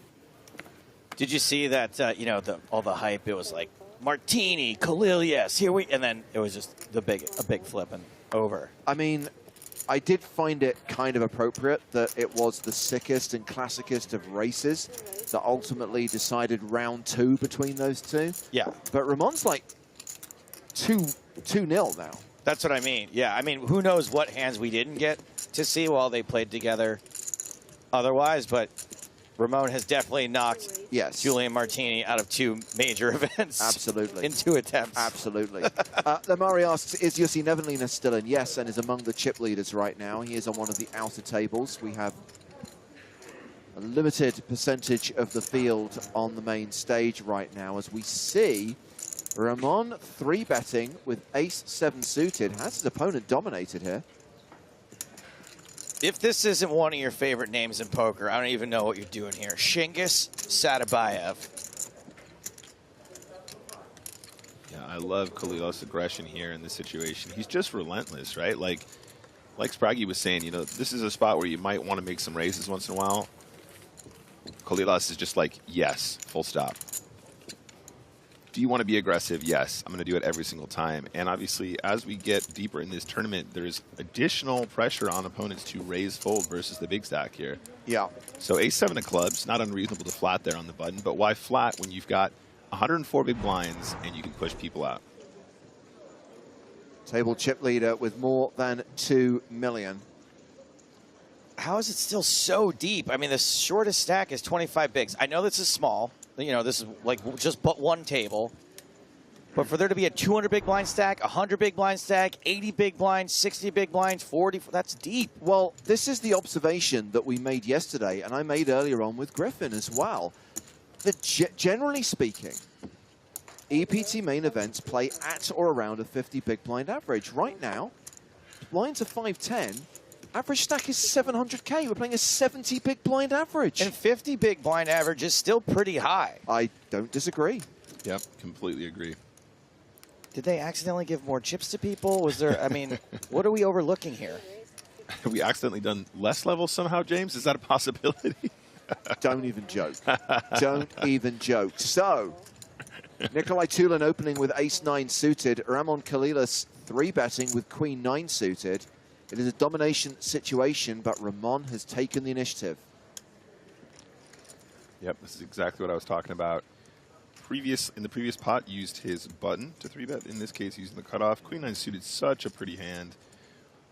You know, just put the beat down on him. Like ace-9 suited should be a defend here some of the time, but with 25 big blind stack, it's really, really hard to play this well from so out of position. Here, take him. He feels like it's a mandatory open, and I think it probably is, absolutely. But Kalilas really putting the squeeze on some of those short stacks. Welcome to my underground lair.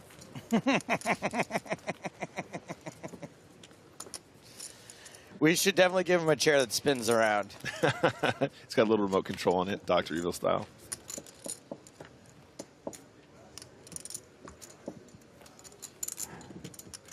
East, west, just points on the compass.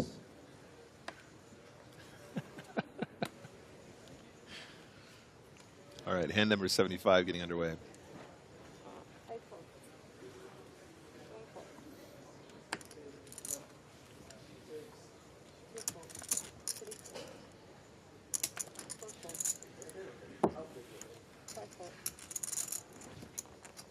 Action folded round to the blinds. And that is a walk for Fausto. Loving that top, by the way.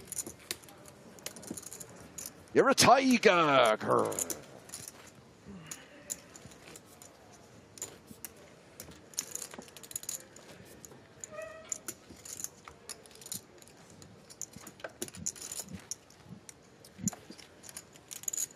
So I do have a question.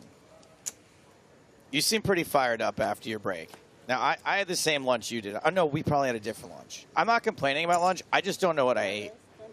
I had the same lunch as you, and I have no idea what it was. Okay. I mean, I ate it. There was some kind of orange tart that may have been onion, may have been pickle. It was sweet, but also salty, and was on top of rice. It was like a pancake. And then like a curried chicken kind of thing. Jelly, pancake, chicken, curry. Yeah. There was a lot of colors. Yeah, I thought it was all right today, actually. I'm not going to name names, but someone on the team did posit the theory that the chefs here are playing a round of Ready, Steady, Cook, where they're just given some random ingredients, and it's like, what can you make? It does feel like that a bit.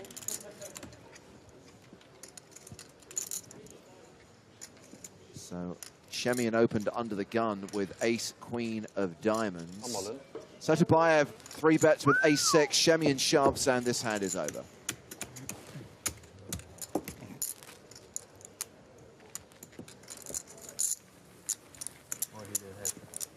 Aces.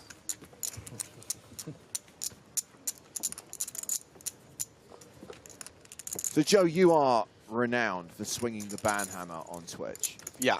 Am I right in thinking that you now have similar privileges on YouTube? Yes, I do. Except YouTube's funny because they don't call it banning someone. You just hide their chat, which I hope means hidden from everyone and not just from me. I think it's from everyone. Yeah.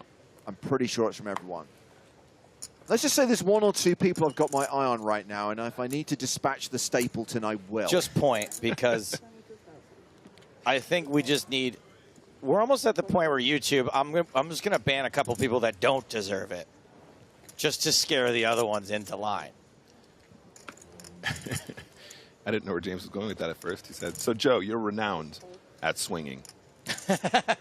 Swinging, cranking. Full stop. He's a man of many, many talents. Swapping. All right, so UTG open here with king, queen off, and Shemian in the big blind with ace-3 off. He is the shortest, sorry, second shortest at this table, excuse me. He's starting the hand with around 31 big blinds after he's invested his chips, his big blind and his big blind ante. I also feel kind of bad because Twitch is like when you have a second child and they get all the attention because they're terrible. Twitch is like the older kid that like knows how to behave now. And I'm just only looking at YouTube Yeah, because it's constantly playing with matches and like stealing the family car. YouTube is like, you put so much pressure on me, Dad. Yeah, king, queen with the king of spades. Pretty good flop there, right? Top pair, really good kicker, and that spade draw. Second and nut flush draw, in fact. And another pot going that direction. So Satubayev, in this case, picking up around a 37,000 chip profit.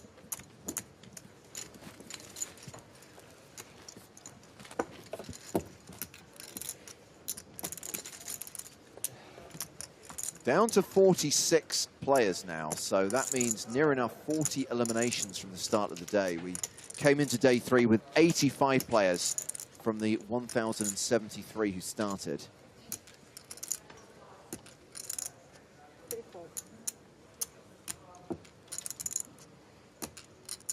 So we would like to get as close as possible to the final 2 tables tonight. That would be 16 players. If by some miracle, and yep, just going back to our observation about them playing deep, it's not impossible for them to get to 16. It is, however, unlikely.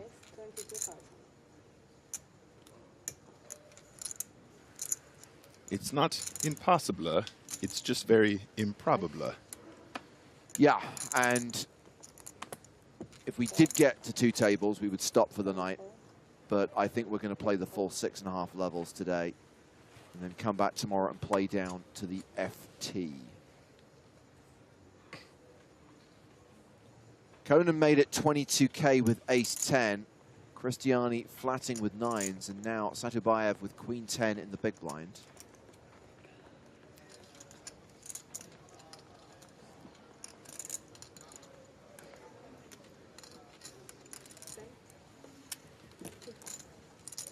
Looks like Satubayev is not going to go to the flop.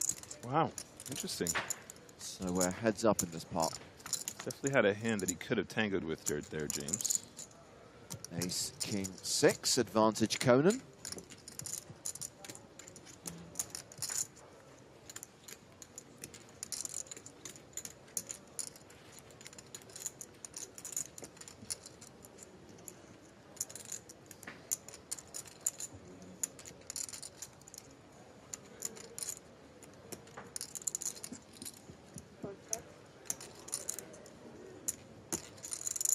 Okay, ace-10 with the check, and the 9s with 2 overcards on the board decide to check as well.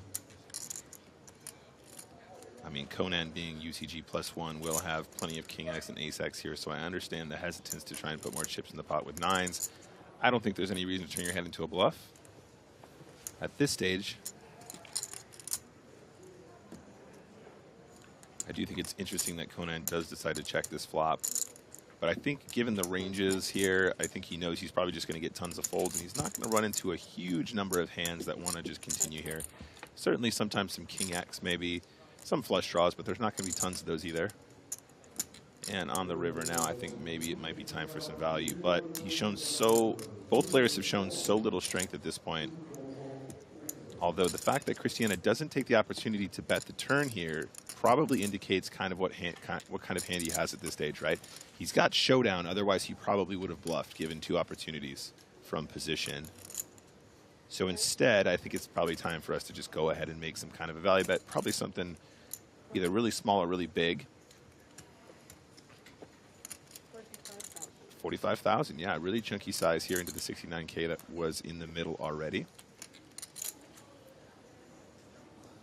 And a call. Good size, sir. Good size.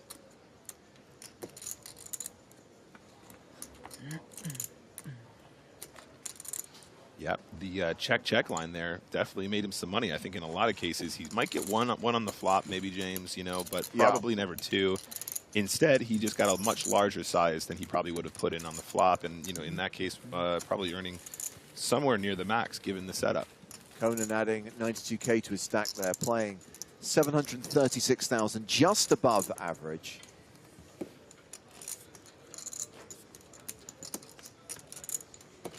And 10 minutes now until the blinds go up.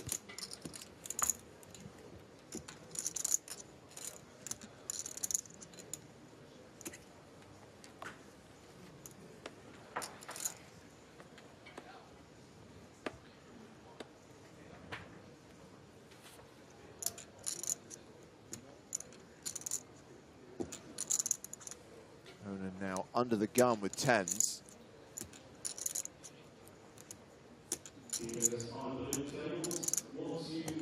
Yep, opening up off of something like 73 big blinds from under the gun. And Mark Cristiani getting involved. It's not that dissimilar from the previous hand, James, right? Yeah. Early position raise, early position call, so the dynamics can be somewhat similar here. Cristiani flatting. And round to Olashemian on the button. He's out. Satabayev folds the small. Ramon Kalilas in the big. Uh-oh. $1 million, Mr. Bond. I mean, this has got to be a tempting squeeze spot for Kalilas. He's been so aggressive, and this is what we spoke about a little bit earlier on. The 3-betting from the small blind here is going to be, generally speaking, you know, in a vacuum, is going to be a lot stronger than what you might see from the button. Kalilas can just put the squeeze on him so hard here if that's what he wants to do, and I would love to see it. Yes, yes. Ramon. Señor Kalilas. Let's go. But wait, what do we have in the big blind? That looks like the look of a man who's got something like queens? Ramon is the big blind. He's back. Oh, excuse me. Thank you. Thank you. I thought we had a... Oh, I see. Okay, cool. Little switcheroo there on me. Kalilas squeezing the big blind instead of the small blind. Excuse me, chat.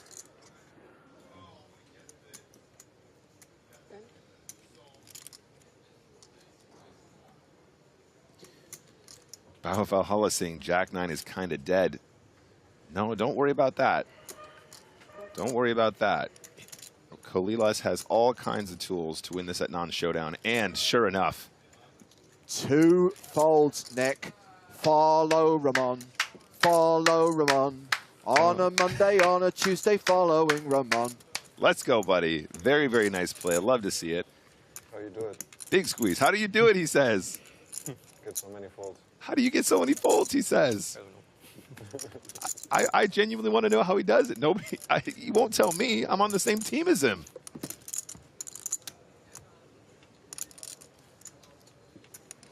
I mean, pretty incredible poker there, guys. And to get folds from 10s and 7s, very spicy. I guess he picked exactly the right size.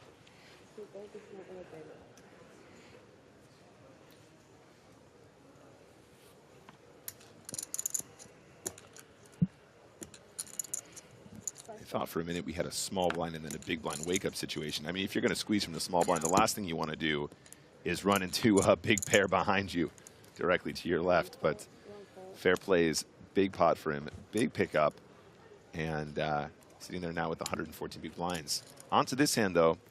Satsibayev on the dealer button, going to go ahead and pump it up. Ace-9 of hearts, an absolute beautiful hand to open from the button.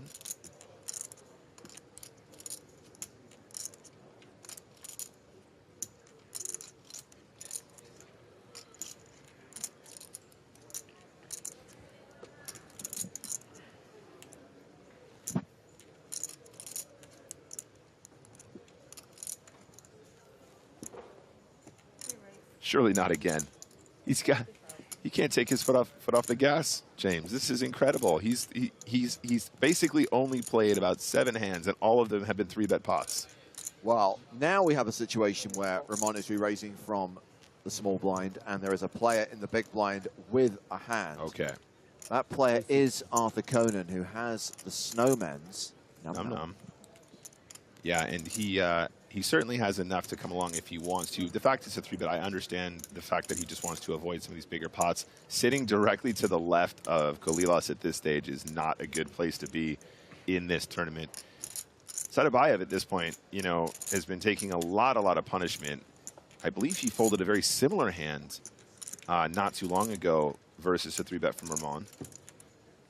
I mean, at some point you got to put your foot down, but the ICM pressure at this stage, you know, is definitely something that will influence play. Still plenty more pay jumps, excuse me, to go. And this time he does decide to call. Does have the best hand, but only marginally. And it is queen high. Absolutely no help for Satsibayev. Kolilas, what do you think, James? 1/4, 1/3? Sizing is absolutely your area of expertise. Oh, okay, okay. I mean, it is a really good board from Kolilas. Also has the Jack of Spades, so I think that will impact on his decision-making on the flop, because not only does he have a very strong hand now that will be the best hand, he does want to protect it to some degree, but it's actually pretty safe, generally speaking. It's not like a pair of 5s that needs a lot of protection. But with the Jack of Spades, he can turn a lot of straight draws and flush draws that will just make it easier for him to get to showdown and realize the value of his hand. 1-bet. What was the size? 40K. 40K. Very small. Love to see it. Yeah, that was my expectation. Something in the region of 25%, or maybe a little bit less, maybe a little bit more.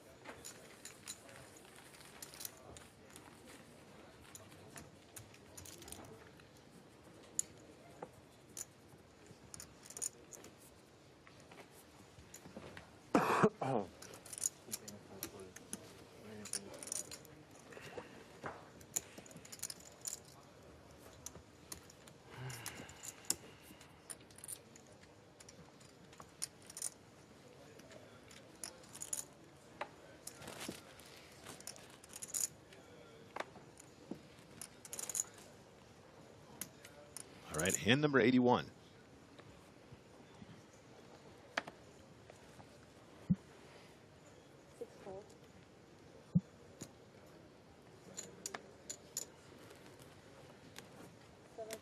Action folded around to Olashemian in the hijack. He passes. 7-5 of diamonds for Shingiz Satsibayev. That goes in the muck. Ramon Kolilas is on the button with jacks and raises to 20K.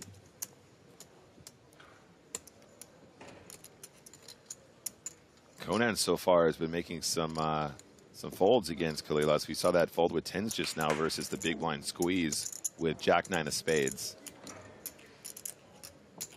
Now in the small blind with Jack-8 of diamonds, is this the moment that he makes his move?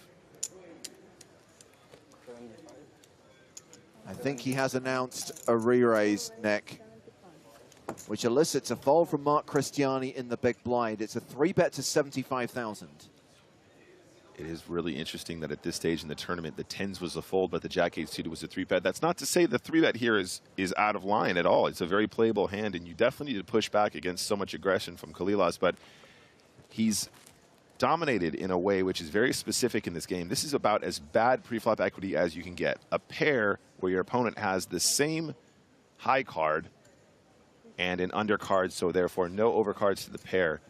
So it's going to be something like 90-10, something like that, 85-15, depending on how it goes. There you go, close enough. 86-11. And look at the flop, James. 8-7-7. So Ramon, a 9-1 favorite here. But I don't think, Nick, this is about Conan pairing his 8. This is about him representing something even stronger than jacks. Yeah, he's definitely got an interesting. He's in such an interesting situation because he has a hand which could be the best hand now that he's hit the flop that needs to be protected, but he also is representing what should be a stronger hand, having a 3-bet from the small blind. So his perceived strength should be considerably stronger than just a pair of 8s here in many situations. That's 42,000. Very, very small continue here. Something in the region of 1/4. Not that dissimilar from the size that Kalilas chose to use in the previous spot with Queen Jack off.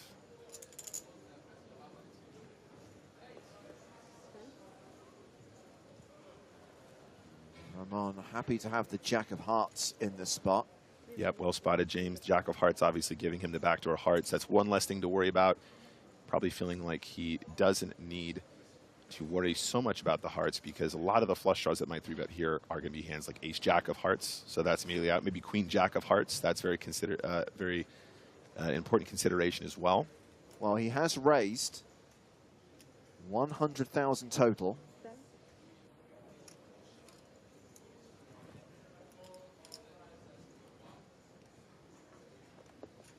And Arthur Conan calls, and that is going to take us to the turn. We have got a pot of 370,000. We get the 6 of hearts on the turn. Ramon now a 95% favorite, overpair to the board, plus the flush draw. That was a very quick check as well, James.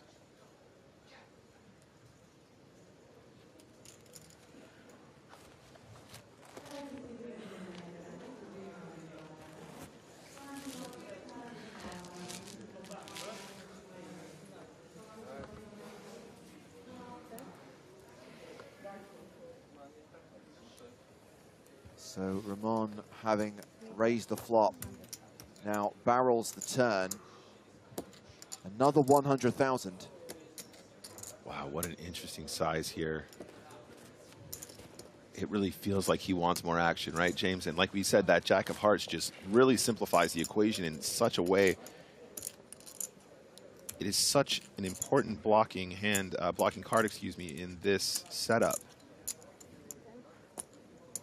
This size is so perfectly targeting this kind of range as well. He knows it's a size that Conan really can't be affording to fold when he's got a hand that's just going to be the best hand so frequently.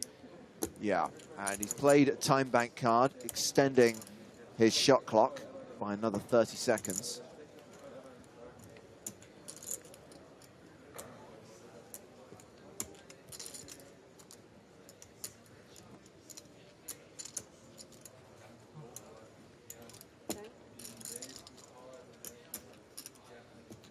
That is a call from Conan, and we are going to the river. It's already 470K in there, James. 570. Excuse me. And there is the 3 of hearts. That is the flush for Kalilas. Straighty, flushy, paired board. Should point out, Conan has less than pot behind.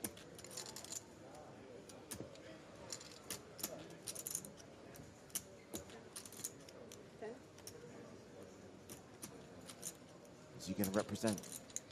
He's definitely thinking about it. He looks nervous.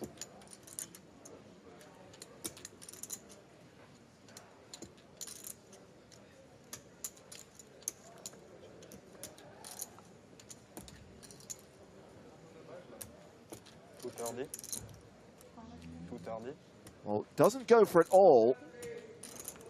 Doesn't bluff shove the river, but does bet a sizable amount, 230,000. Yeah, that's what I heard as well. So approximately half pot here. But if you're betting half pot, your opponent only has to have the best hand something like 1 in 4 times. I mean, I'm slightly biased because I can see all the cards, but Conan does not seem comfortable. That felt like a very nervous bet. He looked nervous. I completely agree, and I'm sure that hasn't been overlooked by Ramon. I can see what he's doing, and it does. I don't think that the smaller size looks weaker by any means. It looks like he's just trying to eke out a little bit more value with the King of Hearts or the Ace of Hearts, given the run out.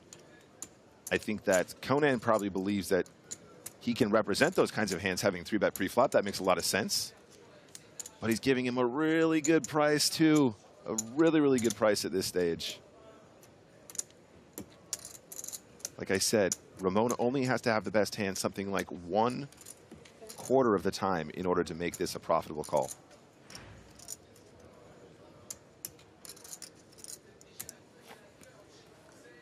Well, now it's Ramon's turn to start using those time bank cards.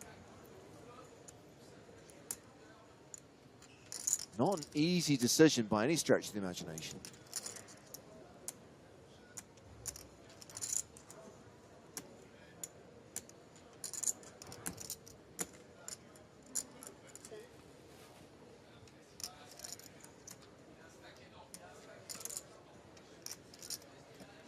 Come on, Ramon, dig deep, buddy. I believe in you.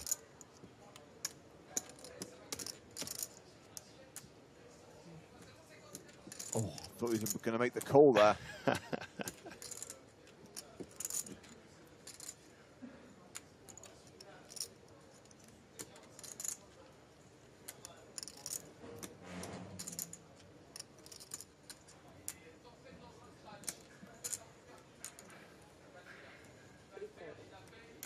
What a spot. He's made the call, single chip call, what a call.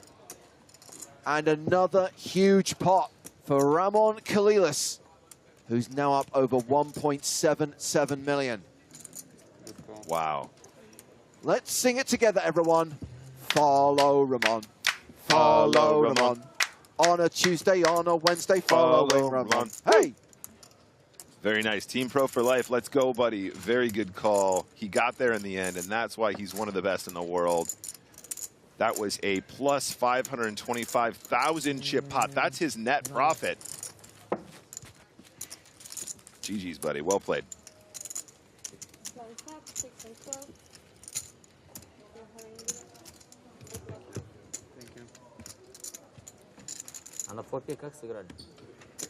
Well, let's just relive, Nick, how we started our 5 days of streaming from Monte Carlo and relive the highlights of the super high roller from Tuesday.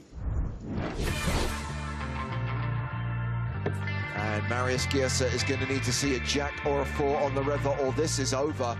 It's a 9. Giersa's a goner. Adrian Mateos has won the EPT 22 super high roller here in Monte Carlo.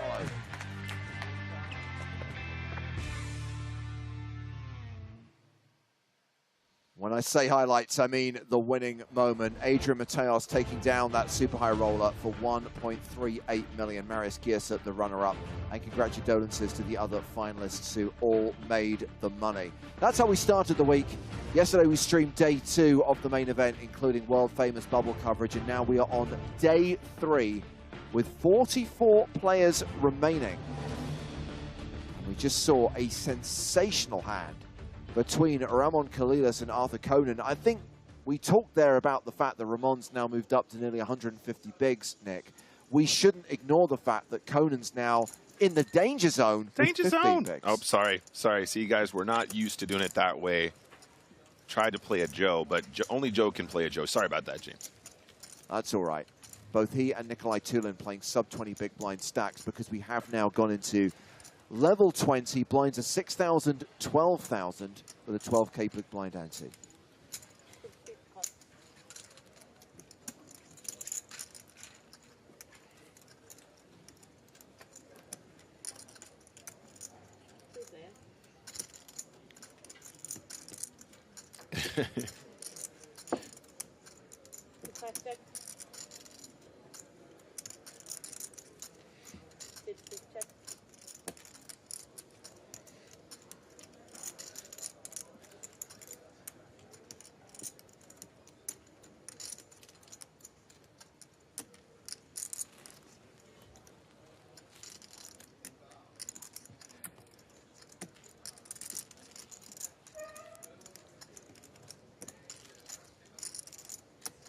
right, so 2 checks. Tentillo. There you go. Got it right that time. Decides to go ahead and fire.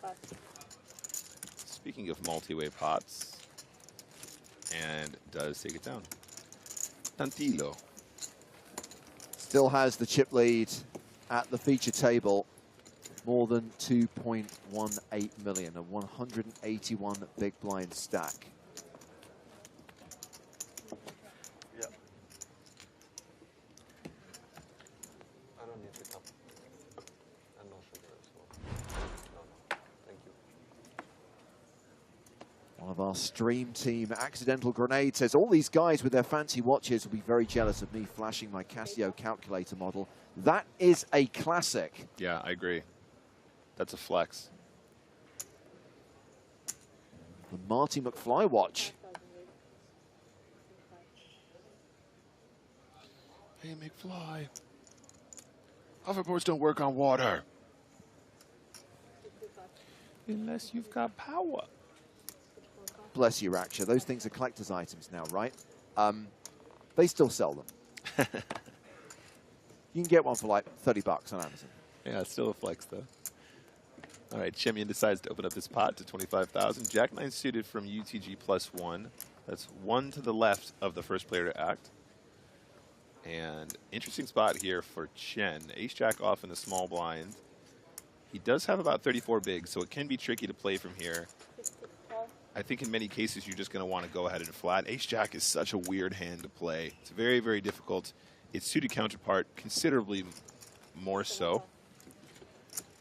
Much easier to play this suited variety here. Realizes equity much better than the offsuit counterpart, especially from the small blind here.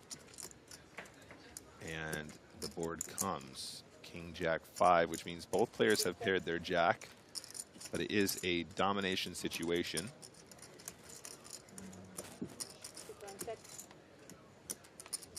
Two checks, diamond on the turn. Doesn't change much at all. Stefan says, ain't nothing wrong with a Casio. I agree. I believe the expression is God tier. All right. I think Chemian just knows the flatting range in the small blind so well here. It's going to have a lot of King X, a lot of Jack X. He's not feeling great about those. I know it's subtle, guys, but I want you guys to pick up on that because a lot of players at some point would just go, okay, I should probably start betting my hand on the turn. Lots of slow action here just because Chemian, I think, really understands what kind of a range he's going to be seeing here in the small blind when they're flatting. And at this stage, given the fact that there's been no aggressive action on the river, he's actually going to try and go for value now. And I understand that because in many cases, your small blind with Ace Jack is going to realize he has the best hand a lot of the time and try and do the same before you.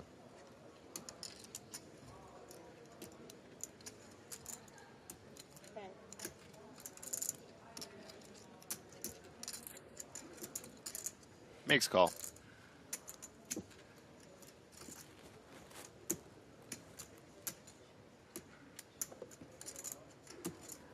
Oh, wait. Sorry. Oh, he was throwing in a time bank. Excuse me. Sorry, guys. I mean, is Chen considering a raise here on the river? Surely not.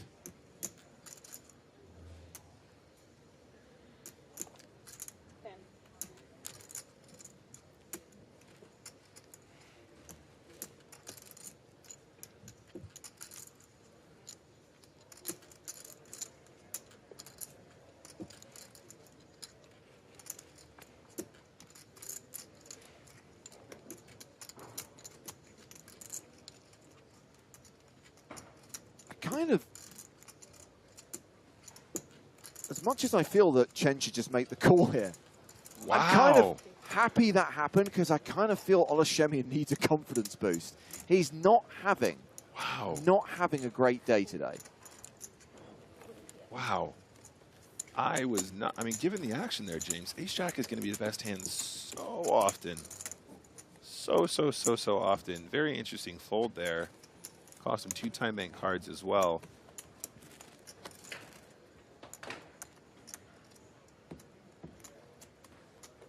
That does surprise me, though. I think after check, fold river with second pair, ace kicker seems somewhat exploitable.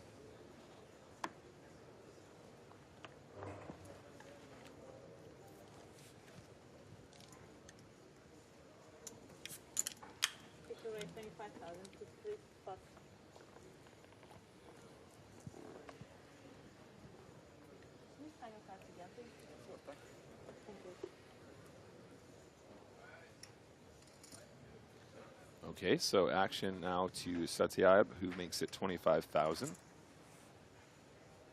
And Conan here in the hijack with pocket nines. And remember, guys, Conan just took a very serious hit against our very own team pro, Ramon for a huge pot. I think he's just going to ship it, James. That's a pretty standard situation. And for 15 big blinds, I don't see how this doesn't get called by tens. Yeah, I think once you've opened tens here, but wait a minute. But wait a minute. Well, of course, if Chen gets involved, either calling or reshoving, then it's a different decision for the tens. Yeah, I completely agree.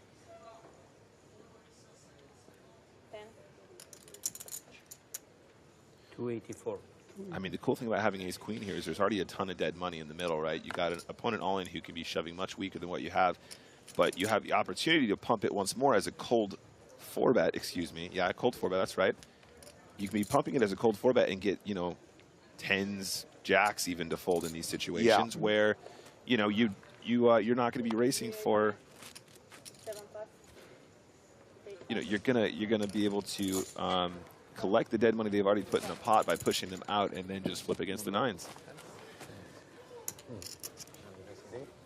So it's all into call, and Satyayab decides to let the tens go. So after Conan finds himself racing against ace-queen rather than dominated by pocket tens. Yep, absolutely. So Conan, the at-risk player here, needs nines to hold.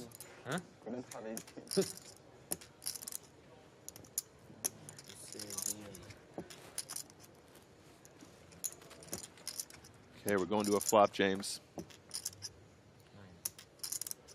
King, 5, deuce. Nines still ahead. Looking good for a Conan double up right now. Hope 9 will come. So he saved me.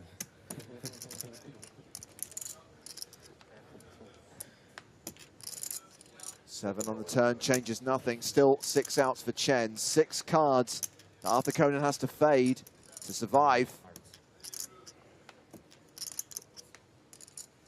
Jack on the river, and nines are good, and that is a double up. And that will see Conan now play a 36 big blind stack. Chen drops down to 17 bigs. Yep. Yep, I can see what happened there. Pretty unavoidable, really, in this situation. And, you know, nice to see Conan picking up that pot. He showed a lot of heart in the pot against Kalilas. And he's back in the game. That was a very meaningful pot for him, and he will go on to sit around right in the middle of the field here on our final table. So 36 bigs for Arthur Conan now. And Nikolai Tulin, our shortest, was 16. Fausto Tantillo, 181 big blinds. Absolutely massive. And again, just to highlight, Chen saved Conan there. If Chen does not reshove with the ace-queen, he gets called by tens and he's gone. Yeah, we were talking earlier, James, about, you know, being lucky in poker. James was saying, I always thought, you know, being unlucky was when you had the best hand, you went all in and got called. But he's like, I've realized there's so many other ways to run good and or bad. It goes both directions. And that's one of them, right? If the ace-queen decides to fold, tens is always calling, and it's GG for him in his tournament life. So in this case, running very, very good here to find the ace-queen behind him and get those tens pushed out. Almost nothing happened. Almost. So it's been folded to Tantillo on the button. As the deuces, the hand that never loses. Maybe should have moved the lean. The mallards that fly together.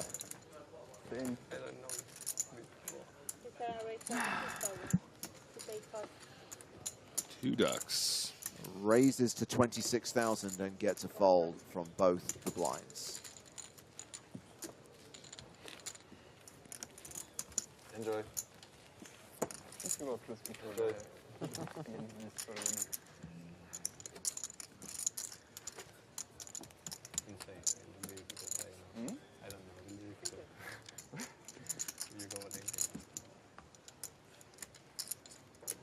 think the same, but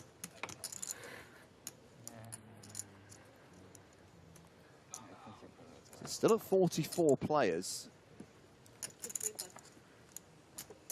Lost roughly half the field from the start of the day, 85 coming into day 3. And only about 35, 40% of the way through the day.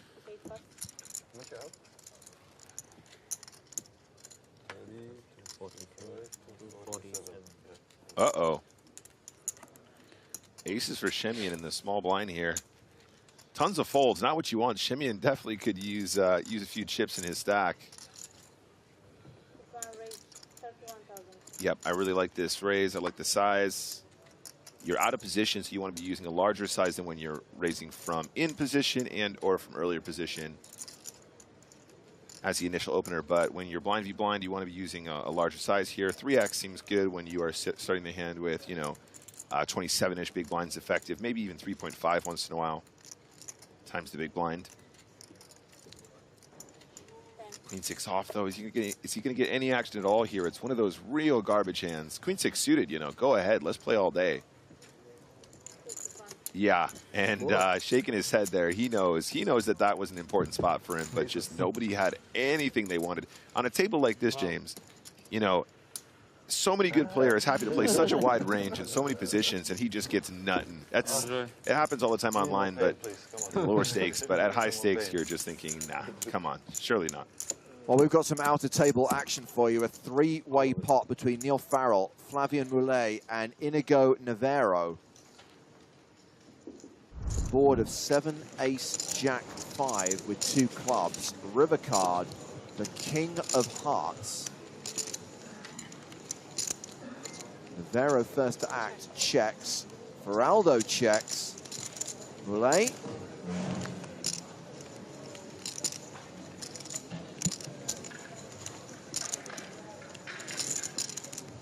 Also checks. Anyone be 8 high?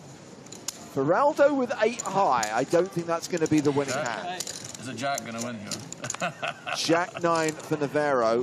Also had the flush draw. Pair of jacks is good enough. That's a decent sized pot. He said it. So back from the disco tables to the main feature table.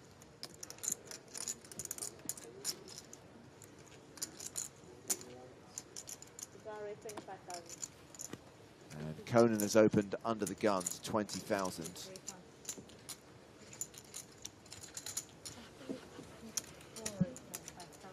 Looks like there has been one caller. Yep. Ola Shemian on the button. Oh, let's see if he can pick up some more chips here, James. He's coming off that fresh double up just now, holding against Ace Queen with his pocket 9s. Well, Shemian here with top pair, top kicker, 10s outflopped. Top pair, top kicker. Come on. You can outplay that, Conan. No problem. Yeah, good luck with that. Yeah, the 10 of hearts here obviously gives him some backdoor flush draws, as well as the draw to the 10 as well, not to be overlooked. That only represents something like an 8% chance on the flop, though. 2 outs on the flop, times 2 per street. It's about 8% to hit his 10 from this position. So everyone's locked up 16,440 euros.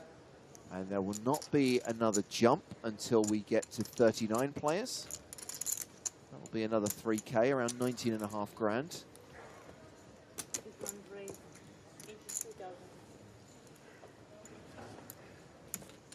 Shemian makes a raise.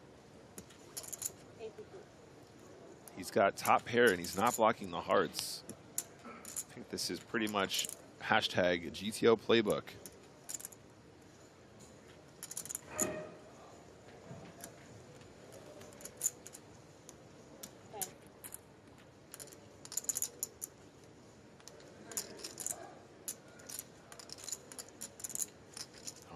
it's really tough because this is a spot where Ole's going to raise as a bluff a bunch as well in position. So you can't just be giving up the 10s here, you know what I mean? Otherwise, you're going to get run down by players of this caliber.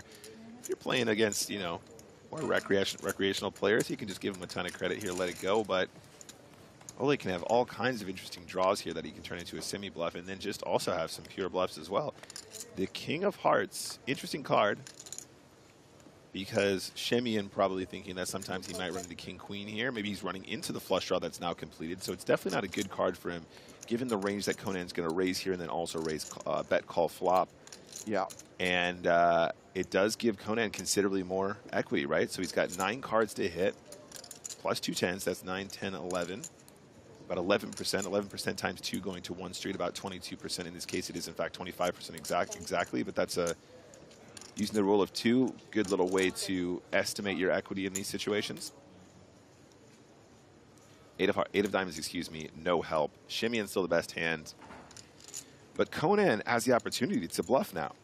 He does have the 10 of hearts blocker, and that is very meaningful here. It means that Shimian will have fewer flushes that have completed that he might have raised. Also, does Shimian really raise a flush draw on the flop that he doesn't continue on this turn? A lot of the flush draws that he would like to raise here are going to be very weak ones that are somewhat vulnerable. He checks, he's got showdown, ace queen checks, and there you have it. Shemian winning a pot of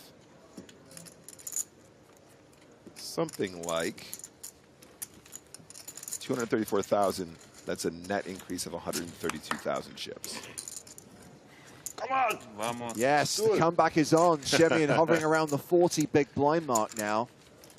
Conan drops down to 25 bigs.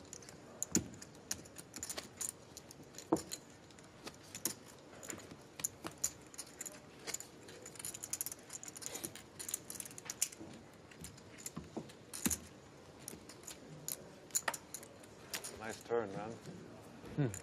Beauty. King of Hearts, why not? I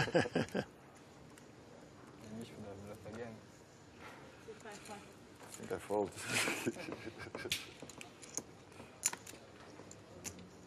Chen and Tulin, the two shortest stacks at the table right now. 17 and 16 big blinds respectively.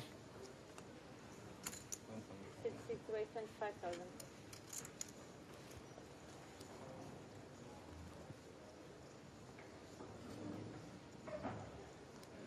Chen raises to 25,000 with jacks. Fausto Tantillo has ace-10 in middle-ish position. Middling. 10. That's a call. Here is one of the short stacks we were referencing. Nikolai Tulin with 7s. Thinking about it, letting it go. Nice fold there, yeah. 7s is already getting a little bit on the lower side of the pairs that you want to be shipping there. 9's probably always going in, 9's plus, something like that. And the man. I mean, you can't be giving up too many of those opportunities to win chips. But I like the fold with 7s. I think that shows a lot of understanding of the table dynamic and the adjustment for ICM as well. He's sitting, you know, around everything. And something's going, and he's just sitting. Something not going, he's just sitting. Well, you know what they say, James. Always an ace on the desk. It doesn't matter. Unlucky Chen. Yeah. All right. Check. Okay, a couple straight outs now for the jacks. But one of them is Tantillo's hand.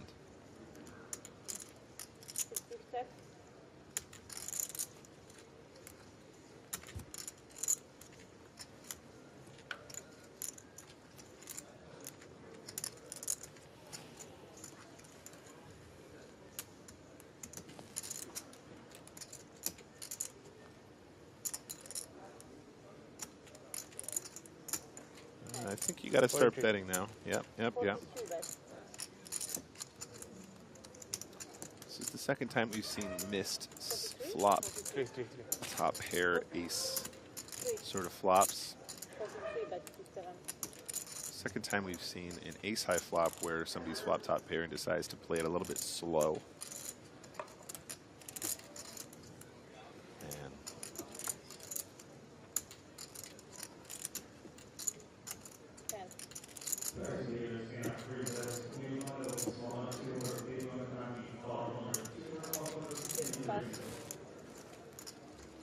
Yeah, taking it down.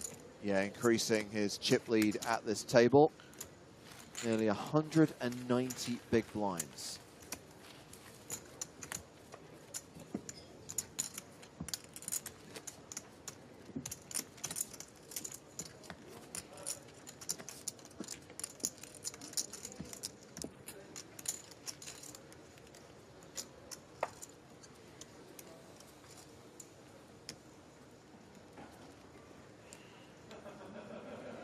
Down to 43, that means another elimination from the outer tables as we come back to the feature table.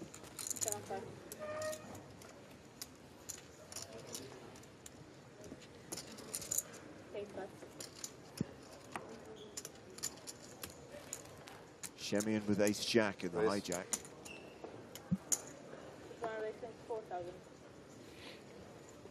It's raised to 24,000 and Chingiz Satabayev has got sixes in the cutoff.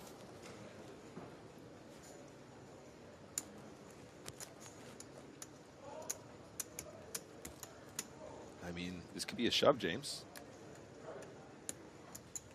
He's only got 22 bigs. There's a lot of dead money and the antes as well. Don't forget that the antes make a huge difference to your decisions here. Do you really want to call and try and play all ace Shemian post flop? There you go. That's how you do it, my man. Oh, Conan asked for a count. He's got ace-jack, ace-jack of hearts.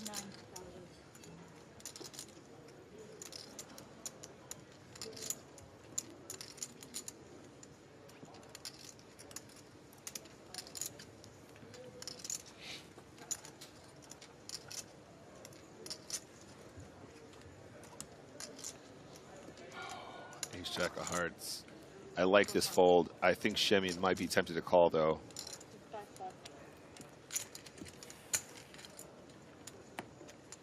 It's 22 big blinds. You know, that is quite a lot at this stage in the tournament, James.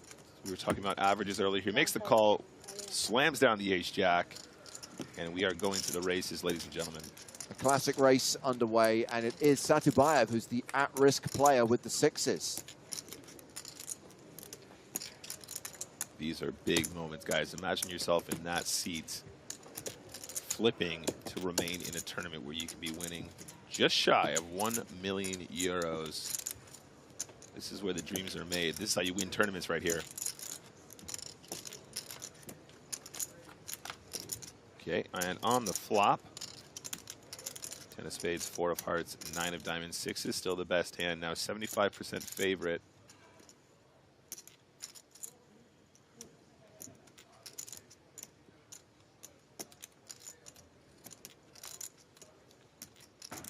Well, Ola Shemian has 8 outs, 8 cards that Satabayev has to fade. 8 jacks and aces would see him eliminated.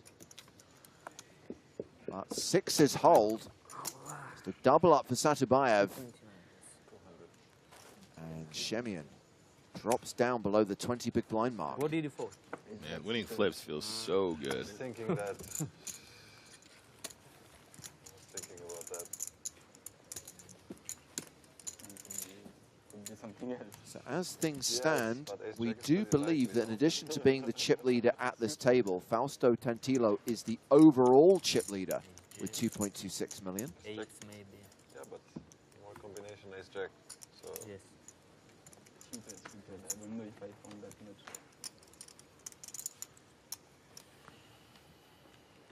You should have folded. I would be happy. Yeah, I know. No, but I feel like you're happy when I fold.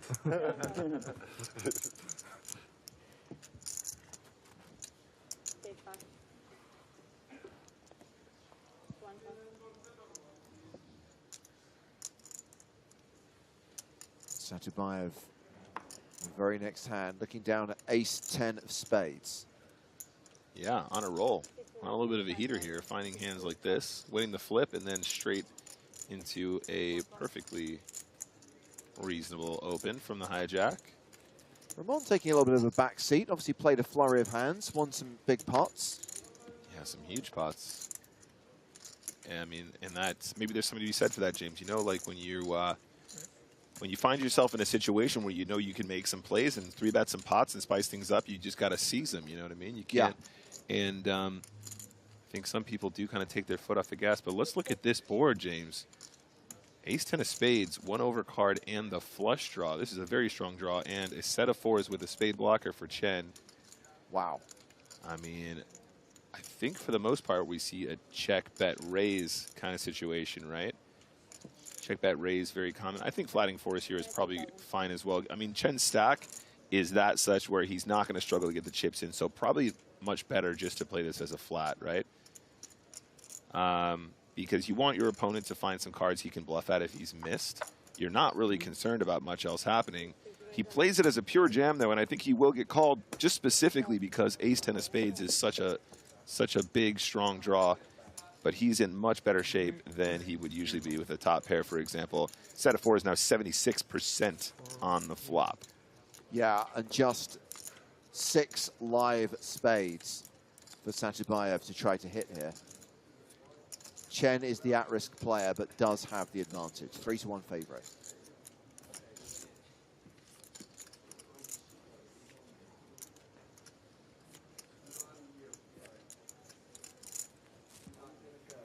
Turn card is the ace of hearts. So had that overcard been live. Yep, yeah, exactly. That's one of the outs that you usually think you've got in the deck, but only the spades. So about 18 or 20% going to the river now. River card is a club. Woo. And that will see Zhang Chen double up. Yeah, that's a very nice fade. I mean, set versus flush draw and a strong one at that makes a lot of sense. You can see kind of what happened.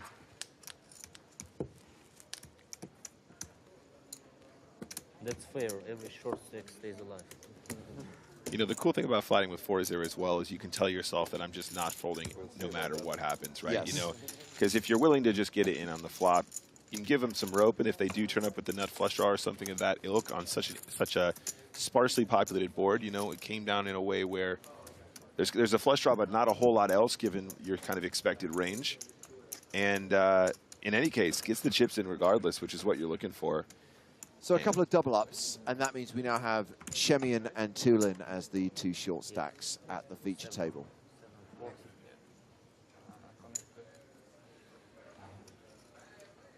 Appley Face says, has PokerStars considered using a 4-color deck for live events? It was considered 7 years ago.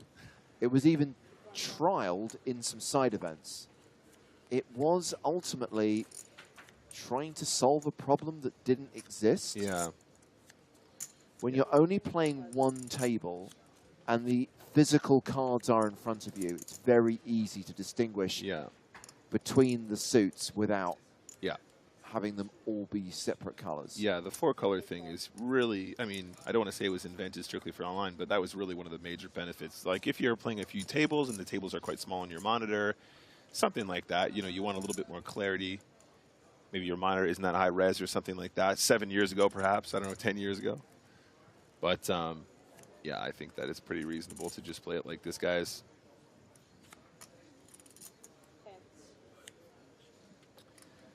So we've seen a raise from Satubayev. Ramon back in action, calling with Queen Jack. Conan in with 6s. 5s for Cristiani. Wow. Chen in the small blind.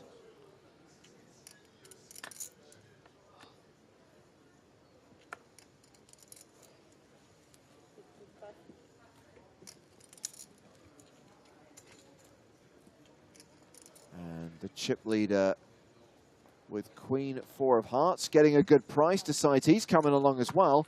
We're going 5-way to the flop. Yeah, I mean, Tensillo just has the most insane price. I think it's in order to play a hand like Queen 4 of Hearts well, you just have to be aware that you're looking to flop quads or something like that. Because in most cases, if you connect with a Queen or a 4, you're going to be in a lot of trouble, right? Well, look who's flopped best here. Ramon with top pair does currently have the best hand. However, statistically, Satubayev is the favorite with 2 overs to the board and the flush draw. Yeah, and a really important factor there as well is the backdoor straight draw too. In some cases to the absolute nut straight. So it's only a couple extra percent, but in this game every percent counts.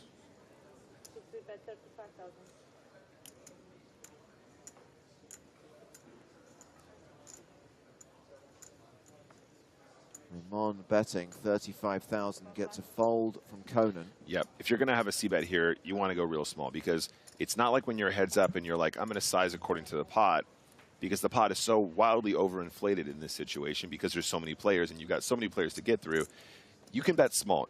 See how that worked, James? That was absolutely perfect. Small size weeded out all the absolute no hands, and now you can make more informed decisions about the other players in the pot who have remained in, right? So it's basically like, you know, everyone's invested pre, and that small bet just weeds out people with backdoor equity, maybe some weird gut shots and stuff like that. Not all the time, but now he's heads up, and there's tons in the middle.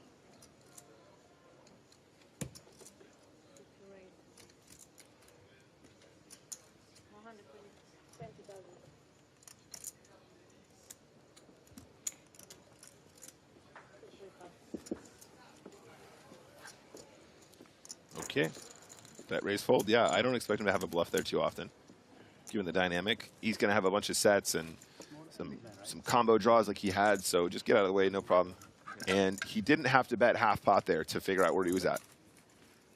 Well, let's take a look at something that happened a few moments ago, Nick. We saw the clock tick down from 44 to 43, and here is our 44th place finisher, Lucas Svez, cashing out for 16.5 grand. And interestingly, Lucas was in this event with his dad, Eric, and Eric is still in. Eric's still in contention, but the younger Fez exits in 44th.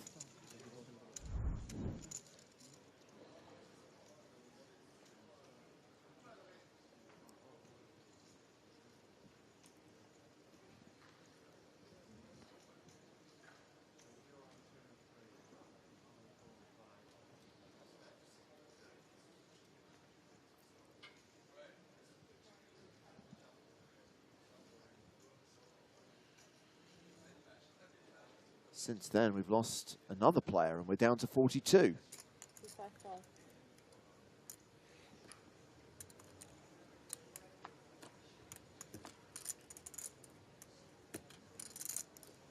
Conan has raised with Queen 10 and been called by Cristiani with King Queen. Round to Olashemian in the big blind.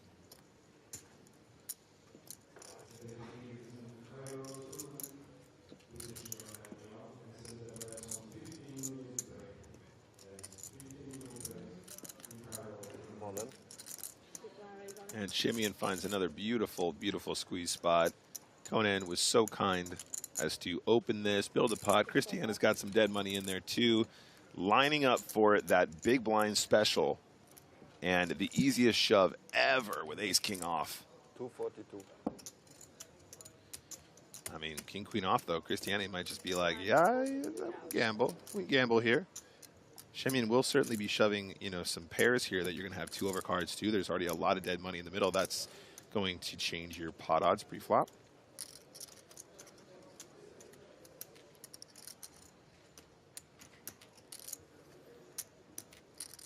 Cristiani strikes me as the kind of player who doesn't take a lot of risks.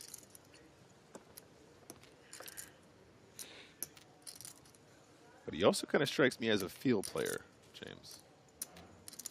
And field players like to make calls like this. Interesting.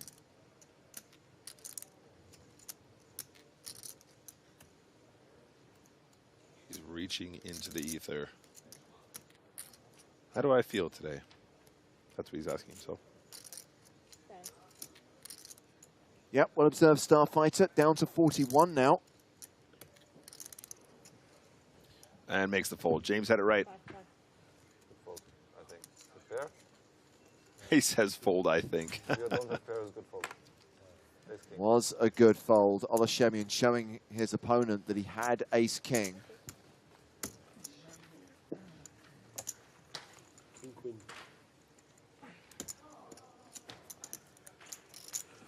Good fold.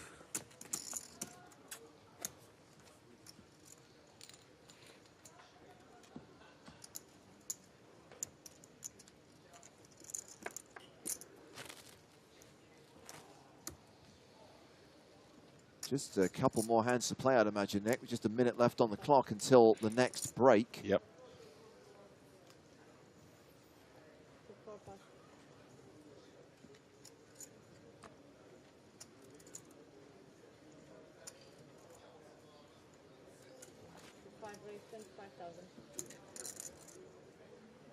Cristiani, the one to open here with jacks, makes it 25,000. Chen with a decision.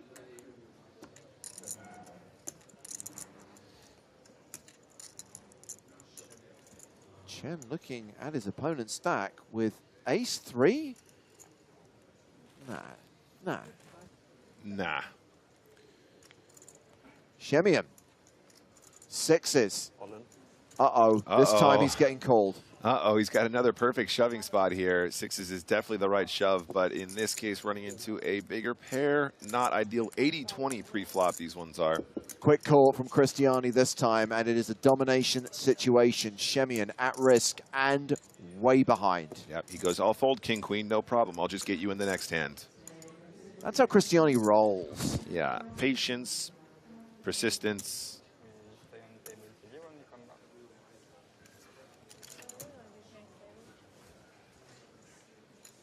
We have hit the break, which is why you'll see players leaving the feature table as we run out this board and see if Olashemian can get lucky and survive. No 6 on the flop. Running straight cards needed, or a 6. 2 immediate outs.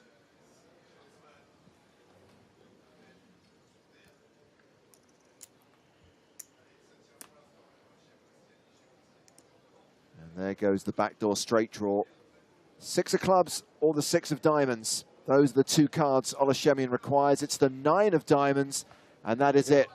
Shemian eliminated in 41st place.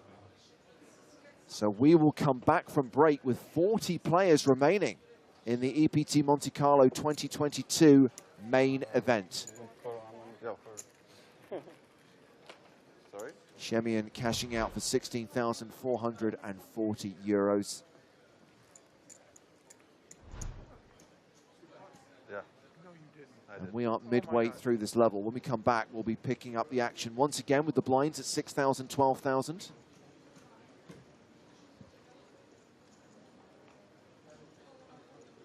And I'm guessing we are going to continue with this lineup on the main stage. We have the current tournament chip leader, Fausto Tantillo. We have Ramon Kalilas, the reigning PSPC champion, a member of Team Pro. And Arthur Conan now the shortest stack at this table with 20 bigs. And with 40 players, I imagine we'll be joined by a couple of other players. We'll be 8-handed once again, but that'll happen when we return in 18 minutes time. And we'll have more action from the PokerStars EPT presented by Monte Carlo Casino.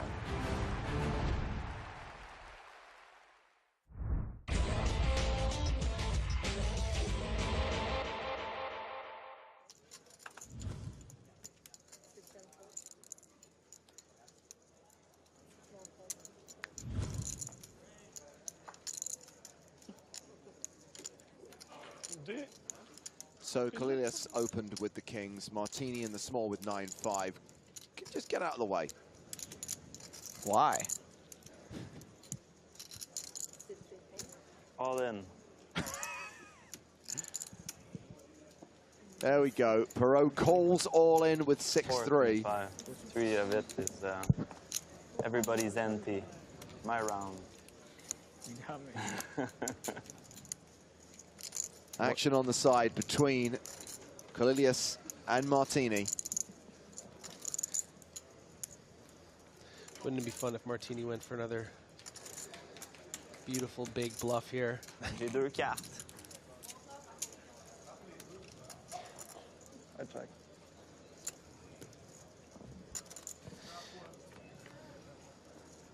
Martini checking in the dark. Queen, Jack 4 on the flop. Well, neither Perot or Martini are drunk dead yet.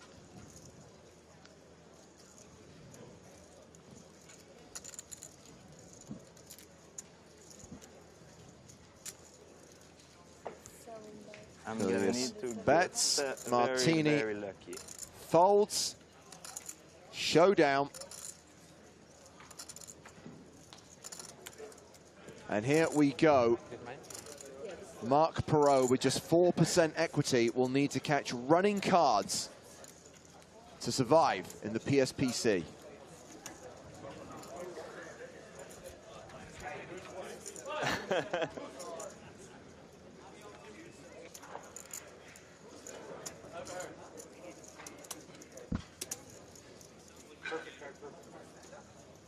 Turn card is an 8. He's drawing dead. We finally lose Mark Perot. Good luck. However, by laddering 2 spots, he earned himself an extra 500 grand. He cashes out for $1,012,000. And with 5 players remaining, everyone else is now locked up at least 1.3 million. Down to 5. Hello.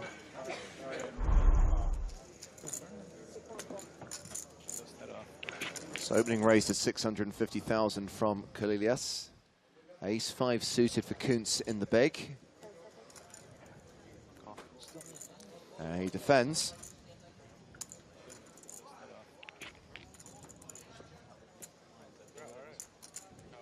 Pretty fun hand to defend with. Pretty fun hand to have in position. Like the looks of that king if you're Kalilias. Absolutely. He flops top pair, a wheel draw and a backdoor flush draw for Jason Kuntz. Means he'll probably stick around for 1 street. Yeah, definitely a very interesting flop here. A lot of potential for Kuntz. Of course, the 4 gives him the wheelie. Backdoor spades. Sometimes his ace high is good. Well, I figured him to call 1 street, but he decides not to play in flow. Leads for 1.1 million. Kuntz doesn't call a street. He takes it to the streets. Leads. Won't work out this time. But there are a lot of juicy turns. And the pot, James, is going to be quite inflated on the turn. It's a pretty sizable bet. He's betting over half pot. Very unconventional, of course, but one of the reasons why this tournament is so great. 2 pair now for Kalilias, who becomes a 9-1 favorite. And that takes away Kuntz's backdoor flush draw. And now his ace is no longer live. He's literally drawing to the wheel. It's going to make that wheel so much sweeter, though, if he hits it.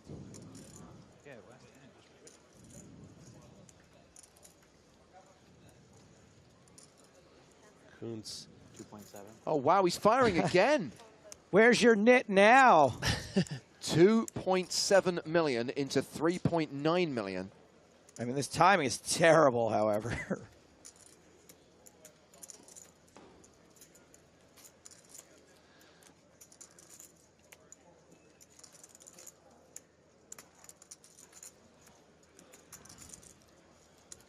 And isn't this the way it goes so many times where you're just patient? You're like, you know what? I'm just going to what? Get outside my comfort zone. I wouldn't be surprised at this stage if Kalilias shoves. Yeah. He should probably, he should probably call and keep bluff catching, of course. But, in situations like this where you're already going to be getting so much money. You know, you don't want a scare card. If you think that Kuntz actually has, a king and would be willing to call, you don't want a diamond to come on the river and scare him off for the last 5 million, right? So I think there's reason to shove here. Or if you think he's semi-bluffing, yeah, too, and right? you don't want to get sucked out. I mean, you're already getting a pretty decent pot pushed to you if you just shove here. So I certainly think there's an argument for both. I'll tell you what he's not doing. You want to tell him, Joe? Folding. Here we go.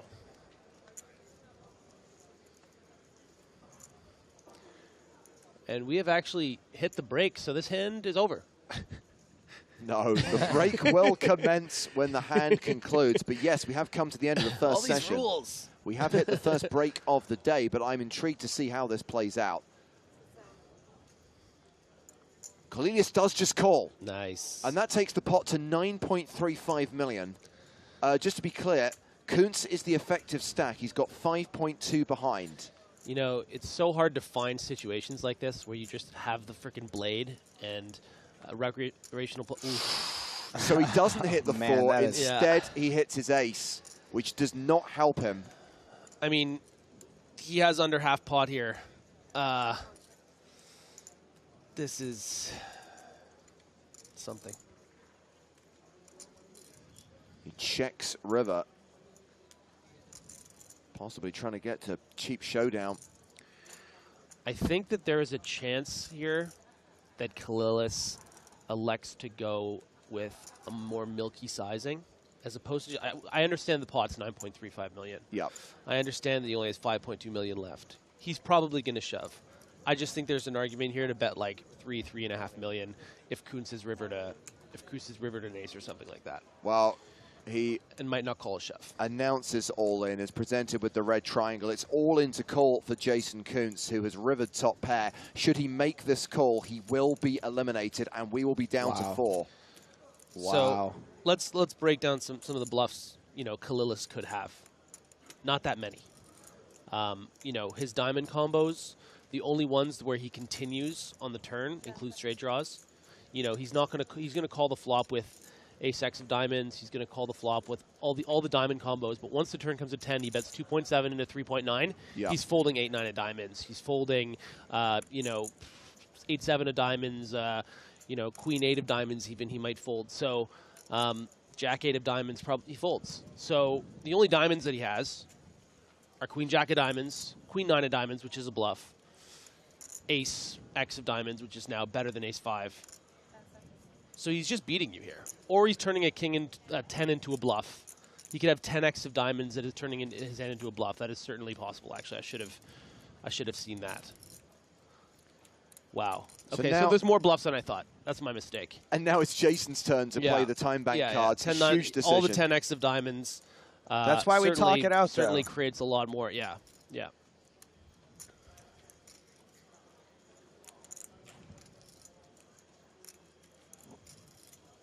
Yeah, and he would totally turn into a bluff to get Kuntz off a perceived king. Yeah. He nice lets fold. it go. So, Ramon Cornelius wins the last hand of the level. He's up to 52 big blinds. Jason Kuntz drops down to 16, but scratch that because the blinds are going up.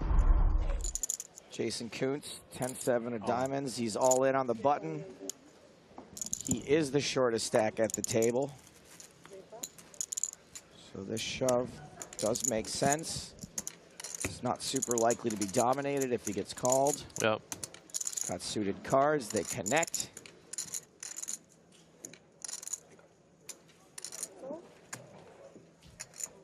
All in call. Wow. All right, we are flipping.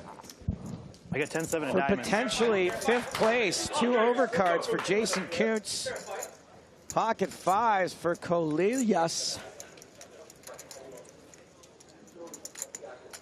Ah, there's an exact 50-50.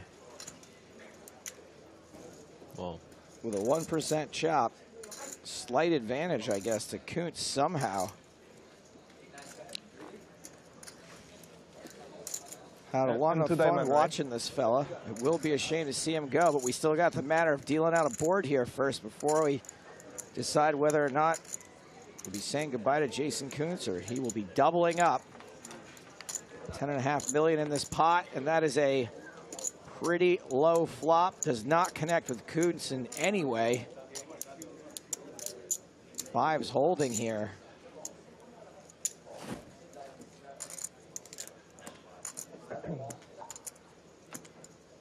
Not even a sweat. Not even a sweat. One extra sweat. Still just the 7s and the 10s. 6 cards that Jason Kuntz can hit. 1 card to come. Anything but a 7 or a 10, and he is out of here. The river card is a 6. Goodbye, Jason Kuntz. What a run for the amateur. Wow. That's fine. $6,000 in lifetime earnings leading into this tournament. And today, he cashes for $1.3 million. The little part of the number that we ignore, the 4,000, the 1.3 million and 4,000 is almost as much as his lifetime earnings.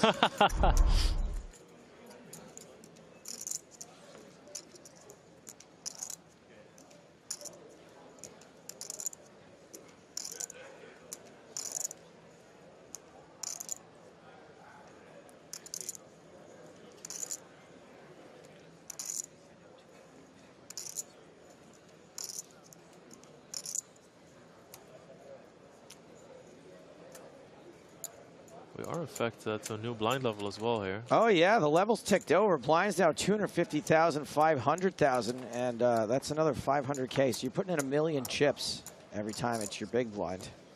Small in. Ramon has hit his 5, and Rivera has shoved on him. Yeah.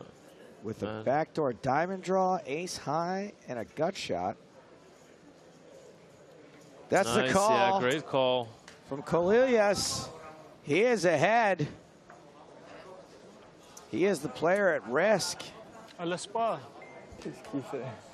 Needs 3 or an ace to knock out Kolelius. %28 chance only that Ramon gets eliminated here.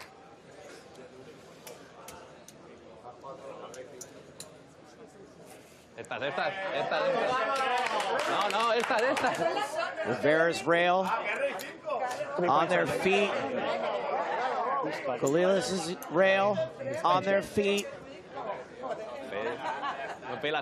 Millions of dollars on the line for these next 2 cards.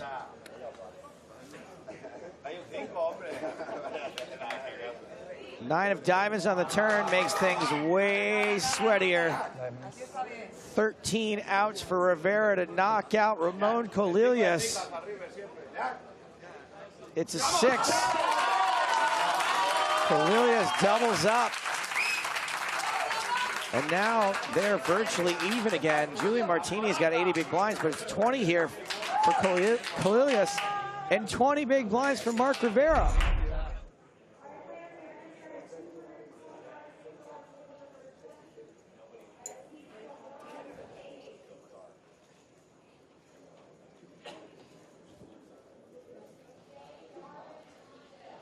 All right, we got a hand shaping up here. Ace-King for Ramon Kolelius. Ooh, and this is very interesting because Martini can put a lot of pressure here because Rivera has gone down to 14 big blinds.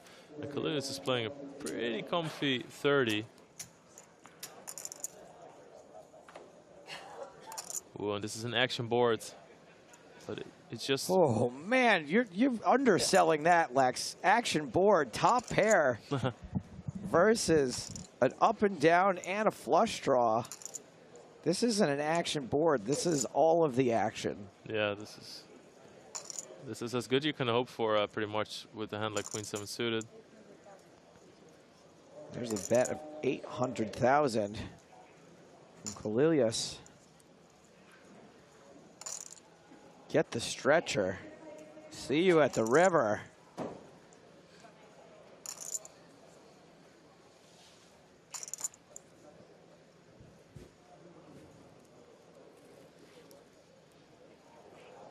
And those are some chunky chips going into the middle.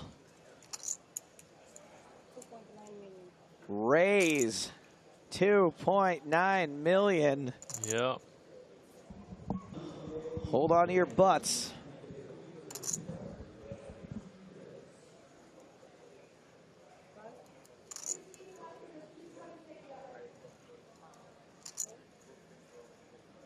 Just a call. Yeah, he flats. Why flat? Do you get away if it's a bad turn card? We'll see. Well, that is not a bad turn card. No. He has 12 million behind. There's 8.5 in the pot.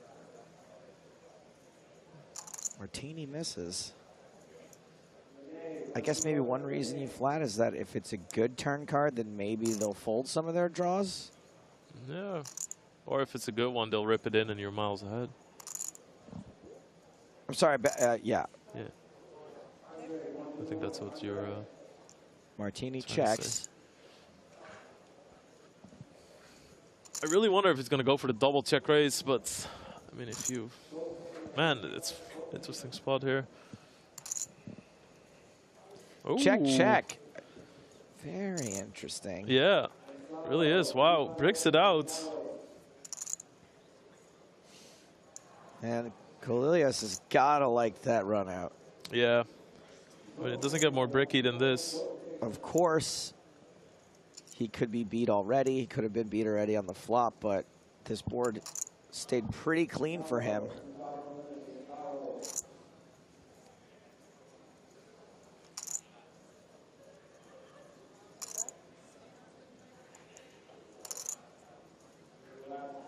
Well, he gives up.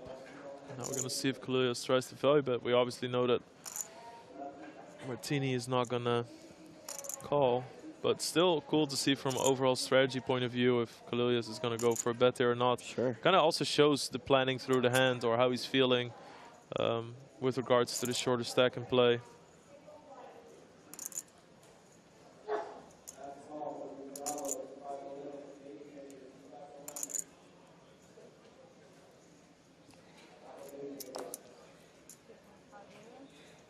Oh boy. Gotta be careful with those small bets because, you know, you don't gain that much, right? It's like, I mean, it's 2.5 million chips, it's true, but you open up the betting again. Unless you, of course, plan to bet 2.5 million and snap it off. Call, yeah. Yeah, snap it off. You can definitely debate people a little bit, but...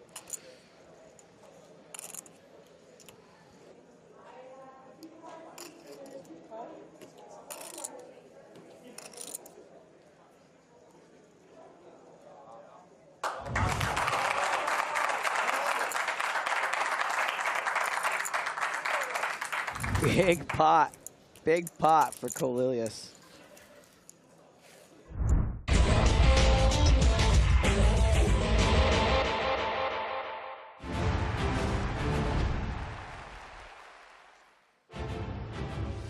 Hello, my babies, and welcome back to the PokerStars European Poker Tour presented by Monte Carlo Casino.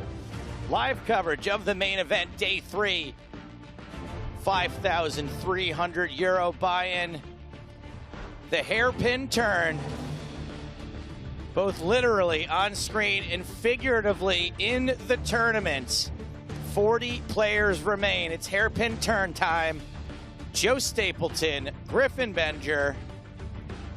Hello, everyone. Featured table for your eyes and ears. Ramon Kalilias. You just saw him on his way to winning the PSPC. Right now you're seeing him on his way to potentially winning EPT Monte Carlo 2022. So if they're known as your babies, do you call them your stabies? Do you have a name for them? Stabies is a little too close to scabies for me, and I've had a couple of those scares in my life. So,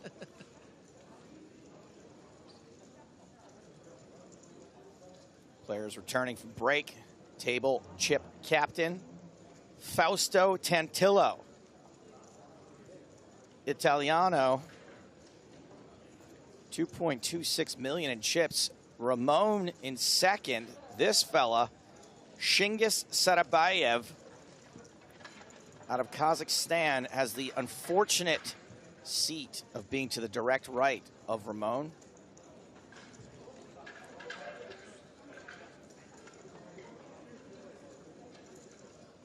And this is a player I have not seen at this table yet, but we did see some of him yesterday.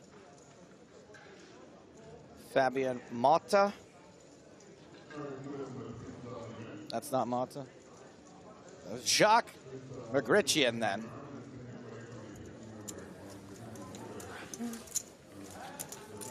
And that is Fausto Tantillo.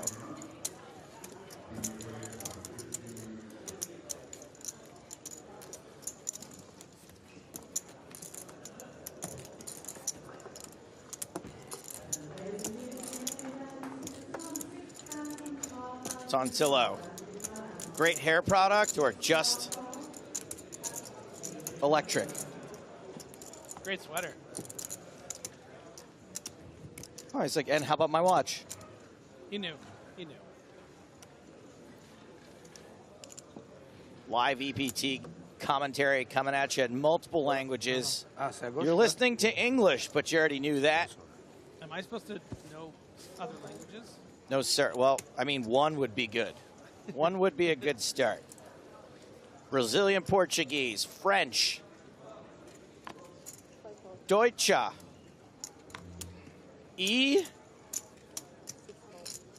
Espanol.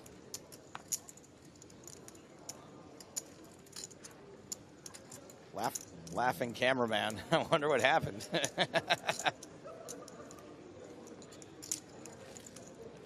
Tantillo. Gonna open things up with ace-9. Tantillo.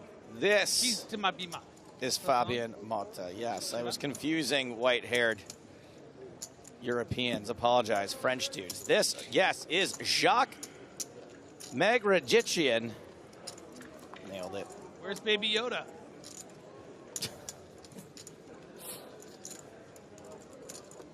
And a very fun name to say. Shingis Sarabayev. My favorite day of the week. Satubayev. Sarabayev. Night. That may have sounded like we winged that, but we practiced it all day. It didn't sound like we practiced it, that's for sure.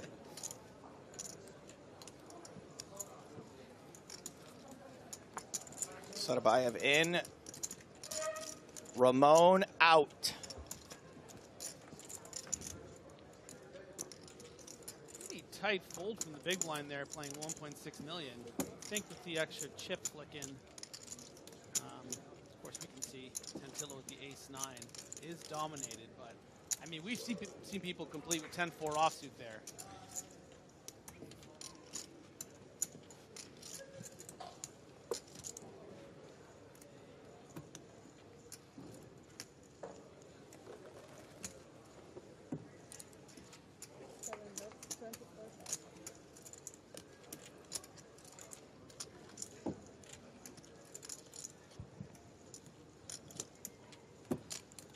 Tantillo making it 24,000. Sarabayev has a very tough spot here out of position. You kind of have a capped range in the small blind flats and spots like this often. Hands that look like King 10 suited, and that's why it's so easy to make a small continuation bet and get a fold. I think if Sarabayev was in position, we might see a float with those backdoor diamonds. But out of position against the chip leader, I'd say take this one out. See another. You can look at it as the glass is half empty or the glass is half full. And in that case, it's half empty. But when you're in position, you get to go, well, I'm in position, I get to call. I get to see one more card. There's liquid in this glass.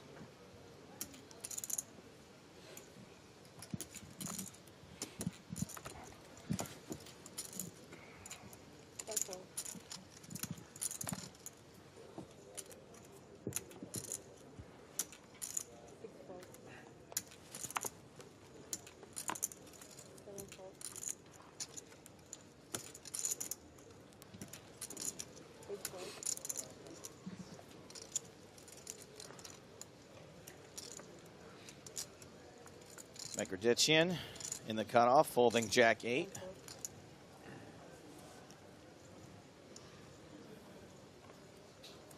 Ace, queen of clubs.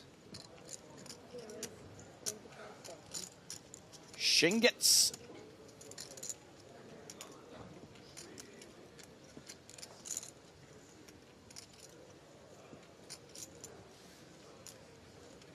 And Ramon in the small with Jack 10 off. Sends it to the muck. This guy looks like he doesn't like to fold. Arthur Conan, from what I understand, is the young phenom out of France. Just won a 50K in recent memory. Yeah, I heard rave reviews from Sam Grafton about this guy just the other night. Ooh, but this aggressive action is not going to be... Shoves the king tray and insta-called by Sadabayev. Not going to be in terrible shape. Yeah, sometimes you get your hand stuck in the cookie jar, and sometimes your opponent just has ace-6 there and quickly folds. So important not to be too results-oriented. In the percentages, king-3 of hearts looking pretty good for Conan. Yeah, way bigger sweat for ace-queen than really it has any right to be. King high flop and the 3 to boot. Sadabayev seems relieved he's going to go broke so he can take his mask off. Yeah, you know, the masks are required, but we'll allow him to take it off for that flop. Put it back on. I think he's going to be outside soon, drawing dead on the turn. Shaking his head at him, disappointed father look. Kazakhstan, Kazakh canned. And you can see why this guy's winning 50Ks.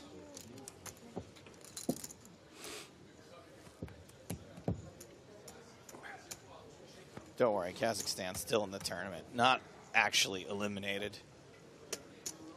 Double up for Arthur Conan, up to 486,000. That's 40 bigs. Sadabayev down to 15 big blinds, though.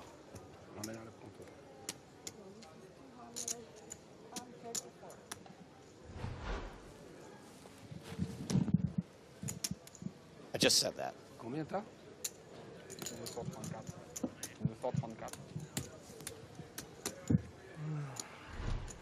Some of those N95 masks, they remind me of snow cones. I tried to eat one, actually. They don't taste like that. Kind of defeats the purpose, too, if you're going to lick the inside of one of those.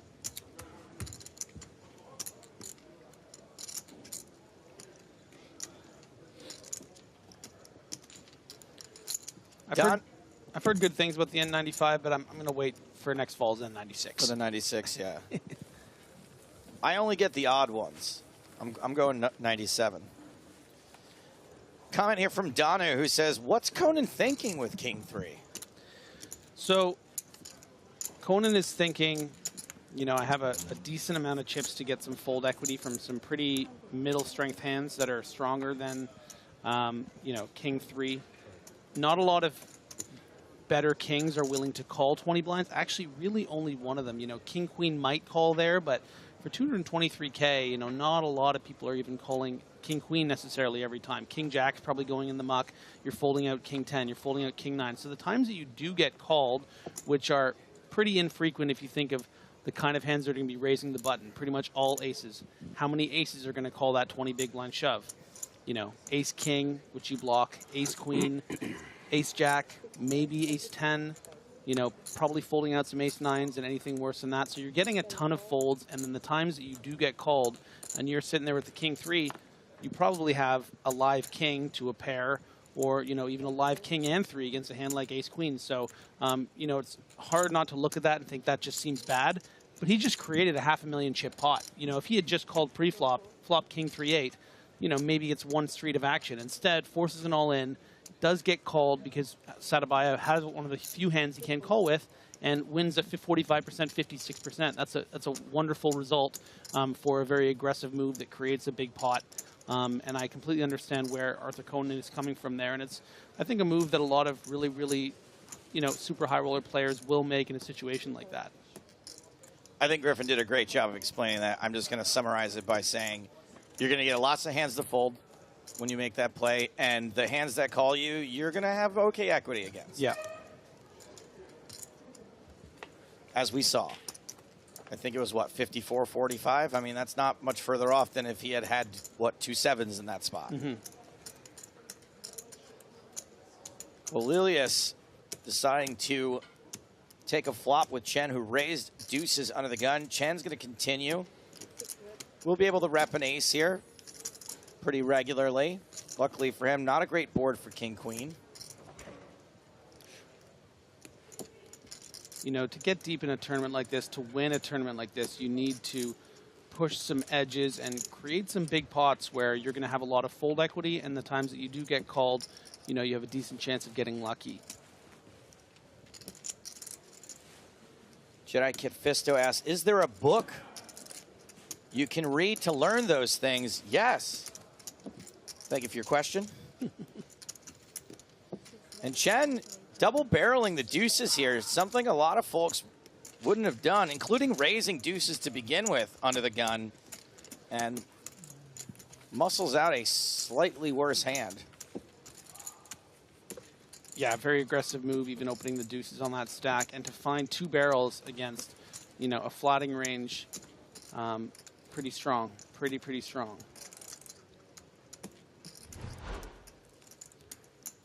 Zhang Chen.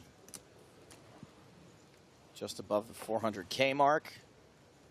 34 big blinds. One of those awkward stacks. And as you can see, an awkward play with pocket deuces.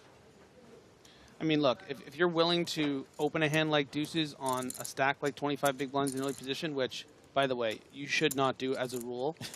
But if you do, if you're willing to find 2 barrels on and 2 aces on the board, that means that you're willing to, you know, have a lot more bluffs than other people are in that spot. And I think that's the way to balance out really loose opens is, again, I'm willing to fight for this pot. I'm not set mining here. I want to play this hand, and I'm going to pretend that I have better than I have. Right. You know, and it's going to take more than one street to get me to give up.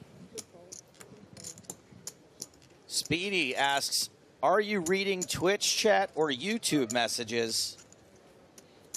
Yes, thank you for your question. Arthur with the ace-9 here. You can see the hesitation, and that's kind of calls back to what I was saying about wanting to push edges. You know, very aware that Tentillo's going to be raising very, very wide with this massive stack. You have an ace on the button. Maybe you can sneak in a little 3-bet there, you know, make it 75K and get away with one. I don't think we would have lost a customer in Tentillo there with the Jack-10 suited. Probably would have seen a call, and then might have been difficult to play post-flop ace-9 off in a 3-bet pot. Not a lot of chips to maneuver, but you saw the hesitation, and that comes from a place of Arthur prepared to find a way to increase that stack. Yeah, also taking into account that Tantillo's got some speculative chips in front of him. Jack-10 suited is exactly the kind of hand that the table boss can afford to call re-raises with. Yeah, he's not necessarily the best target in theory, but he's also someone that is going to be raising wider than everyone else. So happen to have Jack-10 suited there, but could also have had easily King-10 off, Queen-10 off, you know, maybe even as light as Jack-9, Jack-10 off. And those kind of hands probably would find folds pre-flop. So that's why he wants to maybe attack sometimes those early position opens, because he's not always just going to continue with weak holdings. But Jack-10 suited, I mean, yeah. Let's see a flop, you know? Also, one thing we haven't, or if we did mention, we might have not hit it very hard, but from Joao here, it says there's other factors. Well, the player on the button is very tight, so it makes for a slightly more profitable all-in. Means they're going to fold maybe a little bit more hands than they should. Good point there. If that's in fact true. I don't know how it can be true since there's a different player on the button every time. I don't know how you can say the player on the button is tight, but... Yeah, I mean, if we assume the player is folding every ace all the way up to maybe even 10, it's just such a profitable shove. You're folding out all those better hands. And again, I think we established going to fold pretty much all the kings except ace-king and maybe king-queen. You know, king-3 becomes a very profitable shove, even though it, you know, it's not the prettiest move. Christopher King says, when you have some downtime between hands, would you mind describing the venue and the surrounding area? What types of things are there to do in Monte Carlo? Well, I would have, but that question was so long that all the downtime between hands is gone. But we thank you for it. Look, Monte Carlo's a pretty cool place to walk around. Lots to look at. On a walk, I wouldn't say there's a lot of touristy things to do necessarily, but... Big fan of the mopeds here, though. Have you been on a moped? Not this year, but it was You've done my it in the past? favorite place to do that, yeah. There's not a great deal, at least in my experience back then, a great deal of cars actually driving on the road. They're more just parked showpieces. So it's kind of, you know, you don't feel overwhelmed by all the cars around, and it's really beautiful. Ramon opening from early position with King Jack offsuit, pocket tens for Cristiani. And it'll be interesting to see how Ramon responds to a 3-bet from Cristiani, because I don't think I've seen him 3-bet once today.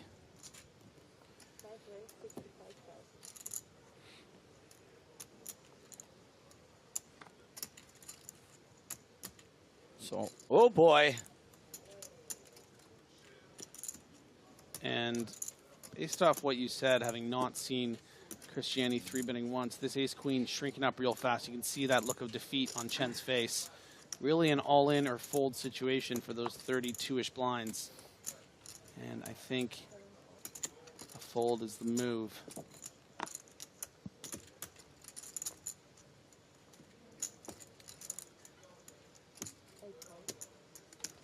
I don't really expect to see Kalilis with a continue here, but because of the huge stacks, because this is a sub 3x raise, maybe Kalilis is willing to peel one off and play against a really big stack. You know, the player that hasn't 3-bet much is kind of a double-edged sword, right? On the one hand, they're going to have a pretty strong range when they do 3-bet. On the other hand, they indicate that they're kind of a type player that maybe if they have something like ace-king or ace-queen, they can be outplayed post-flop if they don't connect with the board. Right, but the other problem with that is your particular hand with King-Jack doesn't play particularly well against that, you know, kind of range. You know, yeah, there are times when it comes low and maybe you can start repping something if it appears that your opponent has ace-king or ace-queen, but I would rather do that when I actually have hands that hit those other board textures. You also don't want to find yourself in a king-high flop situation where you're now calling big bets because you feel like, oh, I have top pair.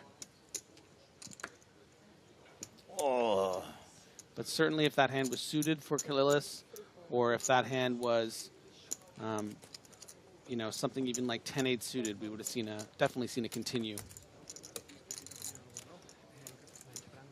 Frankie writes in to ask, how expensive is Monte Carlo? I don't want to say Monte Carlo is expensive, but the urinal cakes are designed by Masami Miyamoto. If you didn't get that, you need to read a book sometime. Go to college, educate yourself. I didn't laugh only because I've heard the joke before. It's okay. It's super funny. Cristiani in action, 2 hands in a row, back-to-back, tens then jacks.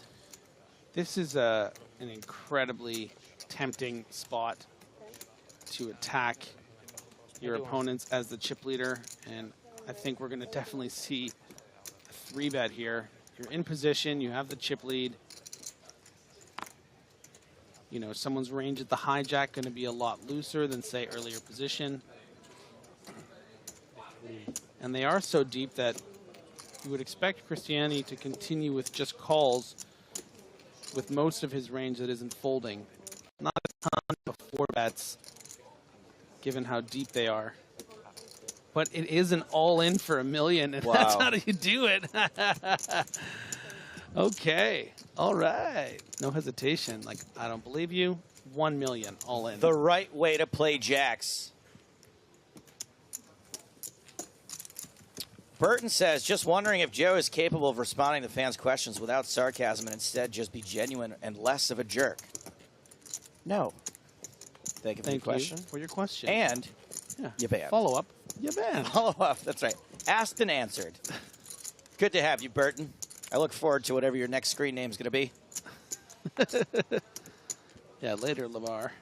But Burton Heaslip is no more. Is that supposed to be a pun on biting his lip? Ugh. Oh, Burton Heaslip? I don't know. Not too bad I can answer. No.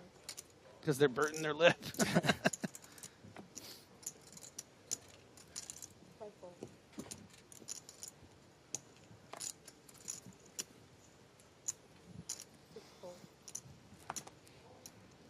I like this comment from Strategy Mindset, who says, this guy have huge ball. Surprised to see 5-4 suited folded in the cutoff. Willing to 3-bet the king 10. You can maybe play around with those 2 million chips. They cut off with a suited 5.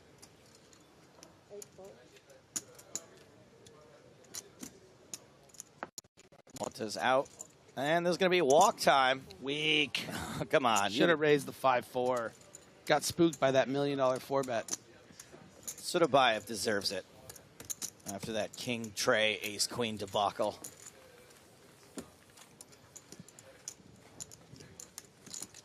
Zenis asks, who is our commentators? I am Joe Stapleton.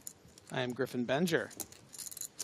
Part of the fantastic commentary team lined up here for EPT Monte Carlo. The two of us, James Hardigan, Maria Ho, Nick Walsh. Occasional drop-ins from Sam Grafton, Ben Sprague.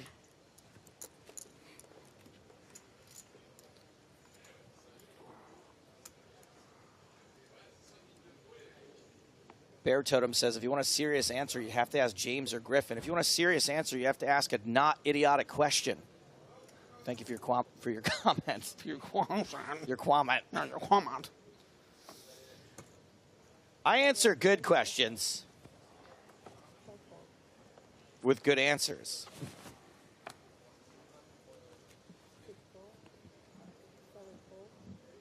Arthur Conan with the Jacks raise.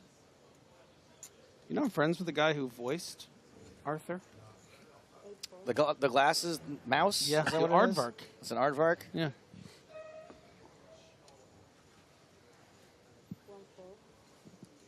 Man, Arthur Conan's really got to get heads up with Mike Watson.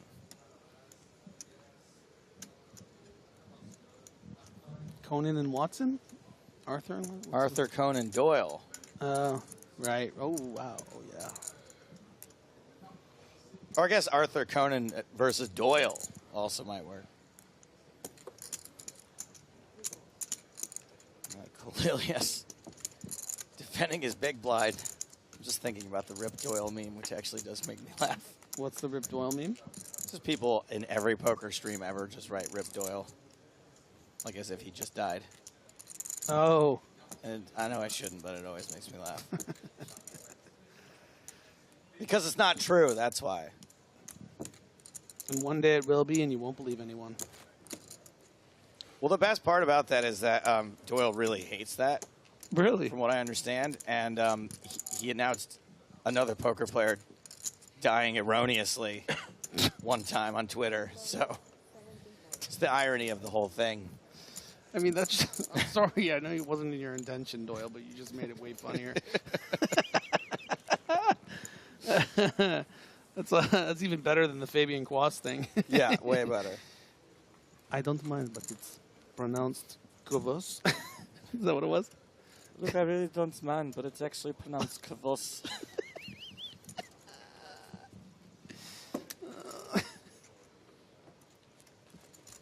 Bear Totem asks, Staves, are you an active tourney player? I am not. I am purely a recreational player, so when you hear me complaining about not running well, I'm playing like 5 tournaments a year. He's one of you guys, you know? I'm one of yous.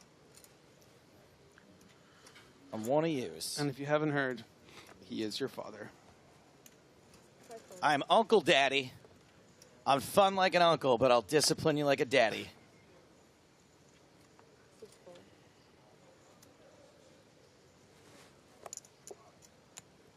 Accelerated Man being very kind on YouTube. Thank you. We appreciate it.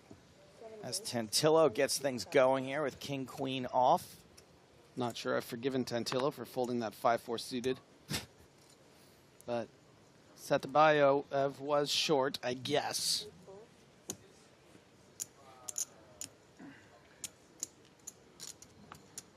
Uh-oh. Megradician, a player we have yet to see enter a pot. Megray not going to ditch you in these kings.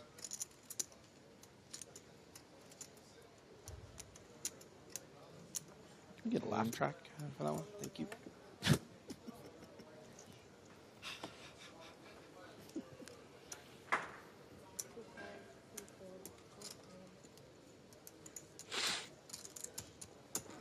Bobby Boban, who says, what a terrible joke. Yeah, more like Bobby Bo.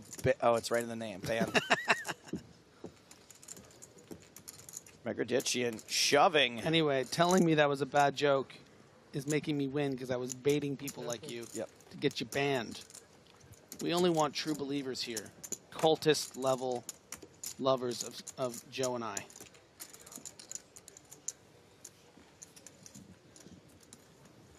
And the shove does not get called. Teddy Spaghetti writing in on YouTube. Used to work on the tour years ago. I used to drag this poor kid along in some of my adventures. Oh, yeah? Terrified him so much that he moved back to Holland. And now only lives online.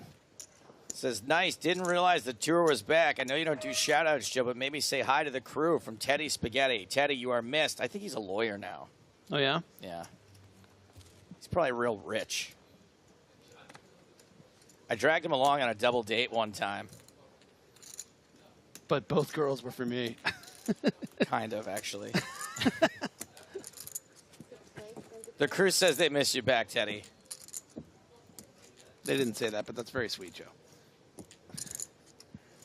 No, they did. They did.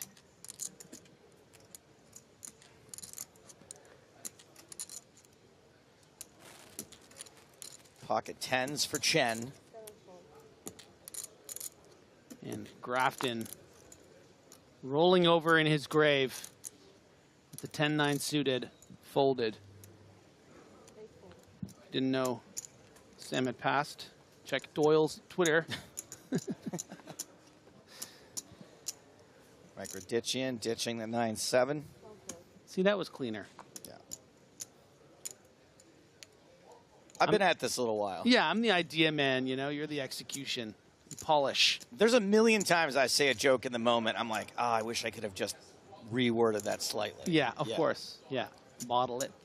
Sadabayev with ace-king. I think we know where this is going.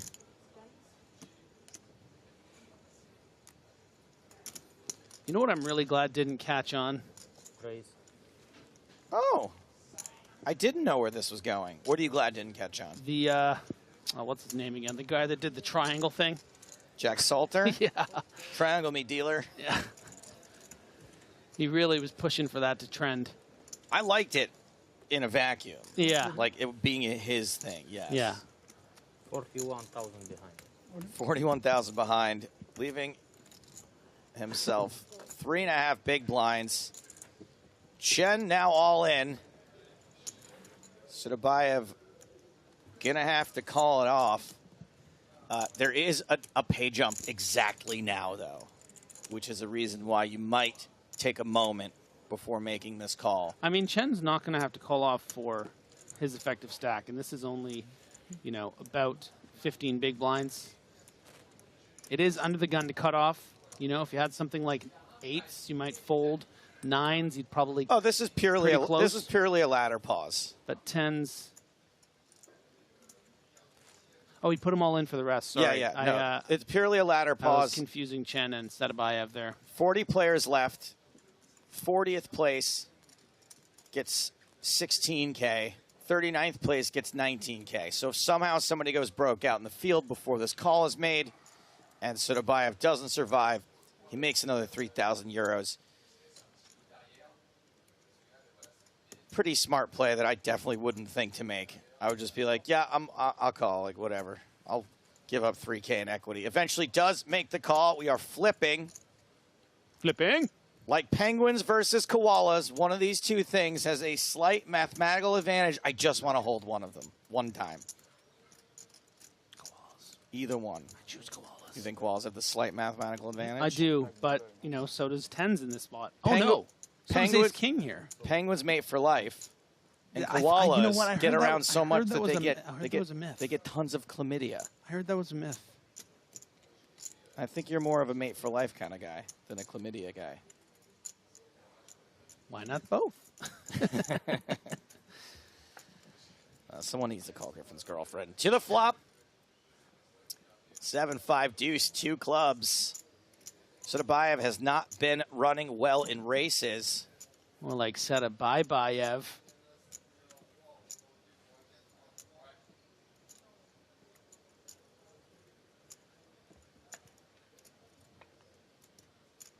And it's a 7 on the turn, which is always coming. And now any club will mean nothing. One card to come. Sotobayev needs an ace or a king. Does not hit and does not survive. Now, will he give Arthur Conan a look on his way out? That's the real question. King 3. Probably not. Near double up for Zhang Chen. Out in 40th place. Did not make the ladder. Congratulations to the rest of the room. I need to remove this.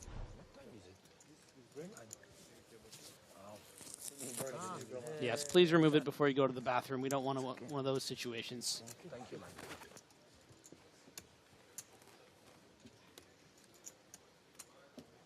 They'd have to take it off me before I start sobbing uncontrollably in the corner.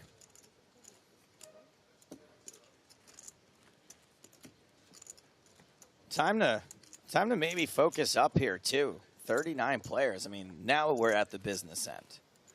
But when are we in the danger zone? Danger zone not applicable. In this You know, why are particular- you guys not allowing danger zone to be in a thing with the amount of people, you know?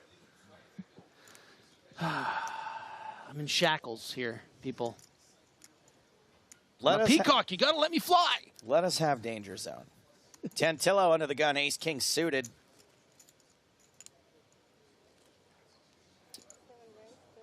This message came in a while ago. Sorry, I missed it. In addition to the fantastic commentators we've got here on the scene, Maria piping in. We've got Lex and Finton going to pipe in. Come on. In the coming days as well. Lex is always on in the booth. If you watch a lot of highlights, you'll hear Lex. Lex has like run good for being on comms when legendary things happen. Oh, yeah? That's kind of a cool thing for being known for. Yeah. There's all these highlights that, like, I'm like, where's my voice? That's stupid Lex. As if he's not successful enough. Can I have this one thing? Why are there no bounty tourneys in real life? I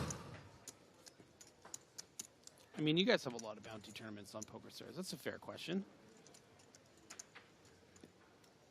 He's getting out the schedule.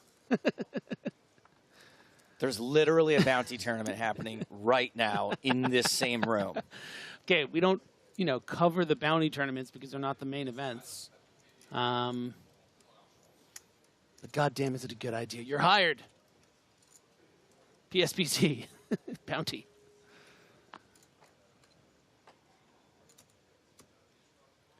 Esse Deuce. Ooh, under the gun? Yeah. You can't play that, really. Sometimes, if you got a lot of chips, you want to get frisky. But Monte deciding, not today, Satan. Conan. We saw Conan open 10-9 offsuit at the cutoff. So what would be different about this? Something. Something is different. Prefers the 10-9. I mean, they are closer together. John Morgan asks, how do amateur players get into these tournaments? Is it just buying in at the right time?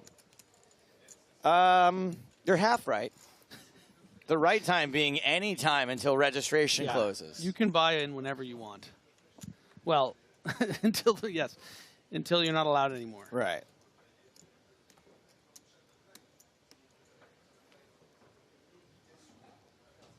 I got to say, I got really deep in that Monte Carlo main. I bought in with 14 people left, finished 6th. I bought it at the right time, what can I say?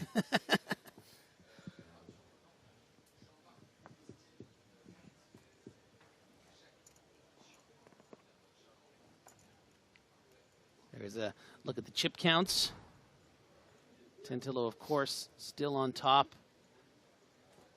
Around 2.2 million chips.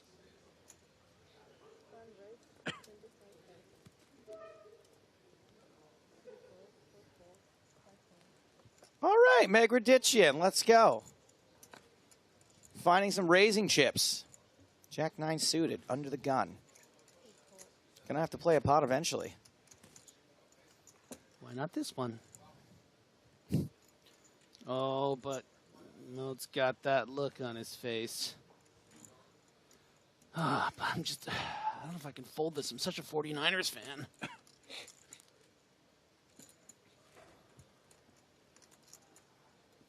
Told myself I wouldn't fold this hand until the 49ers win. Oh, sorry.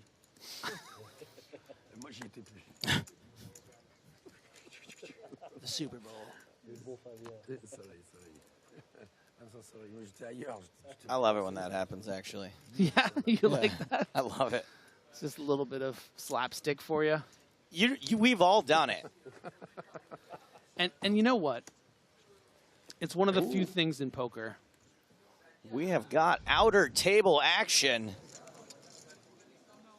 Didrik Mantor. That name's made up. Calling all in from Eric Spez. All in on the turn. Looks like jacks versus a pair of queens. They're getting intimate. Deep in the main. Father and son so happy to both be here.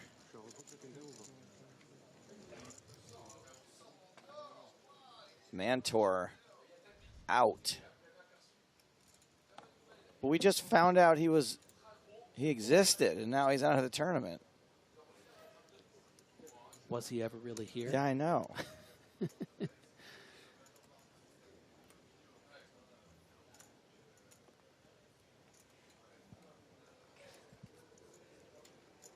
Mantor more like out-tour. I didn't say that one. I want to say. I mean, that was beneath Griffin even. I like that we're bringing it out in them, they're gonna give us some jewels down the line. All in.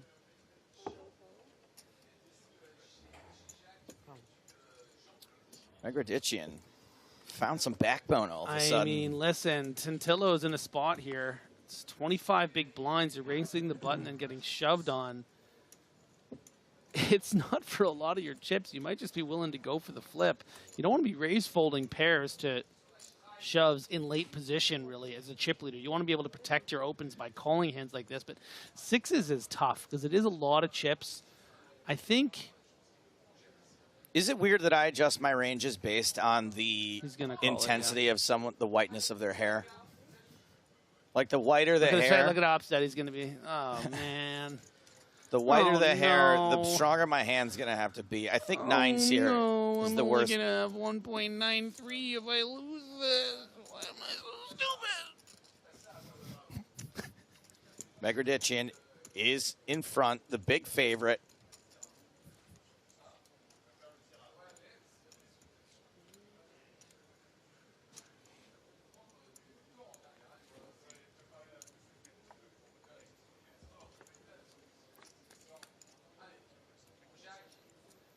Eight on the flop is not going to give much hope to Tantillo unless if I know, we if I know see a anything straight about card these dealers.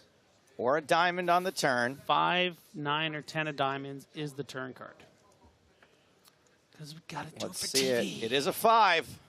Pretty close. It's a pretty good card. Tantillo has outs. This would be a shame. No shame. Double up, Megradician.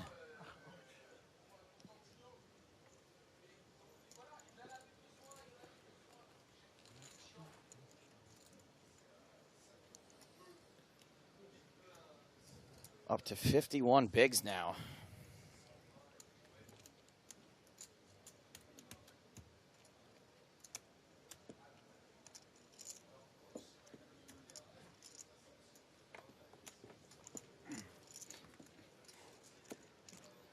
love a good chip shuffle stacking shot, you know? It makes you think of the times you're doing it. Like, I'm faster than that. I'm stacking a big putt. Who wants to be fast? It's like one of the only joyful moments. That's true. I really make a meal out of it. Yeah. 1 minute, 2 minute, 3 minute.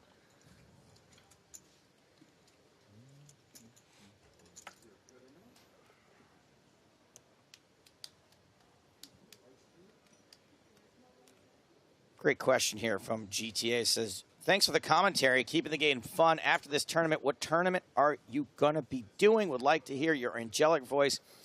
Well, we do the Sunday Million every Monday. Griffin is often a part of those streams. And quite literally, the day after I get back from Monte Carlo, it's the Spring Championship of Online Poker. May 11th, Wednesday, May 11th, coverage starts. We're going to do coverage every Monday, Tuesday, Wednesday for the entirety of the month of May, spilling into June.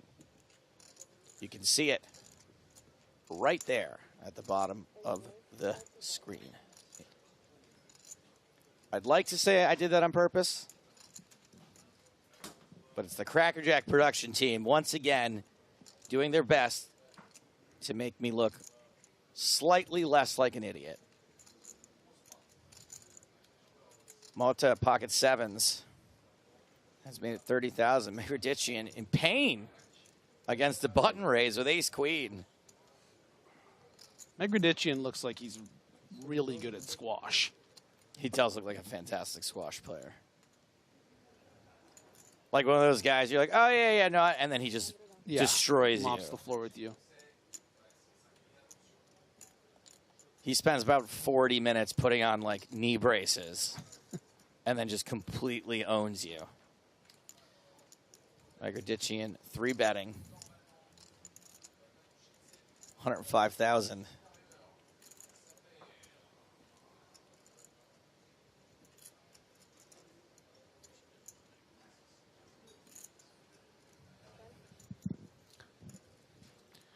Really only two options here for Mott, and that is the very aggressive all-in for, you know, about 45 big blinds, or just calling in position here. Certainly arguments for either. I think you don't hear people call plays a little nicer. Talk much about folding in against position. what we think is a tighter, you know, range. Is the range ever tight enough to just fold sevens? Can I just ditch these two sevens? No, then you're getting exploited too much, and also you're flipping here as well. Like, we're just going to burn 35, not call 70 more.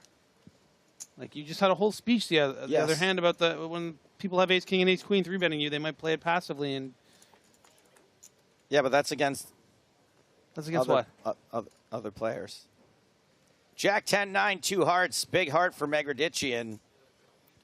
Both players with a straight draw. One of them good, one of them bad. I really wanted this to just be like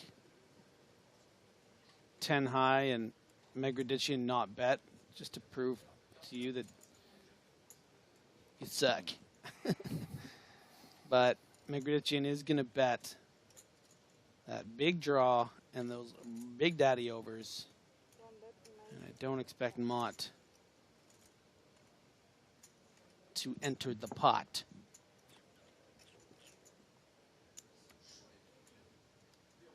The heat is too hot.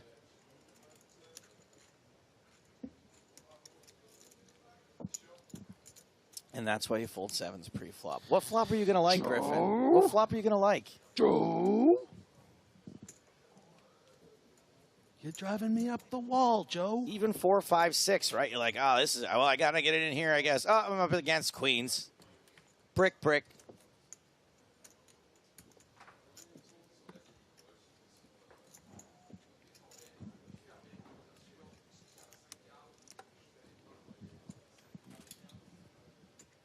Griffin's furious.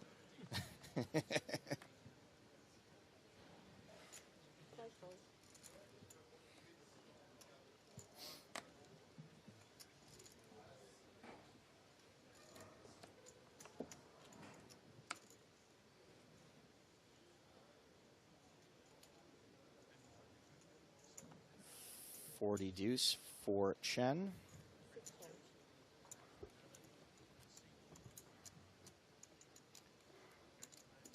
Tentillo.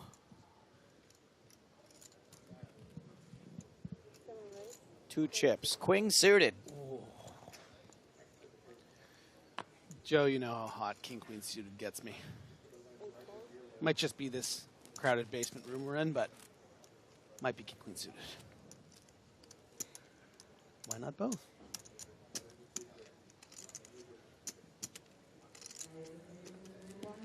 John Morgan asks, Joe, if you're only a recreational player, how did you get this commentating gig? Let me ask you this, Griffin. How many games in the MLB did Joe Buck play? He played the Nepotism World Series. So the answer is Joe's father owns PokerStars. All right, well, we're going to take a peek at some non-amateur players, some non-recreational players, past champions.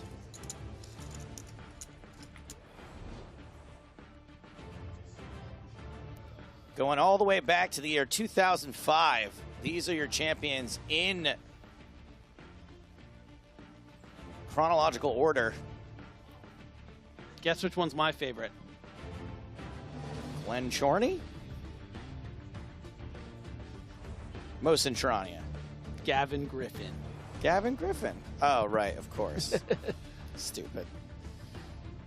Getting more into the modern era, Steve O'Dwyer won a massive one. Antonio Bonanno won a Monte Carlo event I'd like to forget.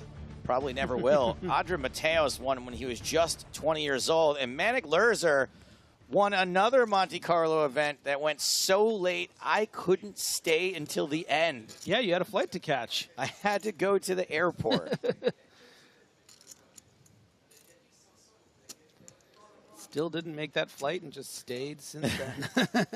Actual Adam asked what happened in 2011. I mean, you said it, so you're going to get a question about it. This is, you know, story time. 2011 was in Madrid. It was the angle shoot. Maybe the most famous angle shoot definitely in EPT history. But that was the guy who won? Yeah, he ended up winning. That tournament or Monte Carlo later? So Madrid was the grand final that year. So there's some weird crossovers between Monte Carlo, grand final, some Monte Carlos that aren't grand finals. Chantillo 3-betting Chen. Tell me, Chen 4-betting all in. Yeah, what's the most tilting thing that can happen to you when you have King Queen suited? You 3-bet fold. Oh. Why didn't I just call? I'm wearing my favorite sweater. I'm on TV. Didn't even see a flop.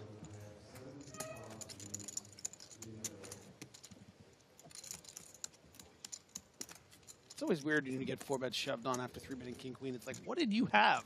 I had all the kings and all the queens.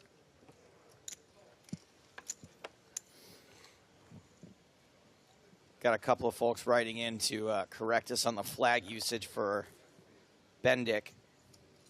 I think we got that one wrong.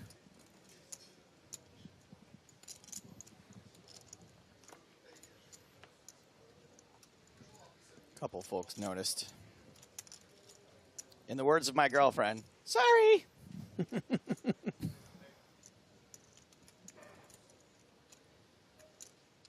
Santillo pocket trays.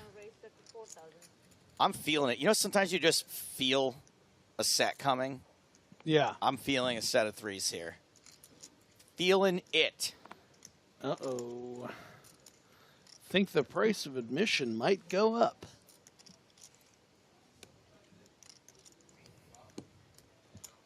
I will set the over-under on 110,000. Yeah, we're going 110, 110,000. Going once, Joe. Going twice. We're going over-under, 110, 110, 110,000. Joe? I don't have an opinion on these things. Over under. Under. What's way over? I just like watching you be wrong. In front I of just don't thousands like. of That's why I people. don't like doing it. That's why I set you up. I don't want to do it.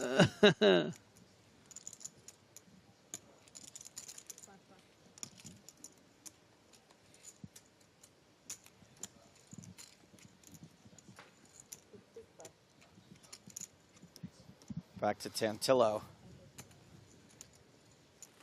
Oh, wasn't feeling the set like I was. This is what happens when you come to the table as the table captain and you don't wear a captain's hat. People forget. It's under the table. Yeah. Napostea asks, anywhere you can see the remaining players? Yes. Thank you. And the salle des etoiles. For your. You can see all the remaining players. Thank you for your question.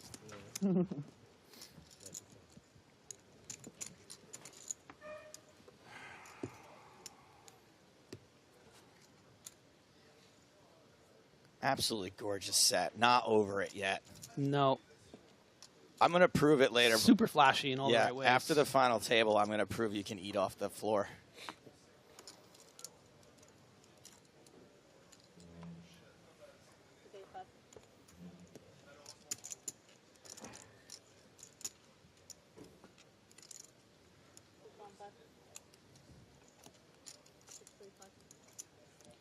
Elkin Sick asks, how are you going to play 2 more days with only 34 players and dropping hard?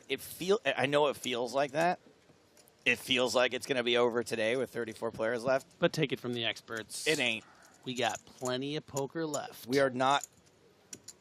will not lose half of this field today. The other half, 17 players, very unlikely. We'd probably stop at 16 regardless. If you think about it, right, the more tables that are in action, the more players you lose. So as there are fewer and fewer tables in action, the bust outs slow down. It's kind of like how a roll of toilet paper unfurls, right? Yeah. So that when the roll is really wide, it takes a long time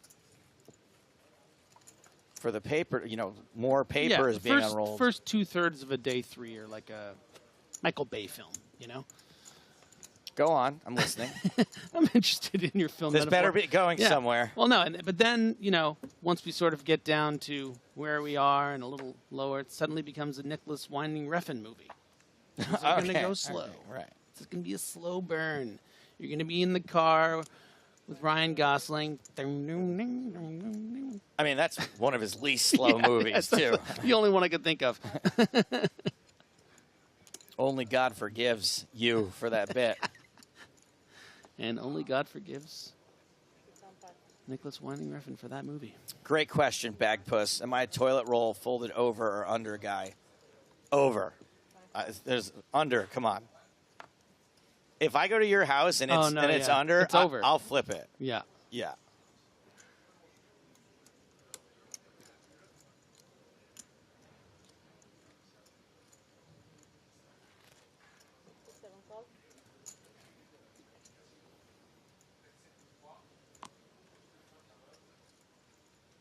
Tantillo,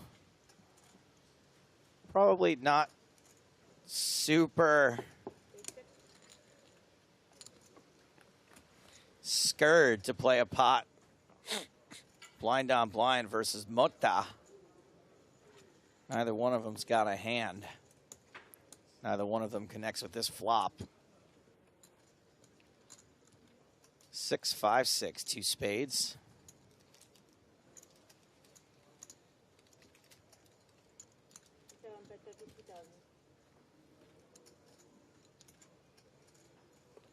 And Tantillo, yeah, was there ever any doubt? Was there ever any doubt who was going to win this pot if both players missed? No. Thank me for my question. Tantillo Still chip boss here. A little bit less than before. But still dominating with over 115 big blinds.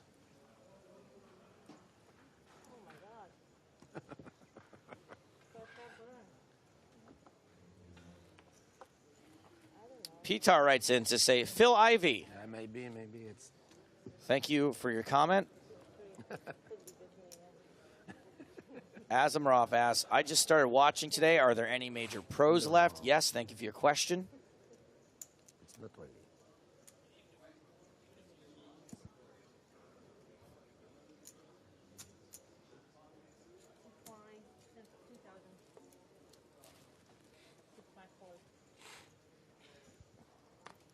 Arthur Conan kicking things off with a raise.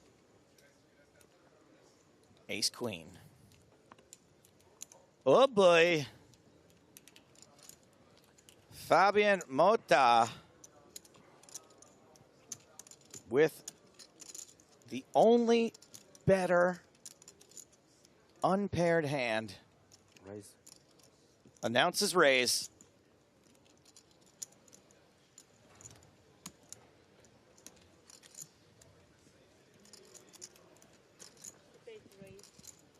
And I don't think Conan is going to think that this is light. We have seen some 3-bet action from Mott, but I think Conan is probably good enough and aware enough to at least strongly consider folding the top of his fold range.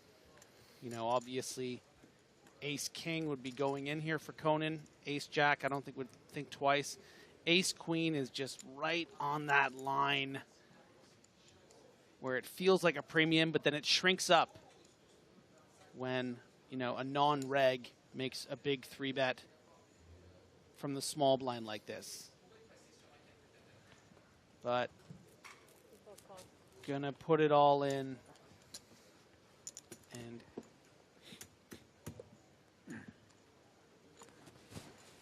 wait, it's just a call here. Okay, just a flat call, yeah. All right. Oh, man. Queen right in the window. 1 diamond for Mota. Domination. Is it reversation? What is it when it flips? I think it's domination reversation. That sounds pretty good to me. And just puts them all in. And is Conan right. Loving that.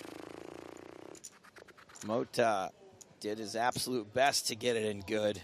Conan's like, let me flop the best hand, then we'll get it in. Yeah, then we'll talk.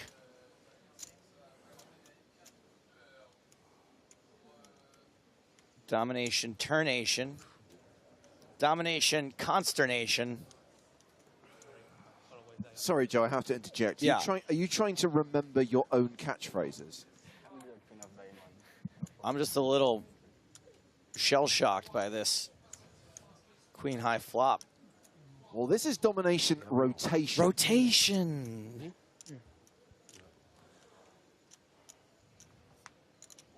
Now, should we see a king or a 10 on the river, that would be domination re-implementation.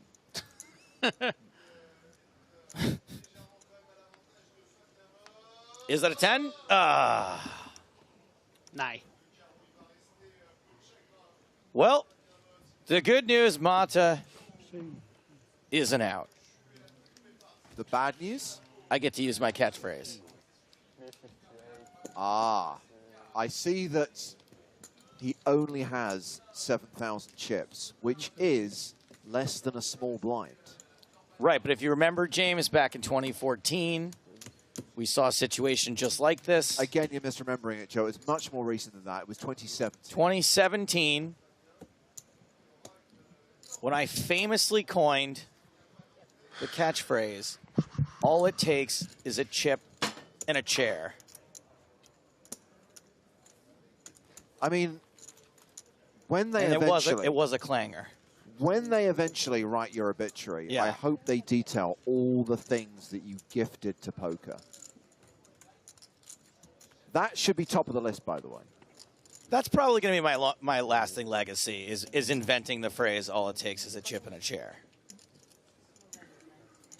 Have you considered having that etched on your tombstone? I have considered it, yeah. I just think I'm more of like an ash sprinkle guy. Yeah. But I would, maybe the next time someone wins a tournament with a chip and a chair, they could do it then. I kind of feel it would look a bit weird on a tombstone as well, like someone's walking past Joe Stapleton. All it takes is a chip and it's meaningless. Yeah. Yeah, it doesn't work. Plus, they would have to put 2017 on it, and then people would think, was I born in 2017? Did I die in 2017? Did I just coin the phrase in 2017? It's confusing. By the way, Griffin, we obviously hope there'll be many, many years before we even have to consider making this hypothetical tombstone a thing. Like 4 years. Yeah. Actually, I don't mind this suggestion from Lime Ricky. I should maybe just put goodbye my babies on my tombstone. Everyone in the Celtics of Toronto loves it as well. The crowd goes wild.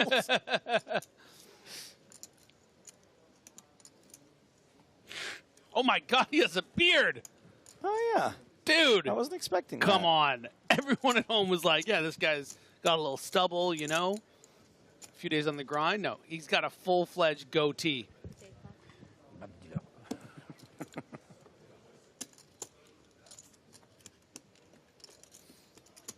So I'm guessing we're going to play to the end of level 21 before taking the 70-minute dinner break. Actually, it did occur to the floor staff that even though we've been playing this like level and a half, that actually the ambition tonight is to play to the end of level 23. Once we get to the dinner break, we can just play 2 90-minute levels. We can play 22 break, 23 break. Otherwise, you end up doing 2 hours 15 and then 45 minutes. That's just weird. But I was going to be on the 45-minute shift, so I quite liked that one. Well, what can I say, Griffin? Some fellas are lucky, and some ain't. You'll just have to settle for winning $1 million poker tournaments. Nick Knack asks, if you don't have enough for the small blind or big blind, can you play the hand? Will they just take it? Absolutely, you can play the hand. You can only win what you put in per player. Yep. It's very complex math. Now, one thing I think is worth highlighting, though, is that Fabian Motta is entitled to the entire ante. Yes. Which is 16,000. Your money goes toward the big blind first. Correct. Which is definitely what's preferable when you're the player who doesn't have enough to pay the ante. Well, Cristiani has opened under the gun to 35,000 with King Jack. Motta with King 4. No. It's all getting pretty morbid in the chat, but that's pretty funny too. No. What if Joe and James die on the same day? Save on the coffin expense, and everyone loves a chop pot.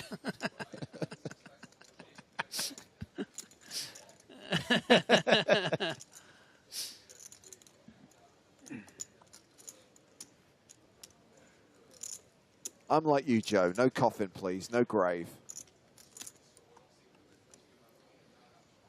Devil's Card says the phrase chip and a chair was started in 1982 when Jack Strauss came back from a chip to win the World Series. First of all, never heard of him. Second of all, if he wants to stake the claim, I'd be willing to listen.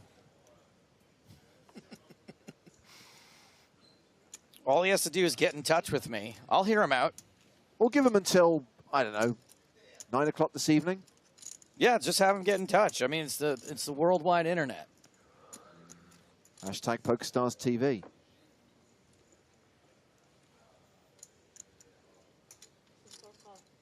So we do have a customer, and it is Arthur Conan.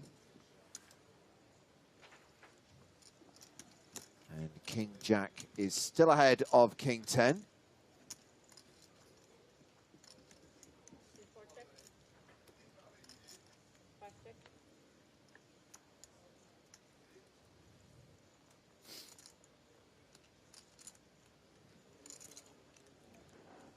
Wilson Wallace says, this bloke sounds like John Oliver. Griffin doesn't sound anything like John Oliver. Well, that's a bad read. Terrible read. Wilson, you're lucky we don't ban you for that one.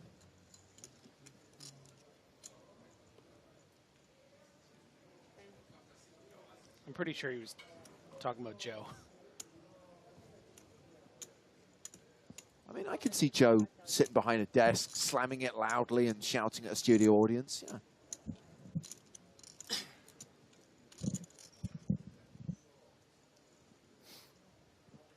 $75,000 the bet from Conan on the turn after it went check, check on the flop, and Cristiani folds the better hand.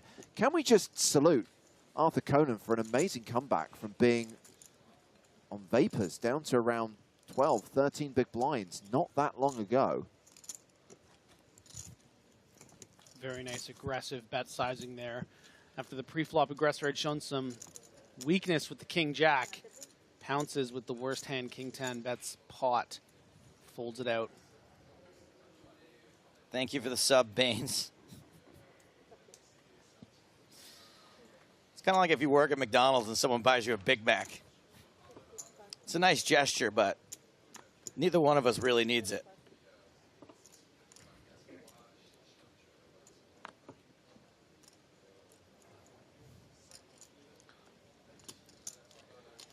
I might have been tempted with the Jack-7 of clubs, no? I forget exactly what you're supposed to do in these spots, but it's certainly a hand that can win. You've got, I mean, look, you've got a feel bunch like of you're free, supposed bunch to of just free wait. hands. Yeah. You're supposed to wait for the big blind unless you get like an absolute monster. Yeah, I think you're right too. But I would be tempted. It's true, Flakes. I do love Big Macs. That was someone bought. Oh, wait. I thought he folded already. No, he threw in a time bank card. Oh. James, you're the best in the business at knowing when the pay jumps are. When is there a pay jump for our lowly soldier? So we are at 33 players right now. It hasn't going to last that much longer. 19,000 being paid out right now. 22K if you can make it to 31st place. Certainly a consideration. Guys, look, I'm not saying that nobody ever won a poker tournament with one chip before I coined the phrase. I'm not saying that at all. Yeah. I'm sure it's happened lots of times. I'm just saying I invented the phrase, all it takes is a chip and a chair. Yeah, I have heard that. And there is absolutely zero evidence to the contrary. None. Yeah, and it's so weird that people constantly want to disprove this. Yeah. And it's one of those things, too, that even if it weren't true, by the way, which it is, yeah, you are now saying it enough that history will now be rewritten by the end of this, you know, and it actually will be, you know, it's going to be so much in the media that's going to be the new truth. If it wasn't true, which it is. It is true, though. Yeah. So that point's neither here nor there. Yeah. Yeah, can we cut that, actually? Well, that last hand was raise and take it for Ramon Kalilas, who's still close to a 100 big blind stack. 1.5 million for Ramon.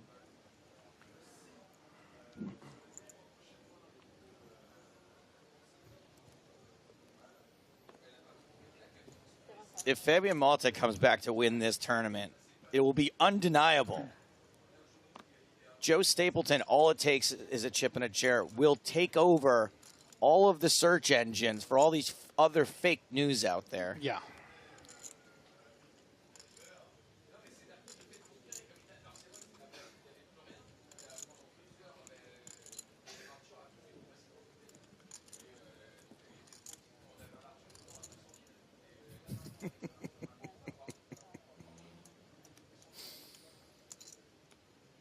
Tidy asking, how are we getting their hold cards? I think you mean to say, Tidy. So there are no... Okay, so this can be confusing. It's your hold cards, but it's the whole card camera. There are no whole card cameras. You're right. We're getting the hold cards due to RFID technology. Every card's got a little microchip in it. It's encrypted, sends a signal to a computer that decrypts it, and then it goes beep-bop, beep-bop, puts it out there on the screen for you. Now, why is it the whole card's camera? Because the camera's in a hole. Okay. And also it shows the whole amount of the cards as well. Yeah, I mean, a lot of people like to joke around and with the W whole card, sure, whatever. Like, Yeah. that's fine. I like a good laugh as much as anybody else. But. Yeah. Ramon back in action, raising to 35,000 from the cutoff with Queen 10 of clubs. 7-6 of clubs for Arthur Conan.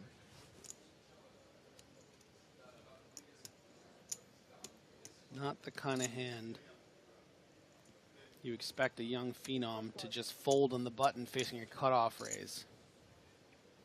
And it's just going to play as a call. Certainly could see some 3-bets mixed in, but... I might meant to seriously think that Mark Christiani is considering playing 9-5 offsuit. He's probably considering a pay jump. With his million chip stack?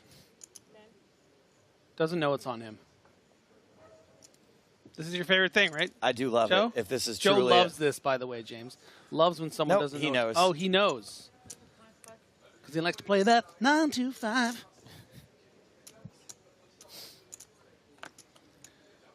So the reason why this flat by Conan's kind of cool, too, is the kind of range of hands I think you expect a flat on the button here. Yeah. Probably more weighted to the Broadway combos, maybe some small pocket pairs. Ooh. What? Street Flash. In the world. It is a Street Flash board. But kind of. Clearly. It's a long way to go. Ramon Kalilas drawing to the better flush right now and checking the action to Conan. And this is going to be so well disguised. Played as a check call from Kalilas. Because it looks like something like ace-10. You know, don't want to necessarily bet against a very tough, tricky opponent and, you know, maybe get raised or get floated.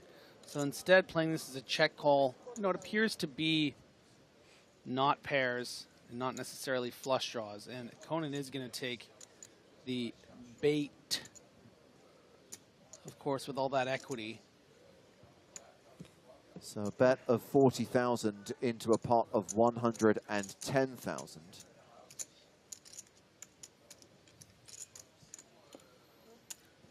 Do we ever see a check raise here? That's another question, but like I said, the check call is going to be a lot nicer. Looks like a call from Ramon. 8 of spades on the turn. Ramon now a 4-1 favorite. I'm So Harmony asks, is Conan a popular player? Looks pretty familiar. Very popular in France. Future star. Just won a 50K. High praise from the French commentators. And Sam Grafton yesterday had nothing but good things to say about Arthur Conan. What? 1,000? 130, I think. It did sound like 1,000.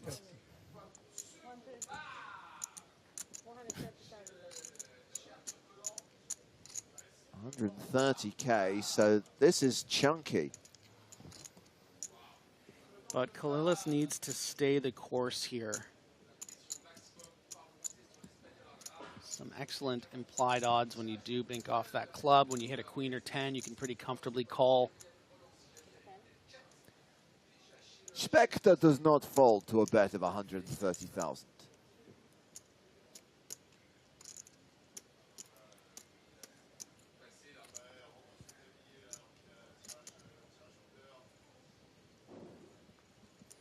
Is that his last Sunday chip? I think he's put his remaining cards out there, but the dealer will obviously only take the ones that he uses. There was a question earlier on about how the time bank cards work in terms of whether you get new ones, whether you can carry them over. And the answer is yes to both questions. Any cards you haven't used today, you can bag along with your chips, and you will be given a fresh balance at the start of play tomorrow. Well, here we go. I think no matter what happens, this is going to be an interesting river. Yeah. Oh, that is very interesting. Told you. You know, Kalilas is repping a pretty capped range here with this check, check, check line. It could just be something like, you know, ace, deuce of hearts.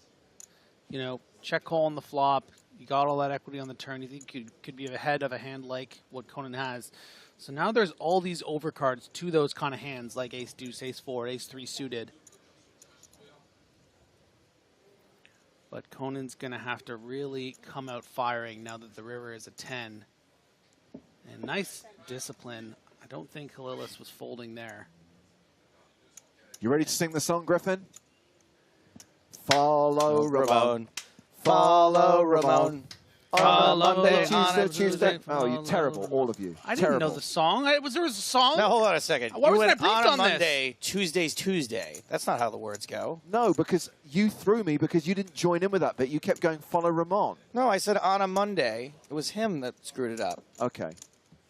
I don't know the song. Nobody tells me anything. Okay, it goes like this. Follow Ramon. Follow Ramon. On a Monday, on a Tuesday. Following Ramon. Following Ramon. Okay, I would have what is that this song? This is a song that was sung at his final table by the rail, I would imagine. It's our thing. Oh.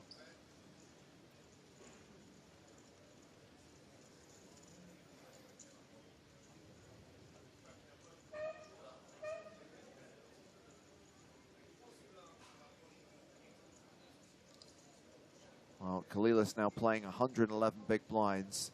Tantilo still the biggest stack at this table with 114 bigs. Yeah, there you go, Griffin. You've elicited this comment from our producer. I don't think any delayed chop pot songs were that bad. I hope you're proud.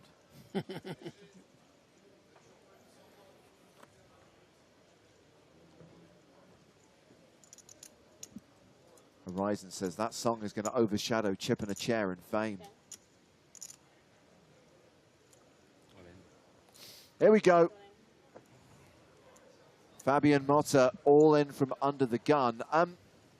Is this the right move, Griffin, or should he just wait to post on the next hand? This is literally terrible. it's like the last thing it's just like ridiculous that he folded Jack 7 suited and then now decided to take Jack deuce. It's like he had a bet with a friend or something that he would put simple Jack in the worst possible spot to bust the main with 30. Exactly, I can't.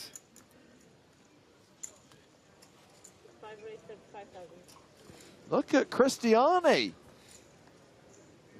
Raising with 8-6 of clubs.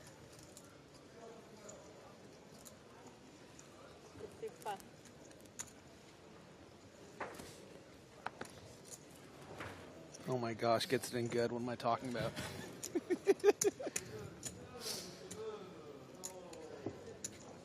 This 3-bet makes him happy. What does it say on his shirt? So, Motta gets it in good. Yeah. 54% favorite. Cristiani obviously with live cards here.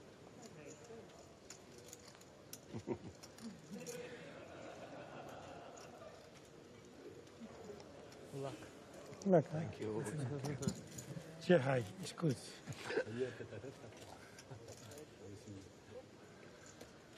La vie, c'est comme ça, écoute. Non bad dealer, un bad deal and bad player. Whoever wins, we lose. Well, there is a deuce on the flop. Motta didn't need to improve, but does.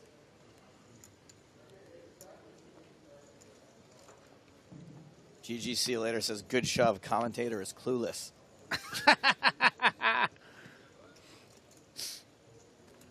Also, you're banned. And there's the 3 that would have completed for the chip leader had they called pre-flop for that one chip. Say hi. Non, il a gagné le PT. So all in for 7,000. Gets action on the 7K. Plus, of course, Nice ball. New chip leader. gets the full New chip leader, ante yes, as thank you. well. It's same. I say Don't that. worry, It's the I'm sure same, he's I going to win, put these chips to good use. Well, see, this is the thing. The reason why it's bad to do what Motta did there is even in the wild result that you get it in good and you hold, you're all in the next hand anyway. So why are you forcing 2 all-ins, when you can just do 1 and then get another rotation? So going to have the 16K and 16K. Because you can double up twice, Griffin. You idiot. Griffin, stop arguing with people who have literally played 5 minutes in a free roll. Listen, I'm happy for him.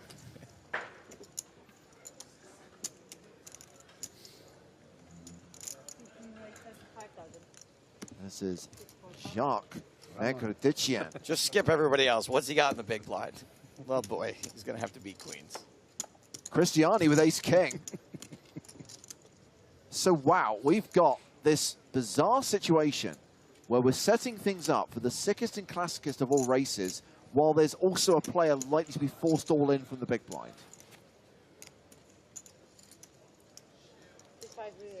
I mean, how many times have you seen ace-king versus queens and then some other random hand would have won? We're going to get to find out. We're going to get to see it unless he folds.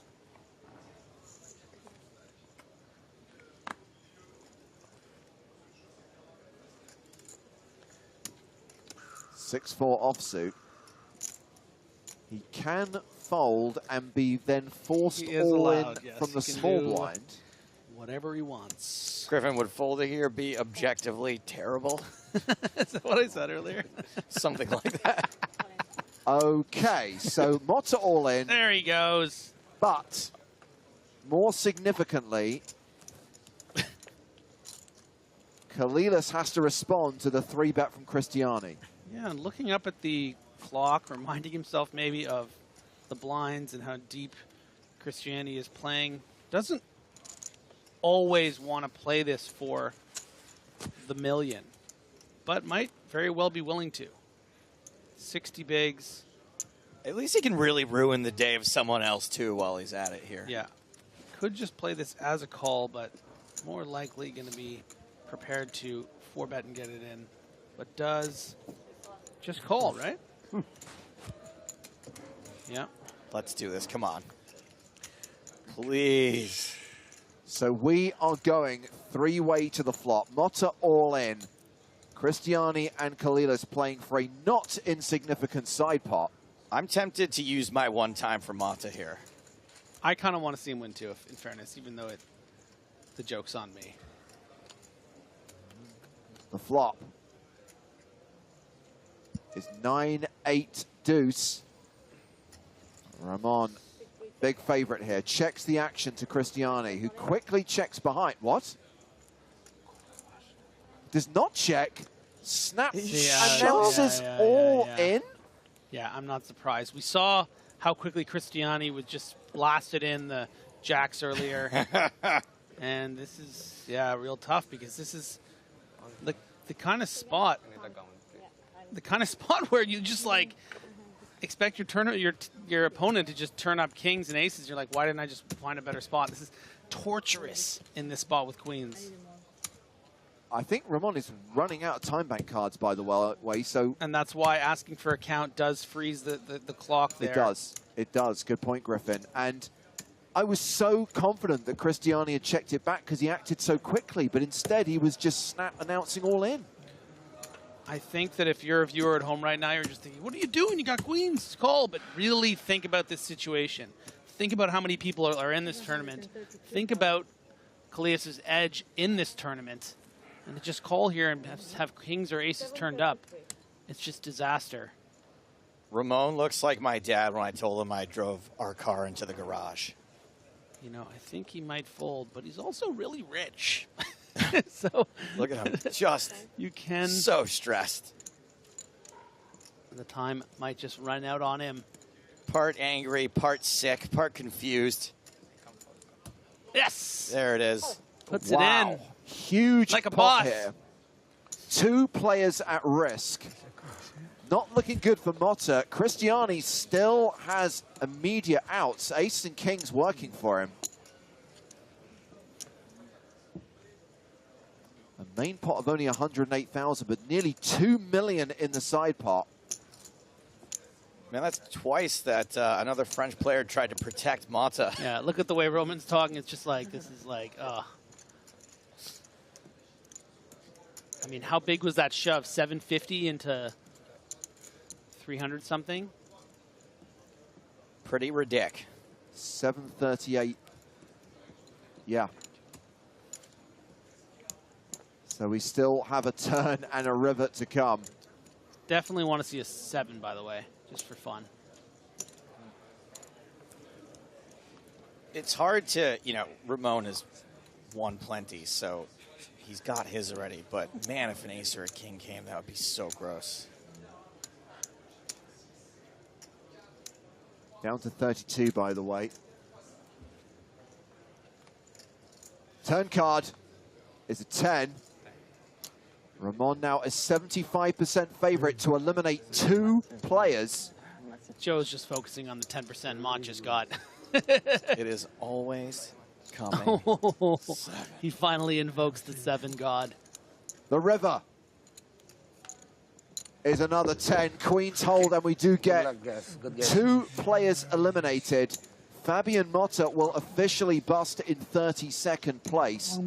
Mark Christiani goes out in 31st place, so he gets the slightly bigger cash. Quite a big blow up there, I have to say. But these things happen. A lot on the line.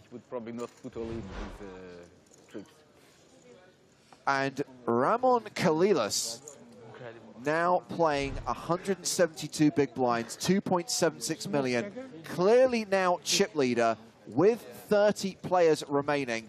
Griffin, are you willing to give it another go, or do you want to just listen one more time so you get the hang of it? I'll try. Let's go. Here we go. Follow Ramon. Follow Ramon. On a Monday, on a Tuesday, following Ramon. Hey!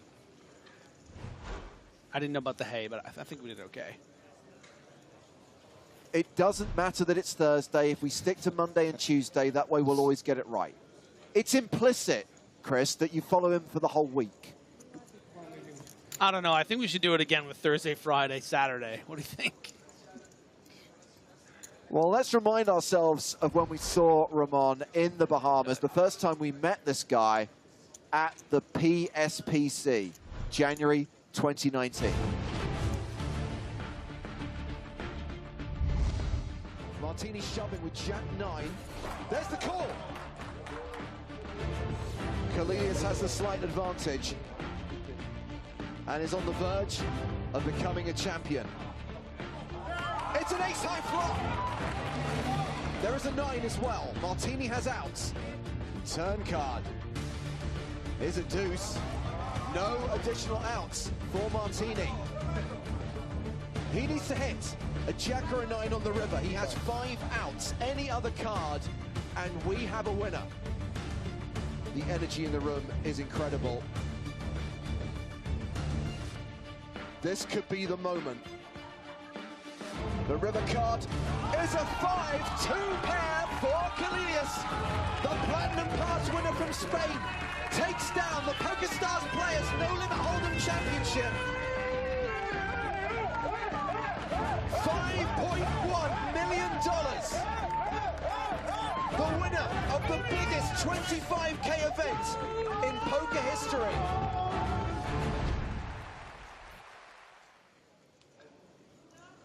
After winning that Platinum Pass and winning the PSPC, Ramon became a member of Team Pro. And now he is chip leader with 30 players remaining in the EPT Monte Carlo 2022 main event. You know, they always say, who won the PSPC, not who finished 14th in it. That was me.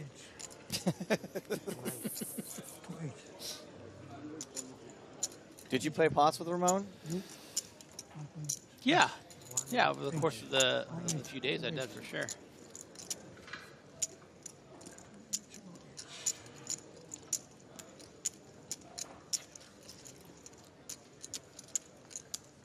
Meanwhile, a new player has been moved to the feature table.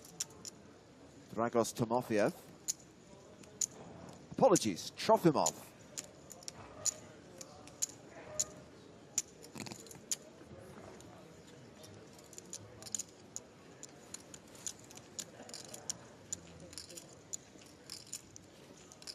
I'm just mad about that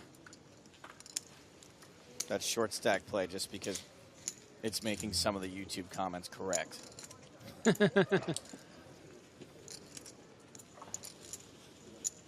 According to YouTube, no one has ever played a hand correctly. Oh, yeah? Yeah, I don't know if you know that or not, Griff. Yes. So with Trofimov in his seat, we can continue. Six-handed at the moment on the main stage. I do like this comment on YouTube, though, from Somos. There's something about 8K that I don't like. It's like kind of like the PG version of what most YouTube comments would say about Ace King. Yeah.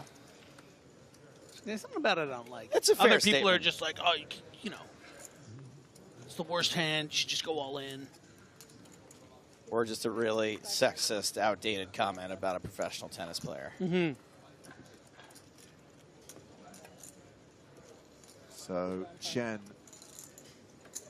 raises with 8-7 of hearts, gets folds from everyone. I love the fact that Dragos is wearing his PSPC hoodie. I believe he was a Platinum Pass winner. This is yours? Yes.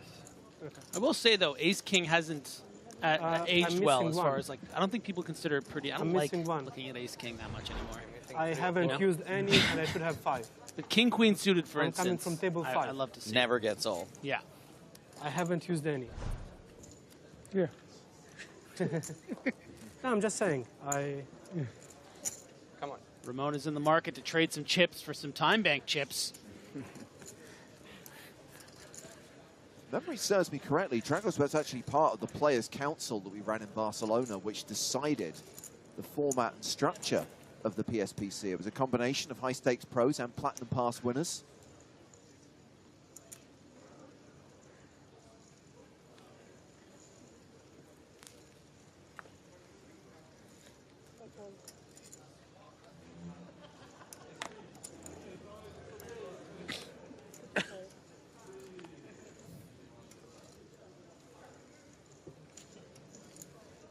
Tilo with the Grafton, 10-9 suited.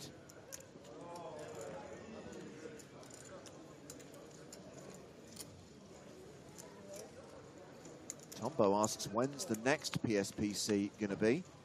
January of 2023, taking place at the Bar Hamar Resorts in the Caribbean, part of PCA 2023. Check out the details at PokerStarsLive.com, and over the course of the next few days, we will remind you of the various ways you can win a Platinum Pass live and online.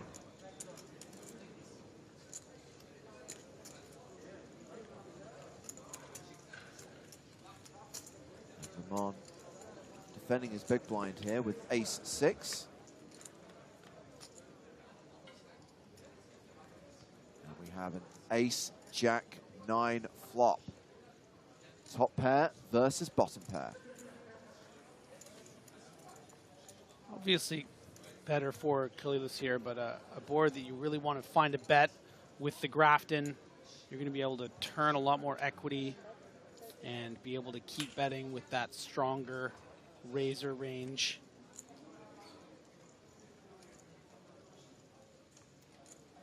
You know, and it doesn't always have to be the 7 of spades that you keep barreling. You can sometimes just decide to put big bets in on low cards to fold out, you know, Jack X type hands or weak aces by the river sometimes. But yeah, Kalilis with that chip lead. And there is the straight. 7, 8, 9, 10, Jack. I can confirm Griffin is right on this occasion. There is a straight on board. Hold on a second. 6, 7, 8, 9 is not a straight. The other player, Joe. 7, 8, 9, 10, Jack is a straight.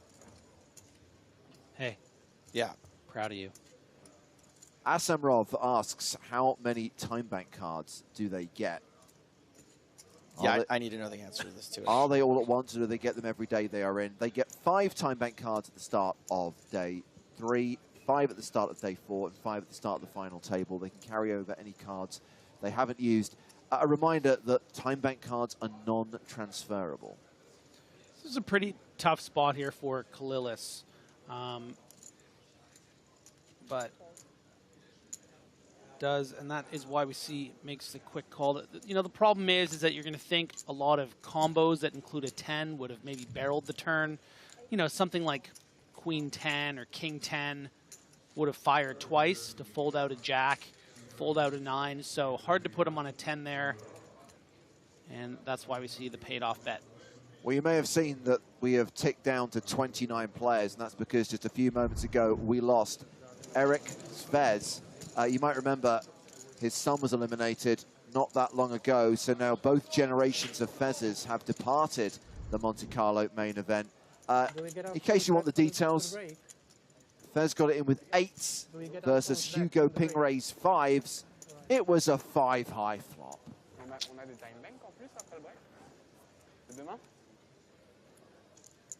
Wonder if there's an Uncle Fester.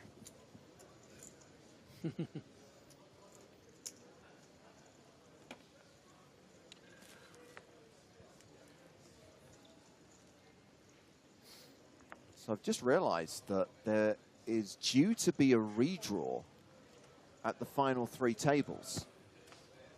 Any chance we get to 24 before the dinner break? 5 eliminations in the next 40 minutes? I'm going to say unlikely. In the range of outcomes. I think yes, possible. I'd say even maybe 50-50, but with the amount of time it would take, would they maybe just take the dinner break early and do the redraw? I think if it doesn't really work, does it? I think if it was in the last 15 minutes of the level. Yeah. Yeah. I think now. Well, that's what I mean. If it were going to happen, it's very likely to be in the last 15 minutes of the level. That's true. Ultimately, I think it's highly unlikely. I mean, what are we playing right now? Average stack of 1.1 million at the 8-16 level? What's going on here, Griffin?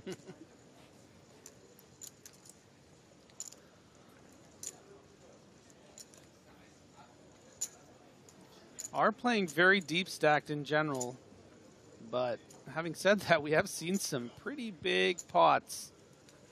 It's not like we haven't seen 2 million chip pots at this level. That big Queen's Ace King clash.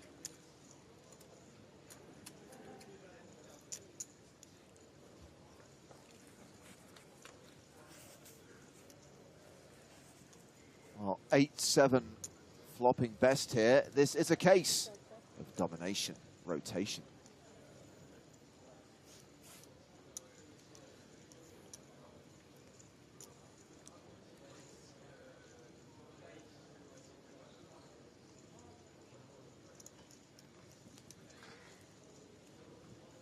Do you think there's a context that we could work in domination citation? If someone's speeding, you know, in a hand, getting out of line.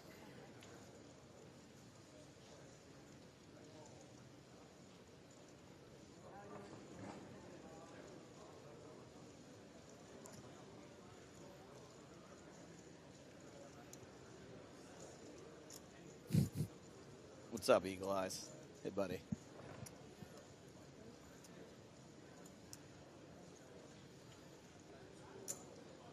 Continuation bet of 33,000 called by Conan, who has near enough 80% equity as we go to the turn. Queen of Spades pairing the board does give Tantilo the flush draw.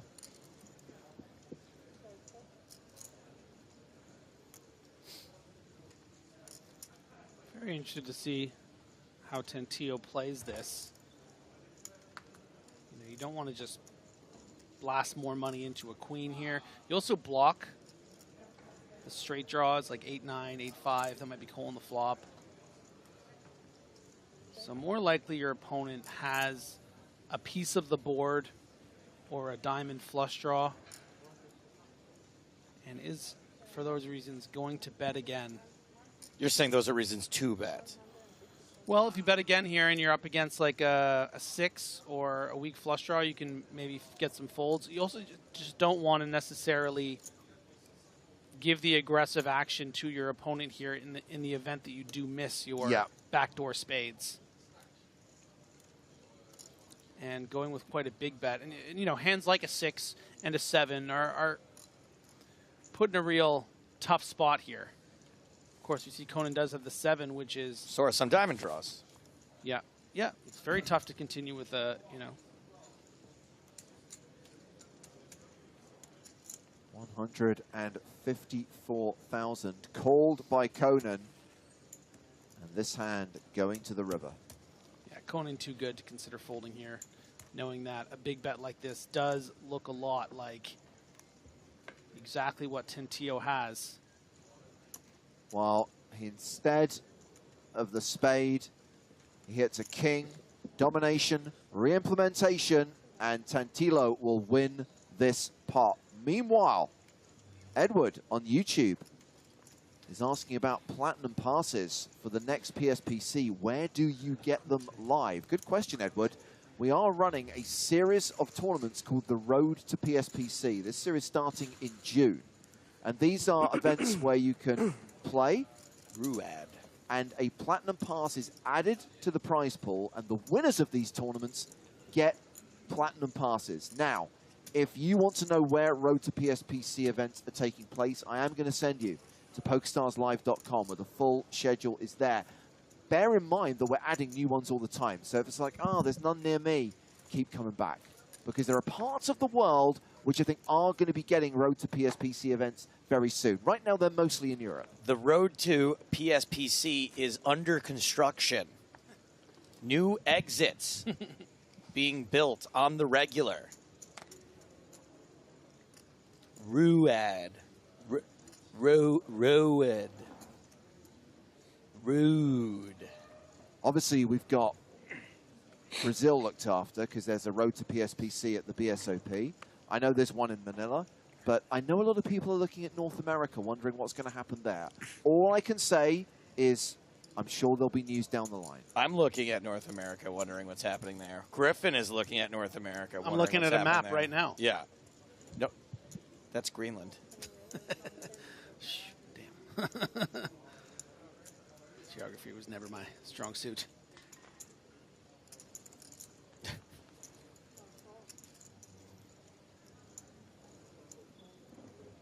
Dana Craven asks, all expenses paid? Depends how much your expenses are. But in general, yes. Yeah, so the Platinum Pass is worth about $30,000. Now, the buy into the PSPC is $25K. So that other $5K is travel, accommodation, expenses.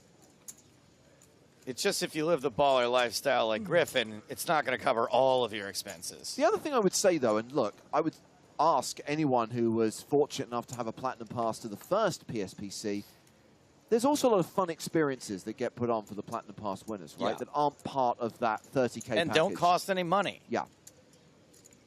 I mean, I think there were boat trips, there were like some sit-and-goes, there were parties. How about a comedy night? That's true.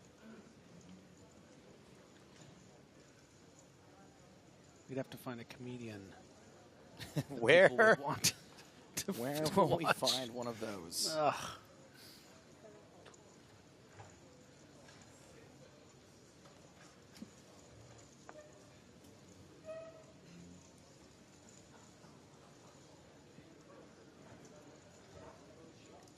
Haven't heard a lot from our local squash player for a while. Megradichian? Ace-7 suited? Okay, I'll make you guys a deal. If Megradichian wins this event, I will, on camera, with a microphone, like Joe normally does, ask him the all-important question, are you a squash player? But only if he wins. I'll ask him, sure. No, come on. It's your thing. I Oh, can't you ask want him? to ask him? Yeah. Sorry, I thought you were asking me to ask him. Yeah, of course. Go for it. I don't care. I hate doing the winner's interview in the first place. You can have it. Yeah? Yeah. I don't know if they'll let me. They will not let you. No, they won't.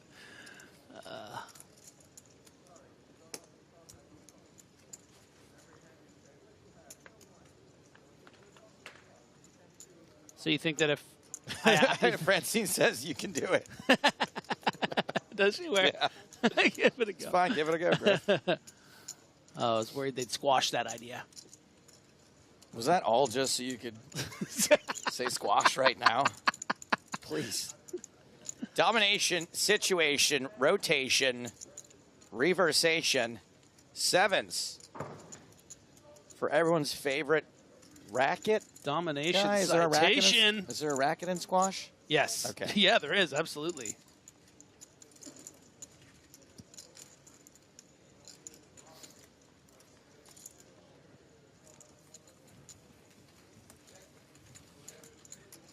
Does in fact take it down. What kind of ball is in squash?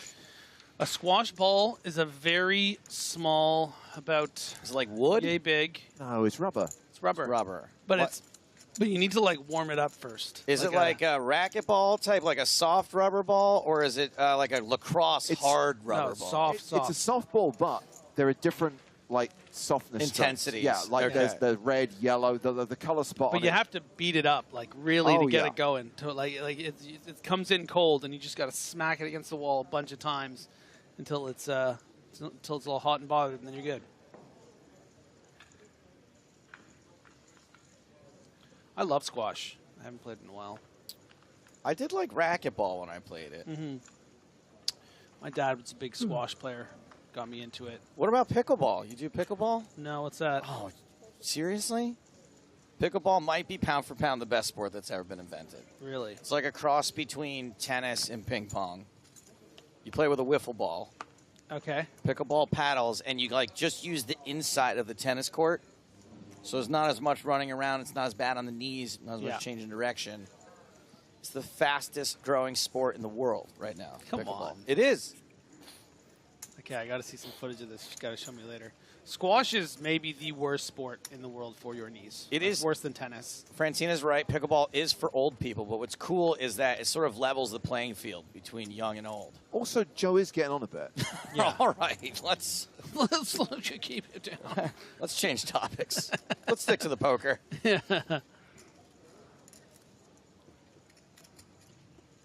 It's Conan versus Tantilo once again.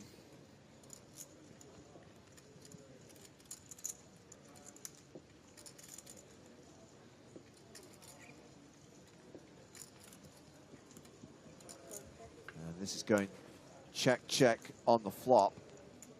Ace on the turn. King 9 still ahead. Tantilo checks a second time.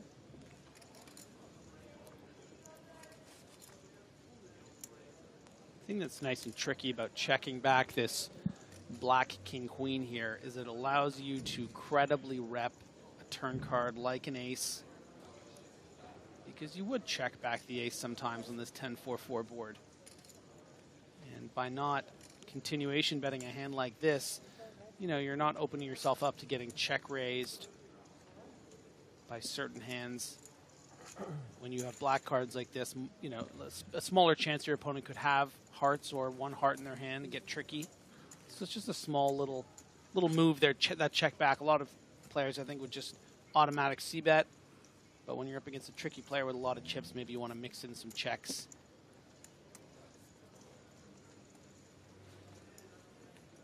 So we have gone down to 28 players.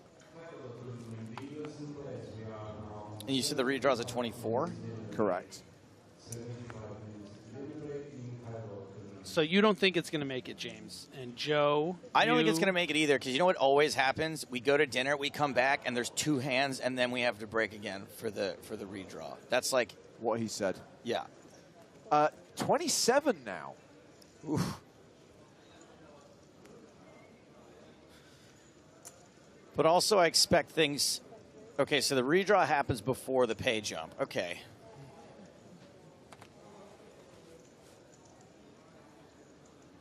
Pickleball is just a spicier version of cucumber ball. All right, I'll allow it. Oh, the old ones are the oldest.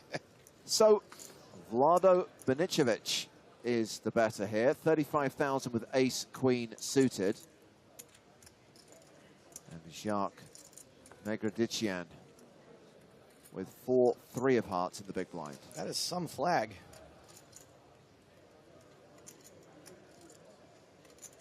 I think that's the country from Bionic Commando.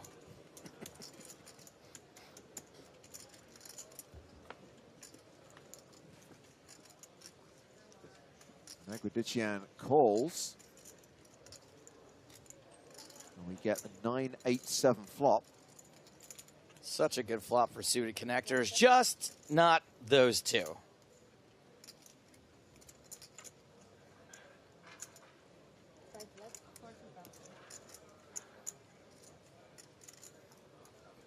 Lado betting 40,000. And it's kind of cool to play this as a bet because even though so often your opponent's going to be all over that board, times that they're not like this, they won't really bluff it later because they're going to be out.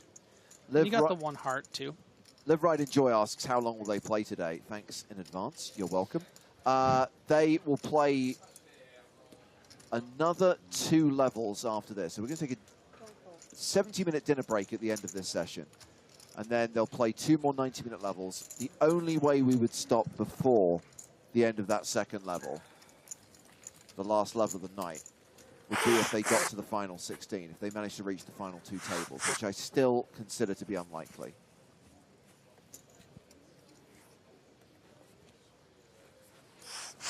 Can we talk about the sweet name of the new player at the table? Dragos Trofimov. Who is not this person? No. But I think it coming up in the big blind here. Yeah, I hope they found Dragos' missing time bank card. When he first moved to the table, he felt one of them had vanished. Says he still should have all 5 from the start of the day. He hasn't used any yet.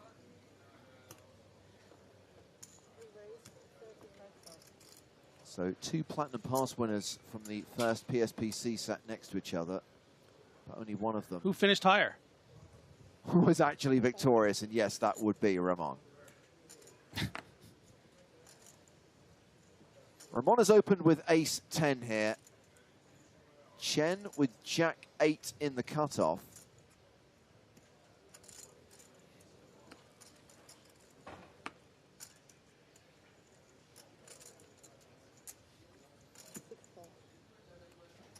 Fausto Tantillo folds the button.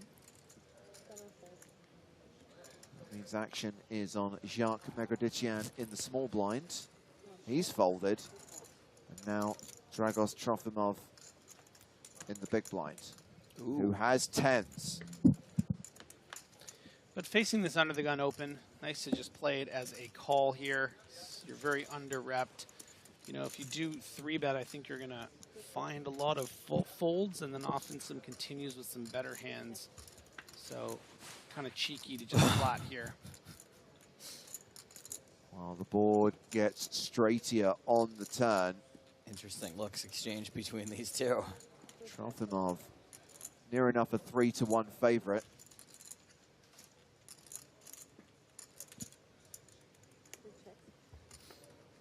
Goes check, check again. 5 of hearts changes nothing. Trofimov has a lock on this. 94,000 in the middle.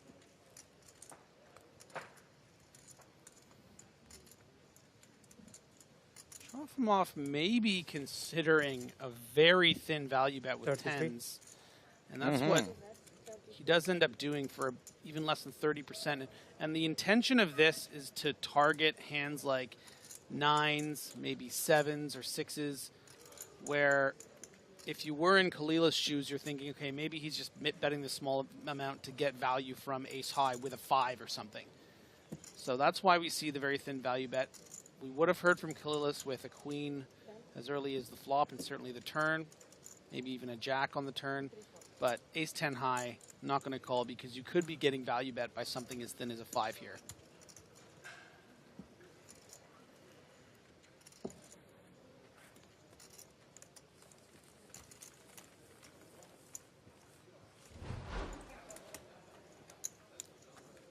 Trofimov playing an 80 big blind stack. Third in chips at this table behind Fausto Tantillo, who's got 2.2 million, and Ramon Kalilas, who's got 2.5 million, close to 160 bigs. No short stacks at this table. The shortest being 42 big blinds.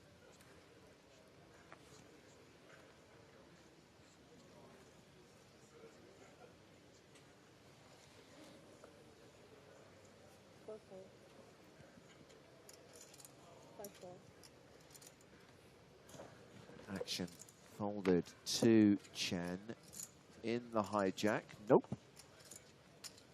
John Delano is supporting Fausto because his shirt is the closest thing we have to a Catvatar.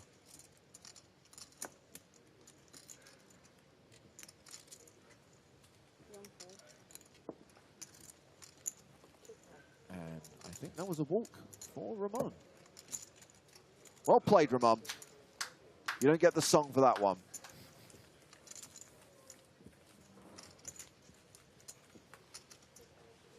So right now we have 4 tables in action, our feature table and 3 outer tables. Neil Farrell, a former EPT champion, is at one of those tables in a hand against Jason Wheeler. 2 legends of the PokerStars reg scene over the last 10 years. Played so many hands together, not just in EPTs, but online. So the board here, Griffin, Queen, Queen, Jack, 8-6. Neil Farrell betting 80K, called by Wheeler.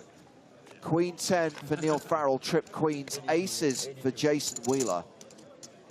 Aces cracked by the man who we saw win his European Poker Tour title on the island of Malta in 2015. Let's relive that classic moment.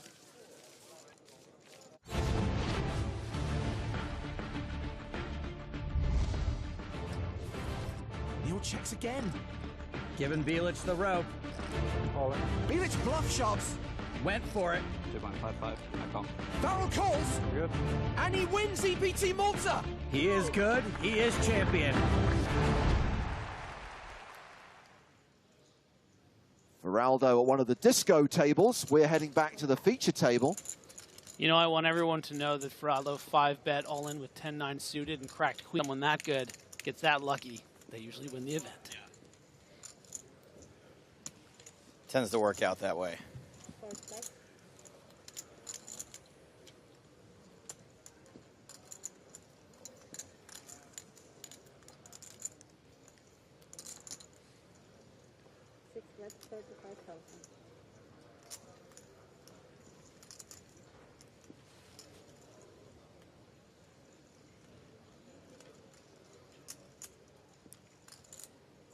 Chen firing at 35. Conan, not a lot of hope or future in this hand. That one, but he does like his suited kings, as we learned earlier today.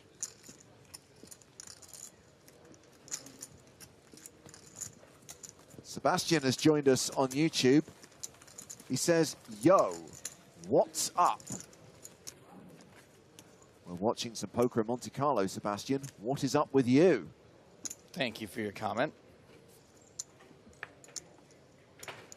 Easily the 4th or 5th smartest comment from YouTube today. Top 10 for sure.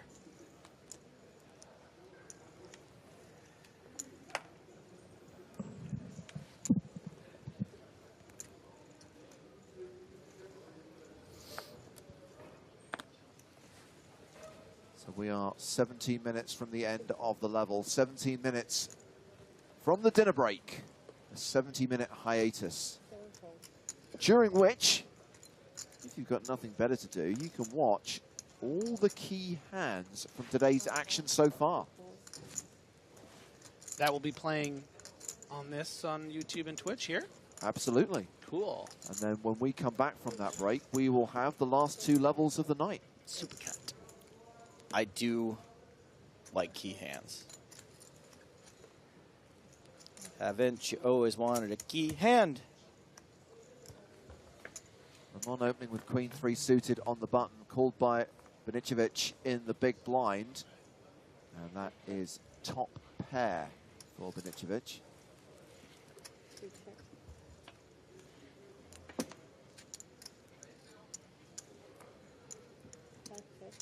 Still ahead.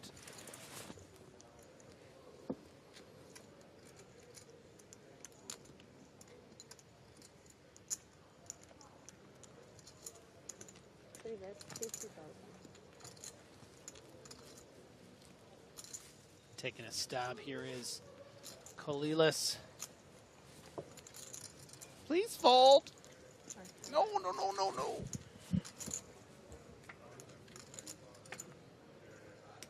Barry Greenstein.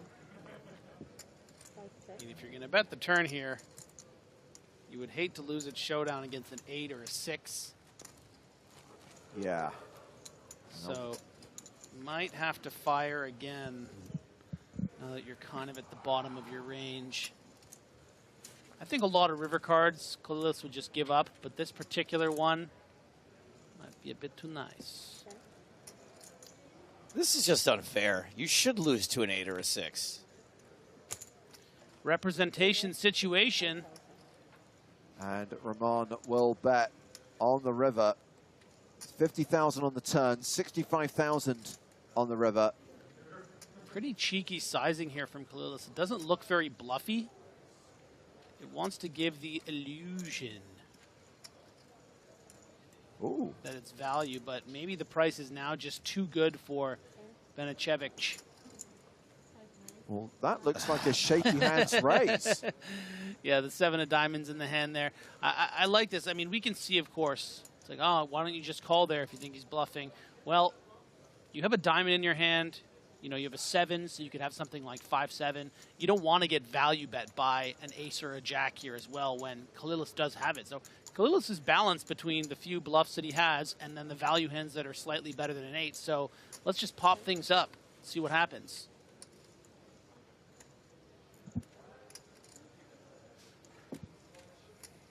Ramon folds. We've had a question from Arsenal Bowler, who I'm going to presume is a fan of the London Arsenal's soccer squadron. Great kickers on that team this year. Asking why an ace is called a Barry Greenstein. Specifically, it's an ace on the river, because Barry wrote a book called Ace on the River. There you go.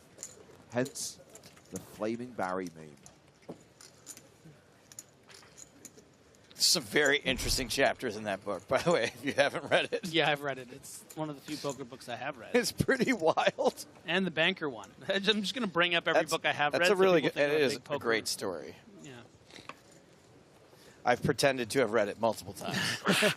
Carlos on YouTube asks, what do the commentators think about Harry Maguire? Was Who's he that? in one direction? No, he's the guy that's like, you complete me. Show me the cash. That one. Yeah, Harry Maguire. Harry Maguire. Yeah, yeah. With Brad Pitt and Denzel Washington. You're cool. You're cool. You're cool. You. Yeah, You're yeah, cool. yeah. Who's leaving with me? Right, right, right. Yeah. Yeah, Harry Maguire.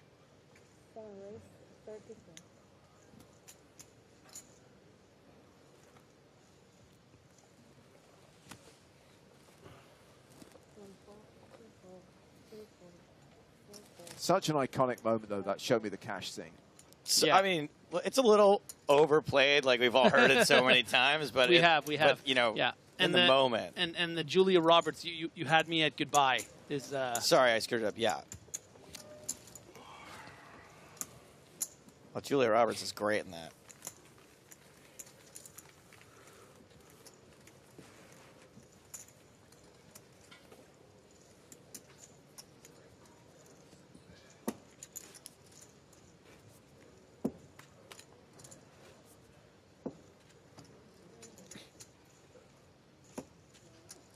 Casey Pierce on YouTube asks, who's your guys' favorite poker player of all time? Mine is Adrian Mateos, and I'm not just saying that because it's the last televised winner we had. You're a big Mateos fanboy. Oh, yeah. Oh, yeah. He's really, really good. Kind of cool that this is the place that, you know, he won his first major event, 20 years old. 7 years ago. Well, he won WSOP Europe.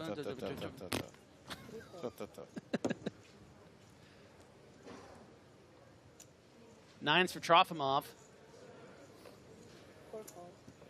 Has raised to 32,000. Unfortunately, all of my favorite players used to be team pros, and they're all dead to us now. So Sava says, Harry Maguire, the famous no-look defender. Now, he was a sports agent. He didn't actually play sport, duh. It was football, though. Yes. Of all time is strong. You know, I'd have to think about it. But current Adrian takes the cake.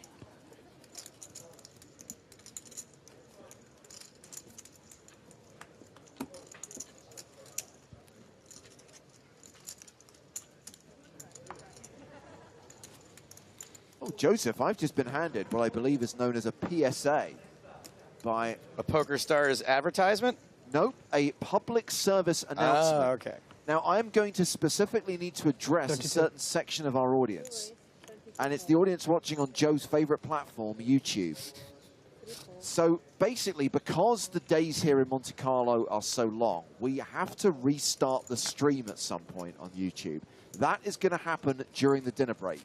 So the link to the new stream will be posted in the chat and pinned to it as well. But basically, during the 70-minute dinner break, you are going to have to change video, change stream.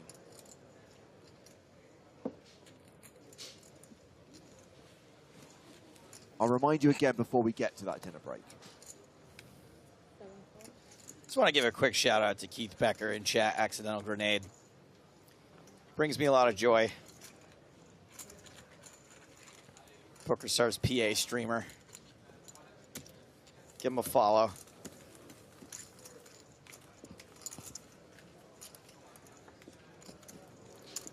Udon Messed Up asked, do you guys feel there needs to be more emotion and personality in poker as there was 10, 20 years ago? We get some emotion. We do. I think this question gets asked more often than it is relevant these days. I think it was a very relevant question maybe as much as 5 years ago. I'm just saying it's not all over, baby. You know, still get some action. I think that things have swung back around, and there's some personalities out there. It's just a tough thing to demand because it actively affects your bottom line negatively to have those sorts of emotions at the table. So what are you supposed to do?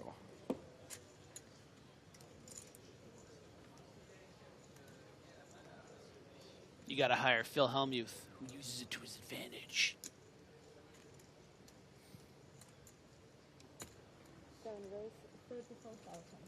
Tilo opening with 10s here on the button.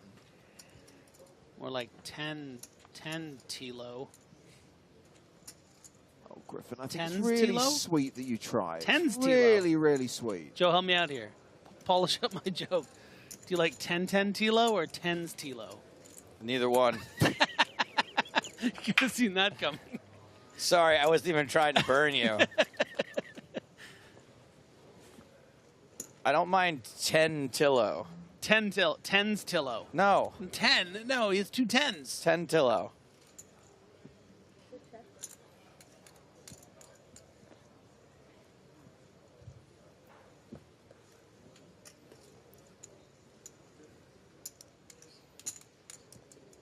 Continuing the flop. Okay, I have to answer this question on YouTube. Casey Pierce asks, one more question. Who do you guys think wins in a heads-up match, Ivy or Negreanu? We can answer that question. You just have to watch the very popular PokerStars TV show called The Shark Cage. Make sure you watch season 1 first, though, because that's you need it for context. Yeah, you need it for context. The weird thing about that, and I guess it's a little bit of a spoiler for anyone who hasn't seen the series, that Daniel and Phil were the last two. But I believe they realized the moment they were sat opposite each other, in this very room, on this very stage, they had never actually played heads up in a tournament before. It's the moments you guys even create. in a made-for-TV format. Yeah.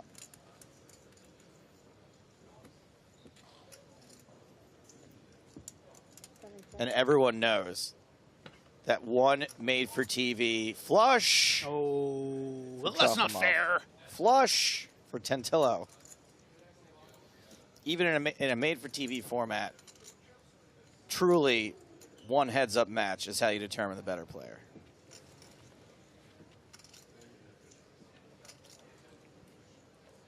$50. Shrofimov with the nut flush, 50,000. Tantilo with not the nut flush. Man, I really like the sizing. What do you think, Griffin? It's going to get a call.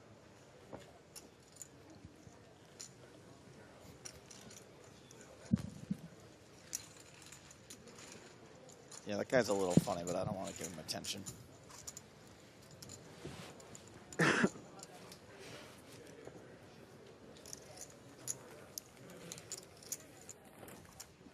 And jabam. Was that not the comment you were pointing at? Whoops.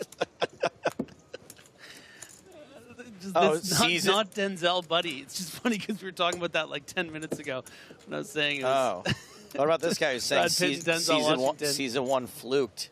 Oh. That hurts me more than you know. Wait, hold on. That might be the most brilliant joke ever. Isn't the shark's fin called the fluke? I've never heard that. I don't know if that was intentional. Well, maybe actually, yeah. I just thought it was called a fin.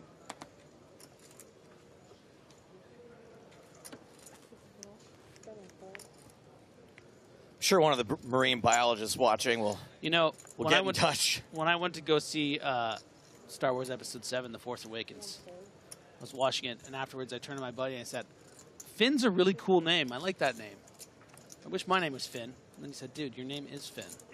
It's right in there. That is Griffin. true. Yeah. You could if you wanted to. Yeah, I could if I wanted to be Finn. And then I went as Finn Behringer for a while on my email. Because it's one of my middle names. X-Quarto asks, can someone explain why they both were flush? Yeah, there were 4 hearts on board, and each of the players had a heart in their hand. 10 high flush loses to the ace high flush. In this game, you can use both cards from your hand, 1 card, or no cards. The best 5 cards out of all 7 is your hand. And 4 minutes left on the clock. Still 27 players remaining, so I think it's pretty safe to say we will not have the redraw this side of the dinner break. A reminder that we will be away for 70 minutes. The stream will continue on Twitch, and a reminder that during the 70-minute dinner break, you'll get to see some of the key hands from today. If you are watching on YouTube, we are going to have to restart the stream, and we will make sure that we link to the new stream in the chat. It will be a pinned message, so you can switch and pick up the last 2 levels of the night when we come back from the dinner break.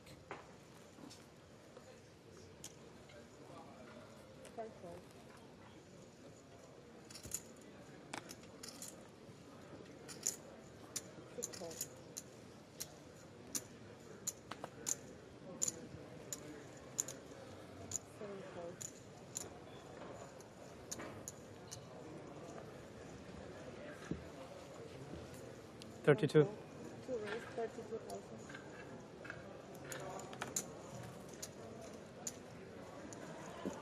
Okay.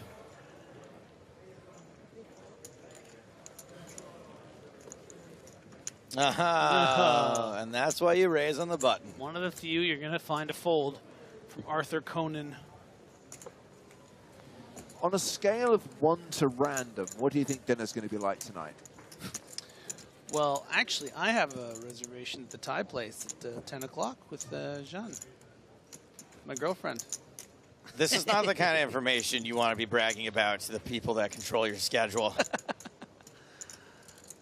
Chris, I'm going to make some amendments to the commentary rota for tomorrow.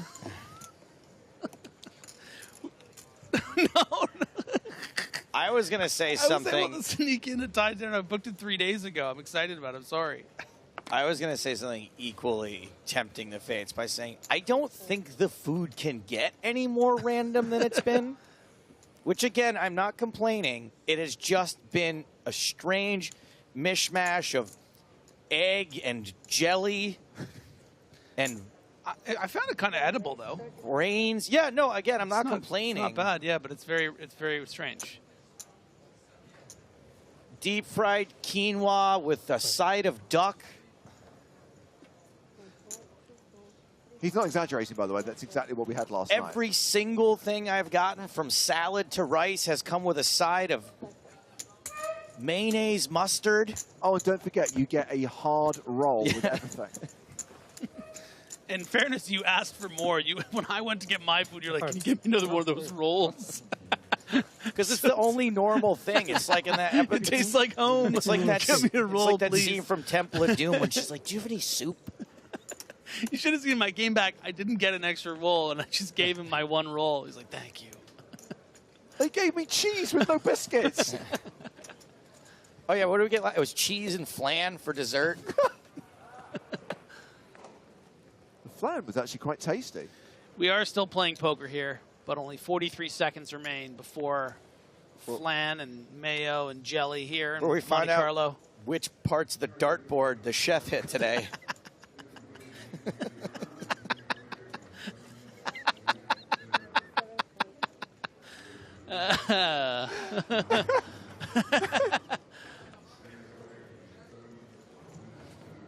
$32.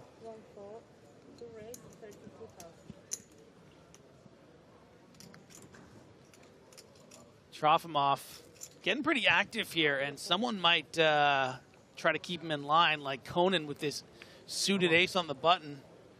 That's the face of a man that's never folded a suited ace on the button in his life.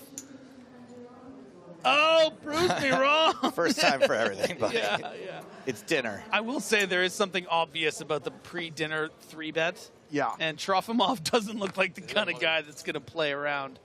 So that was probably, if I'm going to 3-bet this, I might need to 5-bet it all in. And I kind of want to just like eat dinner and chill. He's got the same reservation you do. Yeah. Chen, people are hungry. Chen. Don't do it. Thank you. I think he heard you. He's speaking to the past again. So this session comes to an end.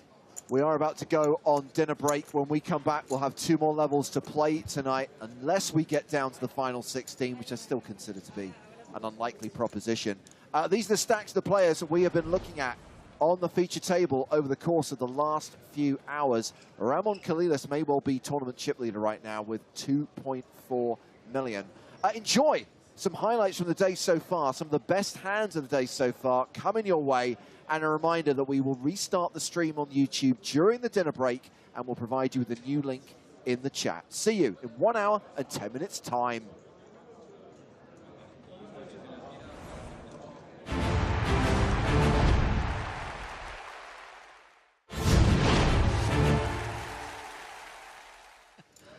Oh, boy.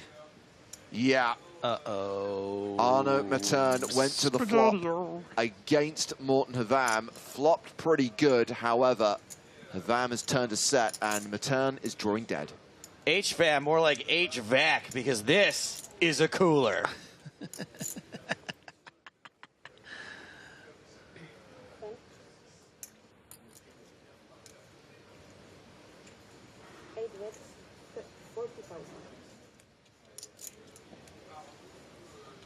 That's 40K now, yeah. Just really nothing you can do if you're Arnaud, huh? Well, I tell you what you want. You don't know what you want, but we know what you want. Matern, what you want here is to fold, obviously, but you're never going to do that. What you want is, after you call, you want the river to be like... the worst card imaginable. The 5 of clubs or the 4 of clubs. Because, honey, you can't fold this turn, and you're going to be in trouble if the river's a brick. Yeah. So it is always coming 7, and with the board pairing on the river, Havam now has a full house. Arnaud Matern, by the way, won the first ever EPT Prague back in December 2007. Also came 3rd in Tallinn, the only time we ever ran an EPT in Estonia. Yeah, it's interesting, I think. Havam, how greedy are you going to get here? Do you go for the all-in, which is just over pot? No, you just bet the very small 35,000 to get that snap call. We forgot what Arnaud Matern wants. Barring the worst card ever in the river. A 1/5 pot bet will do it. Yeah. Yeah, we'll take that. I'll take that 1/5 pot to go. Thanks. Yeah. Makes the call, loses to the boat, but could have lost a lot more there. Arnaud's still going to be playing 22 big blinds. Yeah, I think that's a real missed opportunity of a bet there. I understand you want to make sure you're going to get paid, but listen, this person you're betting into here clearly has an ace, probably ace 10 plus. Let's make a bet that he'll, let's try to get as much as possible without getting too greedy. Anything kind of under 80,000, I think, gets quickly called. And you probably get called closer to 100,000. So I think a missed opportunity there. Hard to make sets, even harder to make boats. Should have bet more. All right, Shemian and Khvam going to the flop, which is ace, jack, 10. That is flopping the joint. Yes. That is a big old fatty. Top pair for Ole.